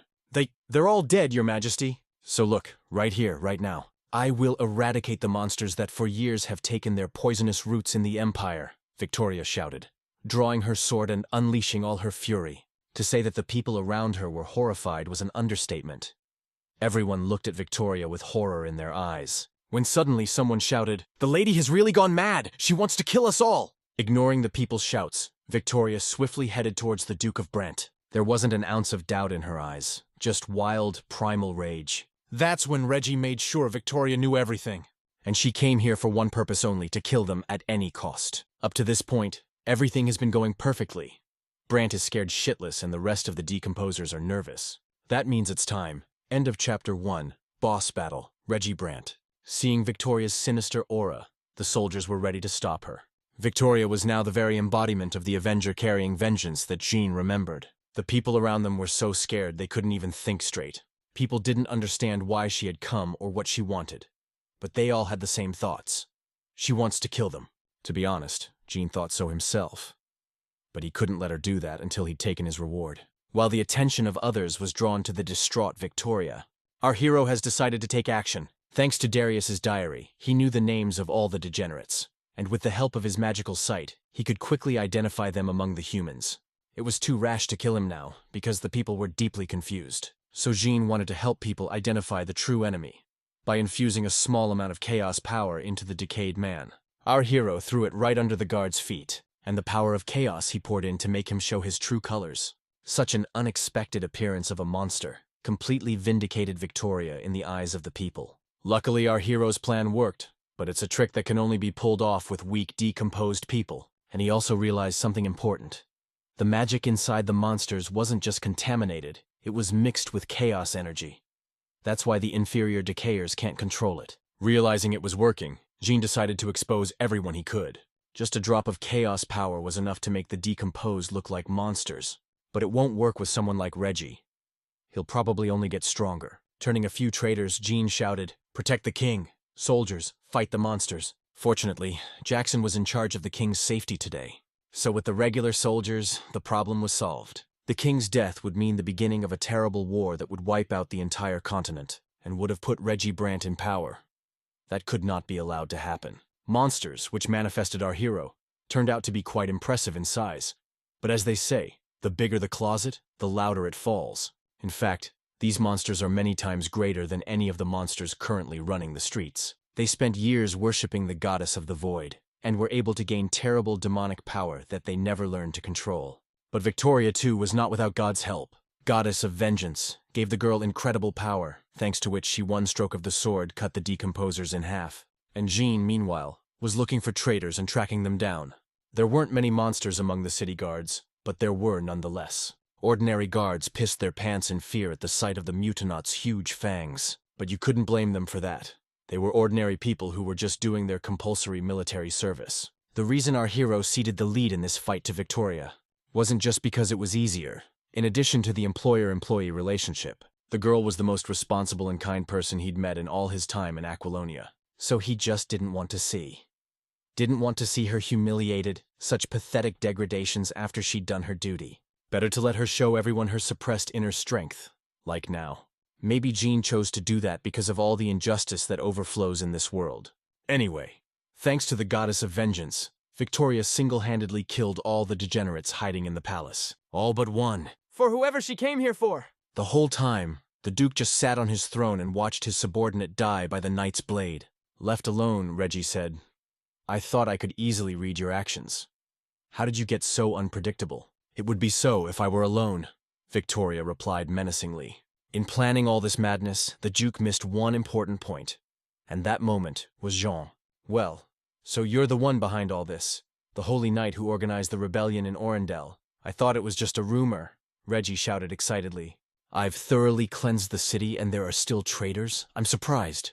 You're like cockroaches, Jean said with a sneer. The Duke admitted his mistake in not considering our hero a serious threat, and promised he'd take it all into account next time. You still don't get it, do you? There will be no next time for you, Victoria shouted furiously, swinging her sword. For a moment, it looked like this attack was going to come to fruition. But Duke Brant was not one to give up so easily. Seconds before he died, he activated a powerful defense barrier, and it was only now that our heroes realized the power this monster possessed. He was the only one among all the decomposers who had ideally mastered the power of chaos. With his awakening, Reggie summoned all the monsters in the neighborhood to the castle. It was one of his unique abilities. At this moment, in Agellan territory, he was no different from a god. Duke Brant has finally revealed his true colors to the common people. But it still didn't make any difference to him because he was going to kill everyone who knew about it. And to make sure no one else knew about it, he sealed all the entrances and exits to the royal palace. To our hero, Reggie Brant was just a regular piece of shit who once managed to fool him, given his unique abilities and power level. The Duke was the perfect candidate for the first chapter's boss title. His arsenal of skills was greater than any decomposer they had ever met. And to kill him, you're gonna have to give it your best shot, and that's no guarantee of victory. But to get to him, he had to deal with his hound dogs. Activating his sixth sense and enhanced concentration, Jean prepared for battle. By themselves, these monsters were quite weak and didn't have any abilities. But because of the Duke's reinforcement, their power had increased many times over. However, they were still no threat to Jean. The lightning-fast combination of holy sword attacks ending in rotating barricade left the monster no chance for me. Even though Reggie was the strongest of the bunch, he was still tied to the cannons of Aquilonia. It was a surprise to the Duke that the swordsman could use magic. It's not the first time our hero's unconventional approach to the game has confused his opponents. As suddenly, Duke attacked Zhang with a death ray, just like the dark mage in the Grave Forest. However, the speed and destructive power was much higher. It was only through intense concentration that our hero was able to dodge. Even though Reggie's skills were the same as in the game, there was one major difference. In the game, he was a mortally wounded vigilante who spilled blood. He revealed his true form at the beginning of the battle, but now he is in human form. You have to be especially careful at this stage if you don't know the patterns. When suddenly our hero screamed, "That's it? I expected something more from you." The Duke replied, "Don't be conceited, you're just a fly to me, which I'll swat." Having provoked the Duke into action, Jean went on the attack. The sooner he takes out his stupid puppets, the easier it will be to kill the Duke himself. Meanwhile, the soldiers were trying to do something about the decomposers, but they were too scared to even move. Luckily for them, Victoria was there to save them from death all the time. In that moment, they were incredibly ashamed of accusing her of betrayal, but it didn't matter to the girl. She didn't care at all about the opinion of others. At one point, the Duke removed the barrier from the passages to the castle, so Victoria ordered the soldiers to block them again. The royal palace, created by reconstructing ancient ruins, so you can block the entrances with metal bars. Realizing that the soldiers were of no use, Victoria asked them to close all entrances and report to the king what was happening. Seeing this, the Duke laughingly said, "Silly girl, it's pointless. My hound dogs have already infiltrated the palace grounds. They will kill anyone and everyone, and your orders will only increase the number of victims." Also laughing Duke. Meanwhile, our hero took advantage of Reggie being distracted and was able to get close enough to him to cut off his head. Unfortunately, the Duke spotted the trap in time and was able to activate the protective barrier, and not even a sword filled with divine power could destroy it. Jean, I knew this would happen, so I saved a little surprise. Having absorbed the power of the magic artifact, our hero shouted, "You're not the only one who wants to take out all the witnesses." Pushing off the protective barrier like a trampoline, Jean flew upwards and activated the phoenix wings. Here comes another surprise for the Duke, a mid-level red magic. This technique, with all of its amplifications, is quite capable of breaking down the chaos defense barrier. At the moment, this is our hero's strongest magical attack, and if it doesn't work, it's going to be very bad. Phoenix Wings was able to break the Duke's defense barrier, but it didn't have any significant result. When all of a sudden Reggie said, "Well, I see now you're a magician." Now my doubts are dispelled. "You are the Red Wizard who killed our brothers. You achieved all this by deception," the Duke added angrily, releasing the power of chaos. Whereupon the bastard finally showed his true colors. He was now the ancient priest of chaos, the one Jean knew, the boss of the first chapter. Thanks to his high control of chaos power, Reggie has retained his human form more than most, which made his appearance even more repulsive. But the Duke himself was sure that God had created him in his own likeness. While in his true form, Reggie Brandt uses a completely different skill set, with strength and speed beyond human capabilities. But for our hero, it was a huge plus, because that's where the pattern began, which he learned perfectly, thanks to months of training. But his basic monster summoning skill is still there, but with a big difference. Now instead of regular monsters, he summons Hounds of the Void. They are on a completely different level than regular mutants. But to Jean, it meant absolutely nothing. To him, they were still the same pieces of shit as before. Although they were demonic dogs, they had one funny weakness: they burned like dry wood. With the Void Hounds, Jean was quickly dealt with. However, his fire magic was unable to break the Duke's barrier. Well, it was only a matter of time. Using the magic artifact, John strengthened his techniques, then unleashed an incredibly powerful fire stream on Reggie Brandt, capable of burning down an entire city in the blink of an eye. Even the protective barrier of chaos could not withstand such power and collapsed, leaving the Duke defenseless. The biggest difference with the game is the presence of the Sword of Judgment. Thanks to it, the safety of combat increases many times over. So much so that our hero was about to finish the Duke off with his next attack. A sword filled with divine power, the perfect weapon to slay the degenerates. For a moment, it seemed as if the Duke had already resigned himself to his fate and prepared for death. But it was a trap. Reggie wanted to lure our hero. He was just waiting for the perfect moment to attack. Until then, there have been many changes in this world compared to the game. Event, quests, and even the main plot lines have been changed. And most of all, Jean feared that these changes would affect the main boss of the first chapter. Unfortunately, that's what happened. Duke's patterns have changed a lot. Meanwhile, at the De Laurel estate, Philippe and Miguel fought the Hounds. Our hero's training has clearly benefited the boy. His determination and swordsmanship is not inferior to any elite knight of the Royal Guard, with the exception of Victoria. During the fight, the guy noticed that the monsters that were chasing them became much smaller. After a little thought, Philip said, "I do not know what's wrong, but the monsters have become much less. And those who remained ignore us and run towards the royal castle." "What the hell are you talking about?" "It means they're running straight to Victoria and the husband," Miguel said worriedly. As Lucy heard them talking, she realized that her curse had begun to work again. The girl prayed to all the gods to help her sister and friend get out alive. And meanwhile, Jean fought the Duke to the limit. With a sword filled with divine power, he was able to destroy the Hand of Emptiness. However, that didn't mean he could relax. On the contrary, it meant that Jean had lost any advantage. Any further attack by the Duke of Brandt could be Jean's last. Realizing that he had lost his advantage, the guy was terrified. He didn't know what to do next. In the game, Reggie used the Void Hand, only for attacks, but now he used it as a shield, and there's no telling what other surprises he has. When suddenly the Duke said, "Impressive. Such damage even with a stealth attack. Except it won't do you any good. I'll kill you anyway." Waiting for the right moment, he activated his new skill that John hadn't encountered before, Chaos Barrier. Its principle of operation is somewhat similar to our hero's rotating barricade. But there are a number of significant differences. First off, this technique uses the power of chaos rather than the element of air, making it much deadlier. And the second difference is that at the slightest resistance, it explodes like a stick of dynamite. Though Jean was able to block the brunt of the damage, he was thrown to the other end of the hall by the blast wave. On impact, all of our hero's internal organs turned into a horrible mess, causing him to cough up blood. And every rib in his body was broken. It was so bad that it was even hard to breathe. In the split second of the explosion, Jean had time to unleash some chaos power to compensate for the damage he had taken. However, that was not enough. Fortunately, compared to other people from this world, the guy had accelerated regeneration. Because here he's not really a human being, but a computer game character with all that entails. While he was dying, he realized he'd been too irresponsible and careless. He knew about all the changes in this world compared to the game, and still made a fatal mistake. That could cost him his life right now. The only thing he needs to do now is survive the attack, and then he can recover enough to continue the fight. In a desperate situation, he asked the gods to help him survive the next attack. It didn't matter how much damage he took. It was all about surviving. He only needed to gain a few seconds while his body recovered. But at that moment, Victoria came between him and the Hound of the Void. Fighting monsters. The girl, like our hero, was seriously wounded, and despite this, she still came to his aid. Thanks to the power granted by the goddess of vengeance, the girl was able to withstand the Hound, but at the cost of her wounds, which disappeared as quickly as they had appeared.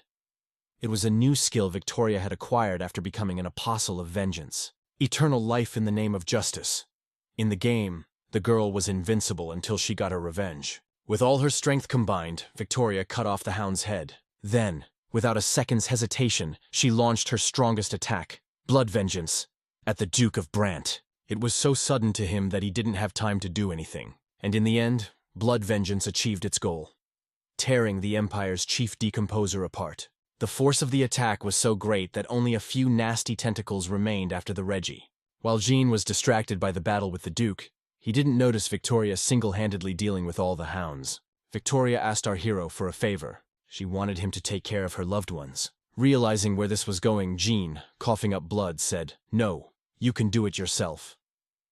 Smiling, the girl added, "Of course, and how could I forget? You are a mercenary, so a simple request will not be enough. Take care of them, and in return, I'll give you everything I have, my position and my fortune. I'll give literally anything if you stay. That price will be enough. I won't ask you to stay in the kingdom, but please don't leave them," Victoria added in a whisper. Jean tried his best to change Victoria's mind, but she'd already made up her mind, and she wouldn't change her mind under any circumstances. She decided this the moment she said goodbye to her brother. While the girl was talking to our hero, she was attacked from behind by another Void Hound. Apparently they will fight even after the death of their leader. Realizing that it's getting dangerous here, and Jean is still unable to fight, Victoria, ignoring the monster, threw our hero out of the hall, and then closed the only gate through which to leave. After making sure he was safe, Victoria turned to him and said with a slight smile on her face, "Thank you." After which, she rushed back into the heart of the battle. Even though the Duke is dead, her revenge will last until all the monsters are destroyed. When suddenly, out of the void, Reggie Brant appeared, and Victoria was sure she'd finished him off. Watching the girl, the Duke whispered with a crazed look, "Such pure divinity. Just look, a Tauren servant." Watching it all from the sidelines, Jean felt lousy. After all, he hadn't been able to prevent the Avenger from appearing. Well, there was one good thing about all of this. The more blood she spills, the stronger she gets. In the game, when the Apostle of Vengeance reaches the apogee of her power, she comes face to face with death. And unfortunately, that's what remains unchanged in this world. Reggie Brant, I am Victoria de Laurel as the Apostle of the Tauren. No, as the Apostle of Vengeance. I sentence you to death. Feeling the girl's full strength, the Duke was afraid for the first time in his life, he felt. Though no, he knew he wouldn't survive meeting her. Having reached the peak of her rage, Victoria channeled her swords in the name of revenge. They all realized that this was the end. Jean, that it was the end of Victoria's life. Reggie, that he was going to die. And Victoria, that she was going to get her revenge. Even the Brant's strongest defense barrier couldn't withstand the girl's attack and fell apart. But unfortunately, that wasn't enough to kill him. But that didn't mean Victoria was going to stop. She would kill Reggie even at the cost of her own life, because killing him and avenging her brother was her life's purpose. Seeing all of the Apostles' power together, Brant spent the rest of his strength to create a protective field of his last hope. The moment of impact, they both felt the full force of each other. Now it's more like a tug of war. Whoever can overwhelm the opponent comes out the winner. Level of their strength was about equal, but at one point Victoria outnumbered the Duke, and at the moment when everything should have been over, the Hound of the Void intervened and bit the girl through with its fangs. Seeing this, Reggie Brand, laughing, shouted, "She let her guard down and fell. It's the end of you!" But like I said, the girl didn't care about her life. The only thing she truly wanted was to take revenge. After slaughtering the Hound and trying to bleed it, Victoria regained her strength and unleashed all her fury on the Duke of Brant. No defense barrier can withstand a blow of that magnitude. Unfortunately, the girl missed and was unable to cut off his head. On her last attack, Victoria used all the power she had. Since she missed, and Brant's head was still on her shoulders, he was able to heal his wound in seconds. No human being in the world could survive something like that. But for Reggie, it was just an unpleasant situation and nothing more. Vile girl, this has gone on too long and death won't be enough for you. May the true God condemn you personally for your crimes, the Duke shouted in a crazy voice, activating his strongest God's Eye skill. For Victoria, it meant only one thing: death. She could believe that she would die before she had accomplished her revenge. Even though she failed to kill the Duke, she could feel her divine power eating him from the inside out. Before she died, her only regret was that she'd put all the work back on our hero. Even so, she was ready to accept her death with a clear conscience, as befitted a knight. Frankly, even if she were full of divine energy, it wouldn't make much difference. As suddenly from behind came the voice of our hero. As for the new contract, I haven't given any answer yet. So don't you dare die here! When she saw Jean, the girl had only one question. How? How did he get here? Turning back, she saw the bars of the steel grating cut out. You said yourself that I'm a mercenary, so you can't give me any assignment without my consent, can you? Jean asked sarcastically. What's going on in this world is different from the game. And it's not just Reggie's behavior. Everything that happened in this world was radically different from the game. You can say that Jean got into a completely different world, with the same characters. Oh, what's to say? The interim boss of the first chapter, Avengers Shedding Blood, has changed too, and became someone who would not hesitate to watch our hero's back, even at the cost of her own life. As Jean took out the magic artifacts and started powering him up, then said, Vicky, it doesn't matter anyway. If I accept the assignment, I will do it at any cost, because I'm a mercenary. And that's what I do for a living, Jean added, clearly alluding to their previous agreement to kill the Duke of Brant. By activating the ice shield reinforced with a magic artifact, our hero was able to stop the Eye of God for a while. This barrier is far inferior in strength to the Chaos Barrier, but Jean chose it for a reason. No matter how strong the barrier was, the God's Eye would destroy it anyway. But this ice shield has one feature that we were introduced to at the very beginning of our story. It is a technique with a universal class of defense and attack. By changing Ice Shield into Ice Spikes, Jean was able to not only protect them, but also counterattack the Eye of God. As he led Victoria away, our hero whispered, I refuse your last errand. But not like this. Please protect your loved ones and let me do the rest. Having shielded the girl on all sides with ice spikes for protection, Jean rushed into battle with the last trump card up his sleeve. Win with a single magic artifact after activating the Eye of God. There is little chance of winning, but they're still there. The guy knew full well that if he screwed up, they'd all be dead. In Aquilonia, the Duke could only use his strongest skill 3 times, and then for a short period of time. Knowing this, Jean decided to take a chance and use the full power of his magic artifact on the Phoenix Wings fire attack. And luckily for him, it worked. Duke had been using the Eye of God for too long, so the skill had seriously weakened, and the guy was able to destroy it, and he didn't have the strength to activate it again. And for that, Victoria should be thanked. After all, it was thanks to her that he had spent most of his remaining strength healing. After absorbing the full power of the magic artifact, Jean completely incinerated the God's Eye, because of which he completely disappeared. Knowing the peculiarities of this world, there was nothing to be surprised about. But it was a mystery to Reggie Brant. Being completely exhausted, he thought that the god of emptiness had left him. Realizing he didn't understand, Jean decided to play along, and he said, Your apostle almost died. Even at a time like this, will you just stand there and watch?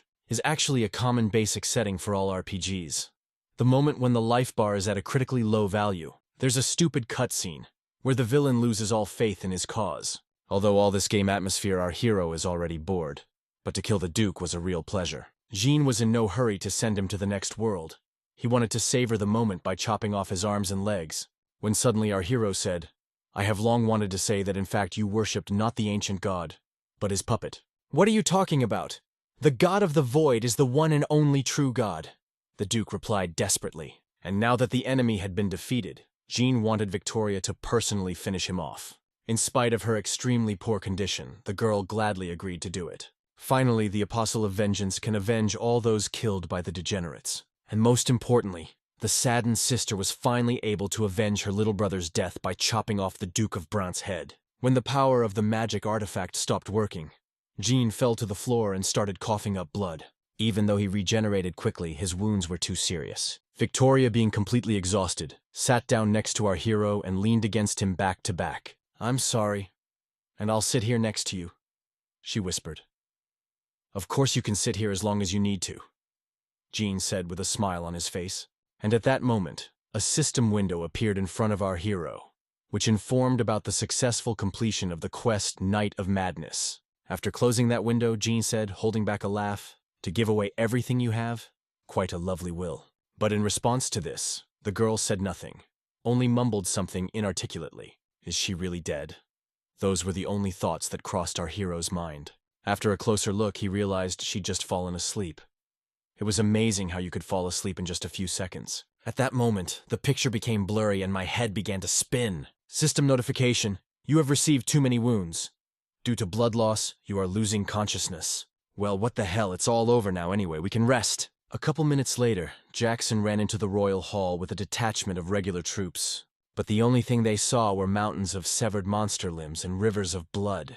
And in the midst of all this horror, Victoria and Jean sleeping. The next day, the kingdom came alive again, people shrugging off the effects of that terrible night. In total, the soldiers counted more than 3,000 dead people, and about 1,000 turned into monsters. All the remains were cremated to avoid the plague, and over every wall in the fortress were displayed the remains of the Raja Brant, as a reminder of what happens to people who betray the kingdom and the gods, and that he can't rest even in death. Many people who lost loved ones that night came to the Duke's remains and threw stones. A conversation between two random passers-by. I thought I knew everything, but I don't.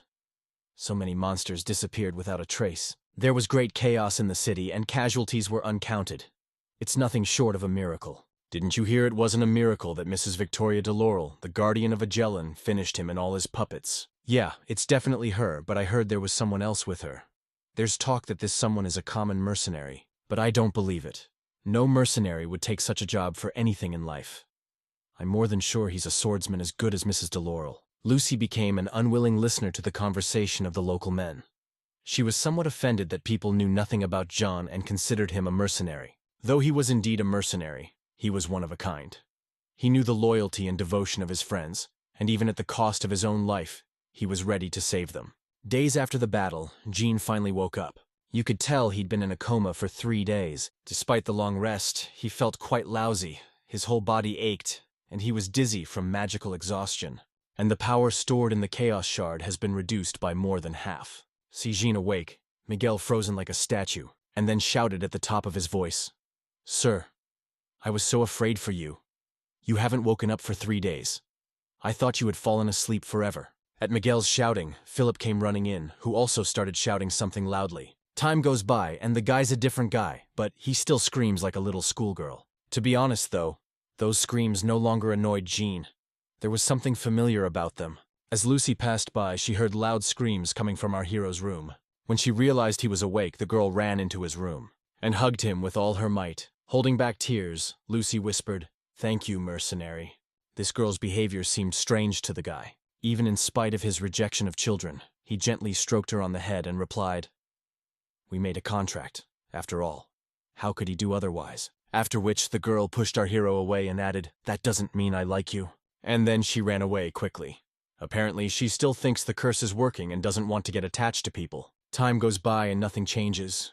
People are still superstitious. Watching from the sidelines, Philip and Miguel froze with horror on their faces. It was the first time Lucy had ever hugged anyone. "Hey, why are you two staring at me like death?" said our hero with a wild face. "That's it, we're not looking," replied the boys, embarrassed.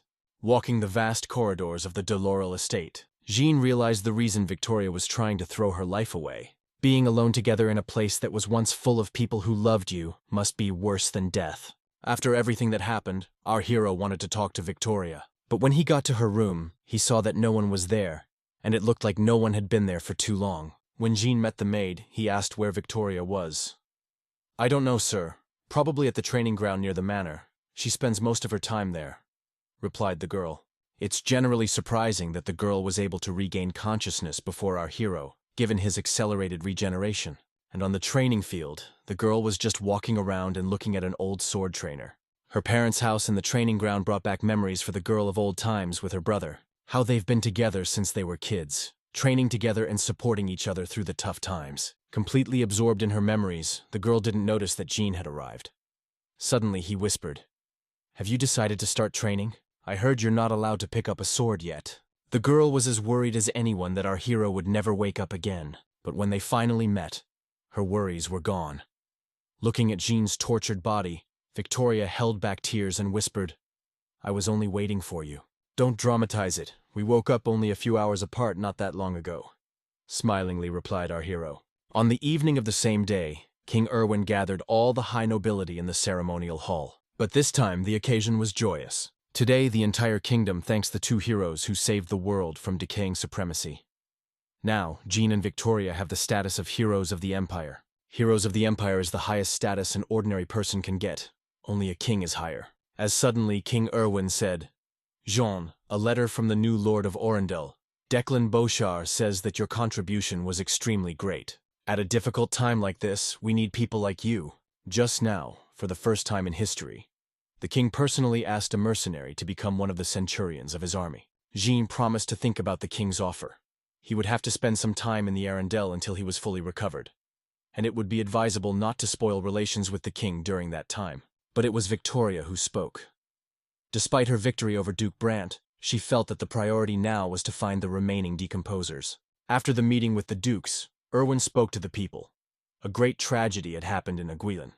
However, under the care of the dazzling and austere goddess, we were able to overcome all adversity. Thanks to one of the monster's logs, we were able to identify and capture the remaining decomposers who were carefully hiding. On this, Agelin will become even stronger. It will be reborn into a secure and large kingdom. Our future will be filled with nothing but victory and honor. All hail the tenant. I have to admit, King Erwin is a terrific announcer. Except he forgot to mention that the Arendelle only survived because of two people, Jean and Victoria. One interesting fact that came out of the cleanup was that everyone who opposed the coming war was a fallen. It was obvious to a fool that now was not the time to start a war, because he, sitting in his castle, does not know that outside his army, waiting not only enemies, but also hundreds of thousands of monsters. Philip realized that the coming war would take countless lives. When all of a sudden, the guy apologized and said he had to leave. Being alone, Miguel wanted to know what our hero thought about the king's offer to become a centurion. After a moment's thought, Jean replied, "If you want, you can take the position."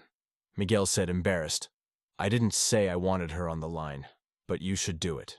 "I don't want to either." With indifference in his voice, he whispered.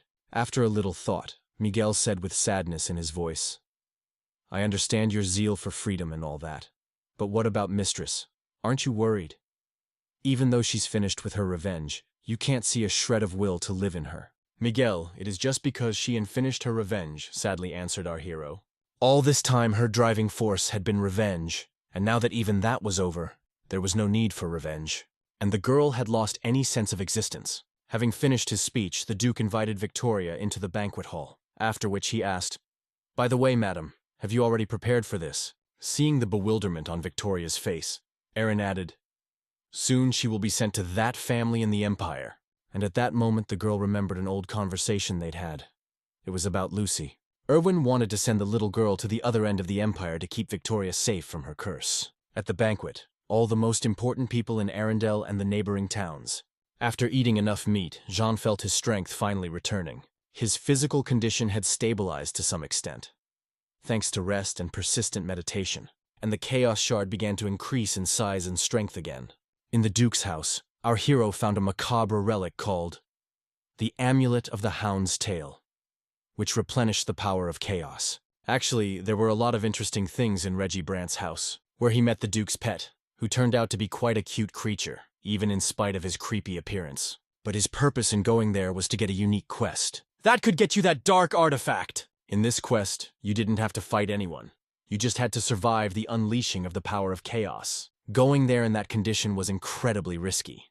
However, thanks to this quest, Jean was able to recover, because before he had not felt any improvement at all.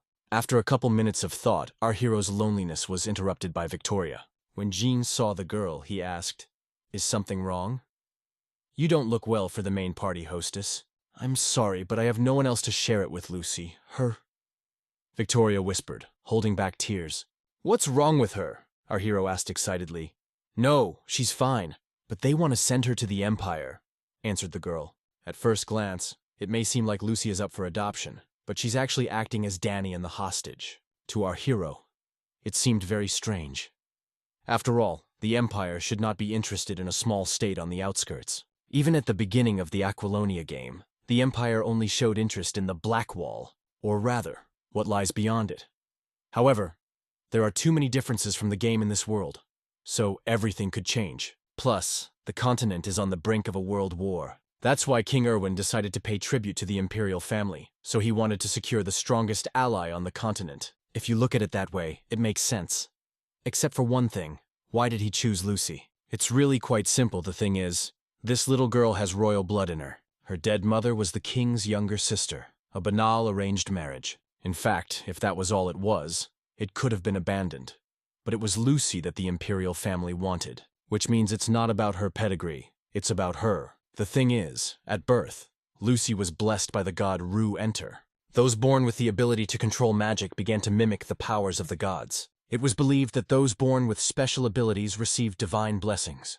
Ru-Enter, god was bones and madness. To receive his blessing meant to be born with red magic. When Lucy was in the neighborhood of 2 years old, she lit fire in the air, even though no one had taught her magic. When John heard about it, he was amazed at how unique Victoria's family was. She produces everyone from paladins to mages. But despite all of the above, Lucy did not receive favor from the current king. So the fact of her power was kept secret. When suddenly our hero remembered that at the very end of the first chapter, the age of magic had begun. The decline of magic, this time marked the end of magic in this world. After the appearance of the Black Wall, magic began to fade away. The number of people born with magical abilities must be decreasing. But it's the mages who take the biggest hit.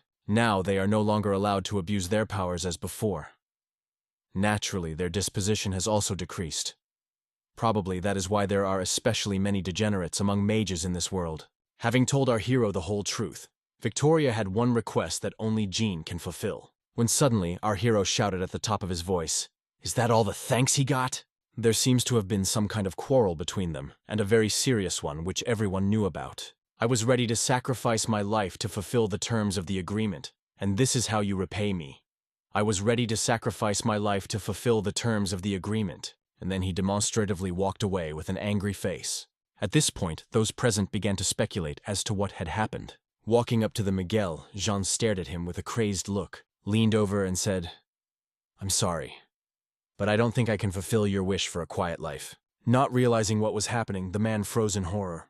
Leaning even closer, our hero whispered, "Forget about a quiet life, because now we're going to kidnap Lucy." The next morning, at first light, a luxurious carriage was approaching the main gate of the Arundel, which really surprised the watchman, but not as much as who was in that carriage. "Mrs. Victoria, we apologize, but where are you going at this hour? Due to recent incidents, entry and exit at unauthorized times is prohibited. You're violating a royal decree," said the watchman politely. "Hey, can't you see who that is?"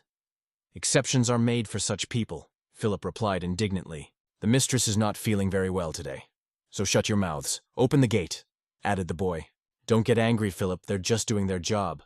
On the contrary, unworthy of praise. Guys, I understand the king's order, but I'm not feeling well, so I want to get some fresh air," Victoria said with a slight smile. Melted by the girl's beauty, the boys made an exception and let her out of town. After driving a few kilometers from the Arundel, Philippe stopped the carriage. "Sir, we're here. You can come out now." Cautiously and in a half-whisper, the boy paramoaned, at which point Jean and Miguel emerged from their coats. And the strategy of good knight and bad chaperone, our hero worked perfectly. And the guard had no questions. But in addition to our heroes, Lucy also made it out of town. Before leaving, Jane put streaky and changed her dirty clothes to make her look like a wandering boy. Unfortunately, it was a forced measure, because with that appearance, she attracted unnecessary attention. Now that they're out of town, Jean and Lucy will get into another carriage to get away from Arundel. Last night on the balcony, Victoria asked Jean to take her cousin to the Temple of Hearth. It's the only temple in the entire empire that is far to the north where people worship the Ru-Enter. In the Temple of the Hearth reside faithful priests and mad blacksmiths. Our hero has been there before, when he was looking for a suitable sword to fulfill a quest. Jean was initially reluctant to take the case, and there were many personal reasons for that. But he quickly changed his mind when he found out the family that wants Lucy is named Larmouth. It's all about the fact that in Chapter 2 of Aquilonia, the Larmouth family is doomed to become demons called the Nightmare of the Mages. The Larmouth family gathered all the children who possessed magic and turned them into their puppets. It was for that reason that Jean changed his mind. He couldn't let Lucy become one of their victims, and the theatrical scene with the quarrel, our hero played on purpose, so that Victor would not be blamed for the little girl's disappearance. From the outside, it looks like just a disgruntled mercenary stealing a little girl to get a decent paycheck for a job well done. That's it. That's the end of our wonderful story. Unfortunately, that was all the available chapters. Thank you for watching. Share your opinion about this story in the comments. See you soon.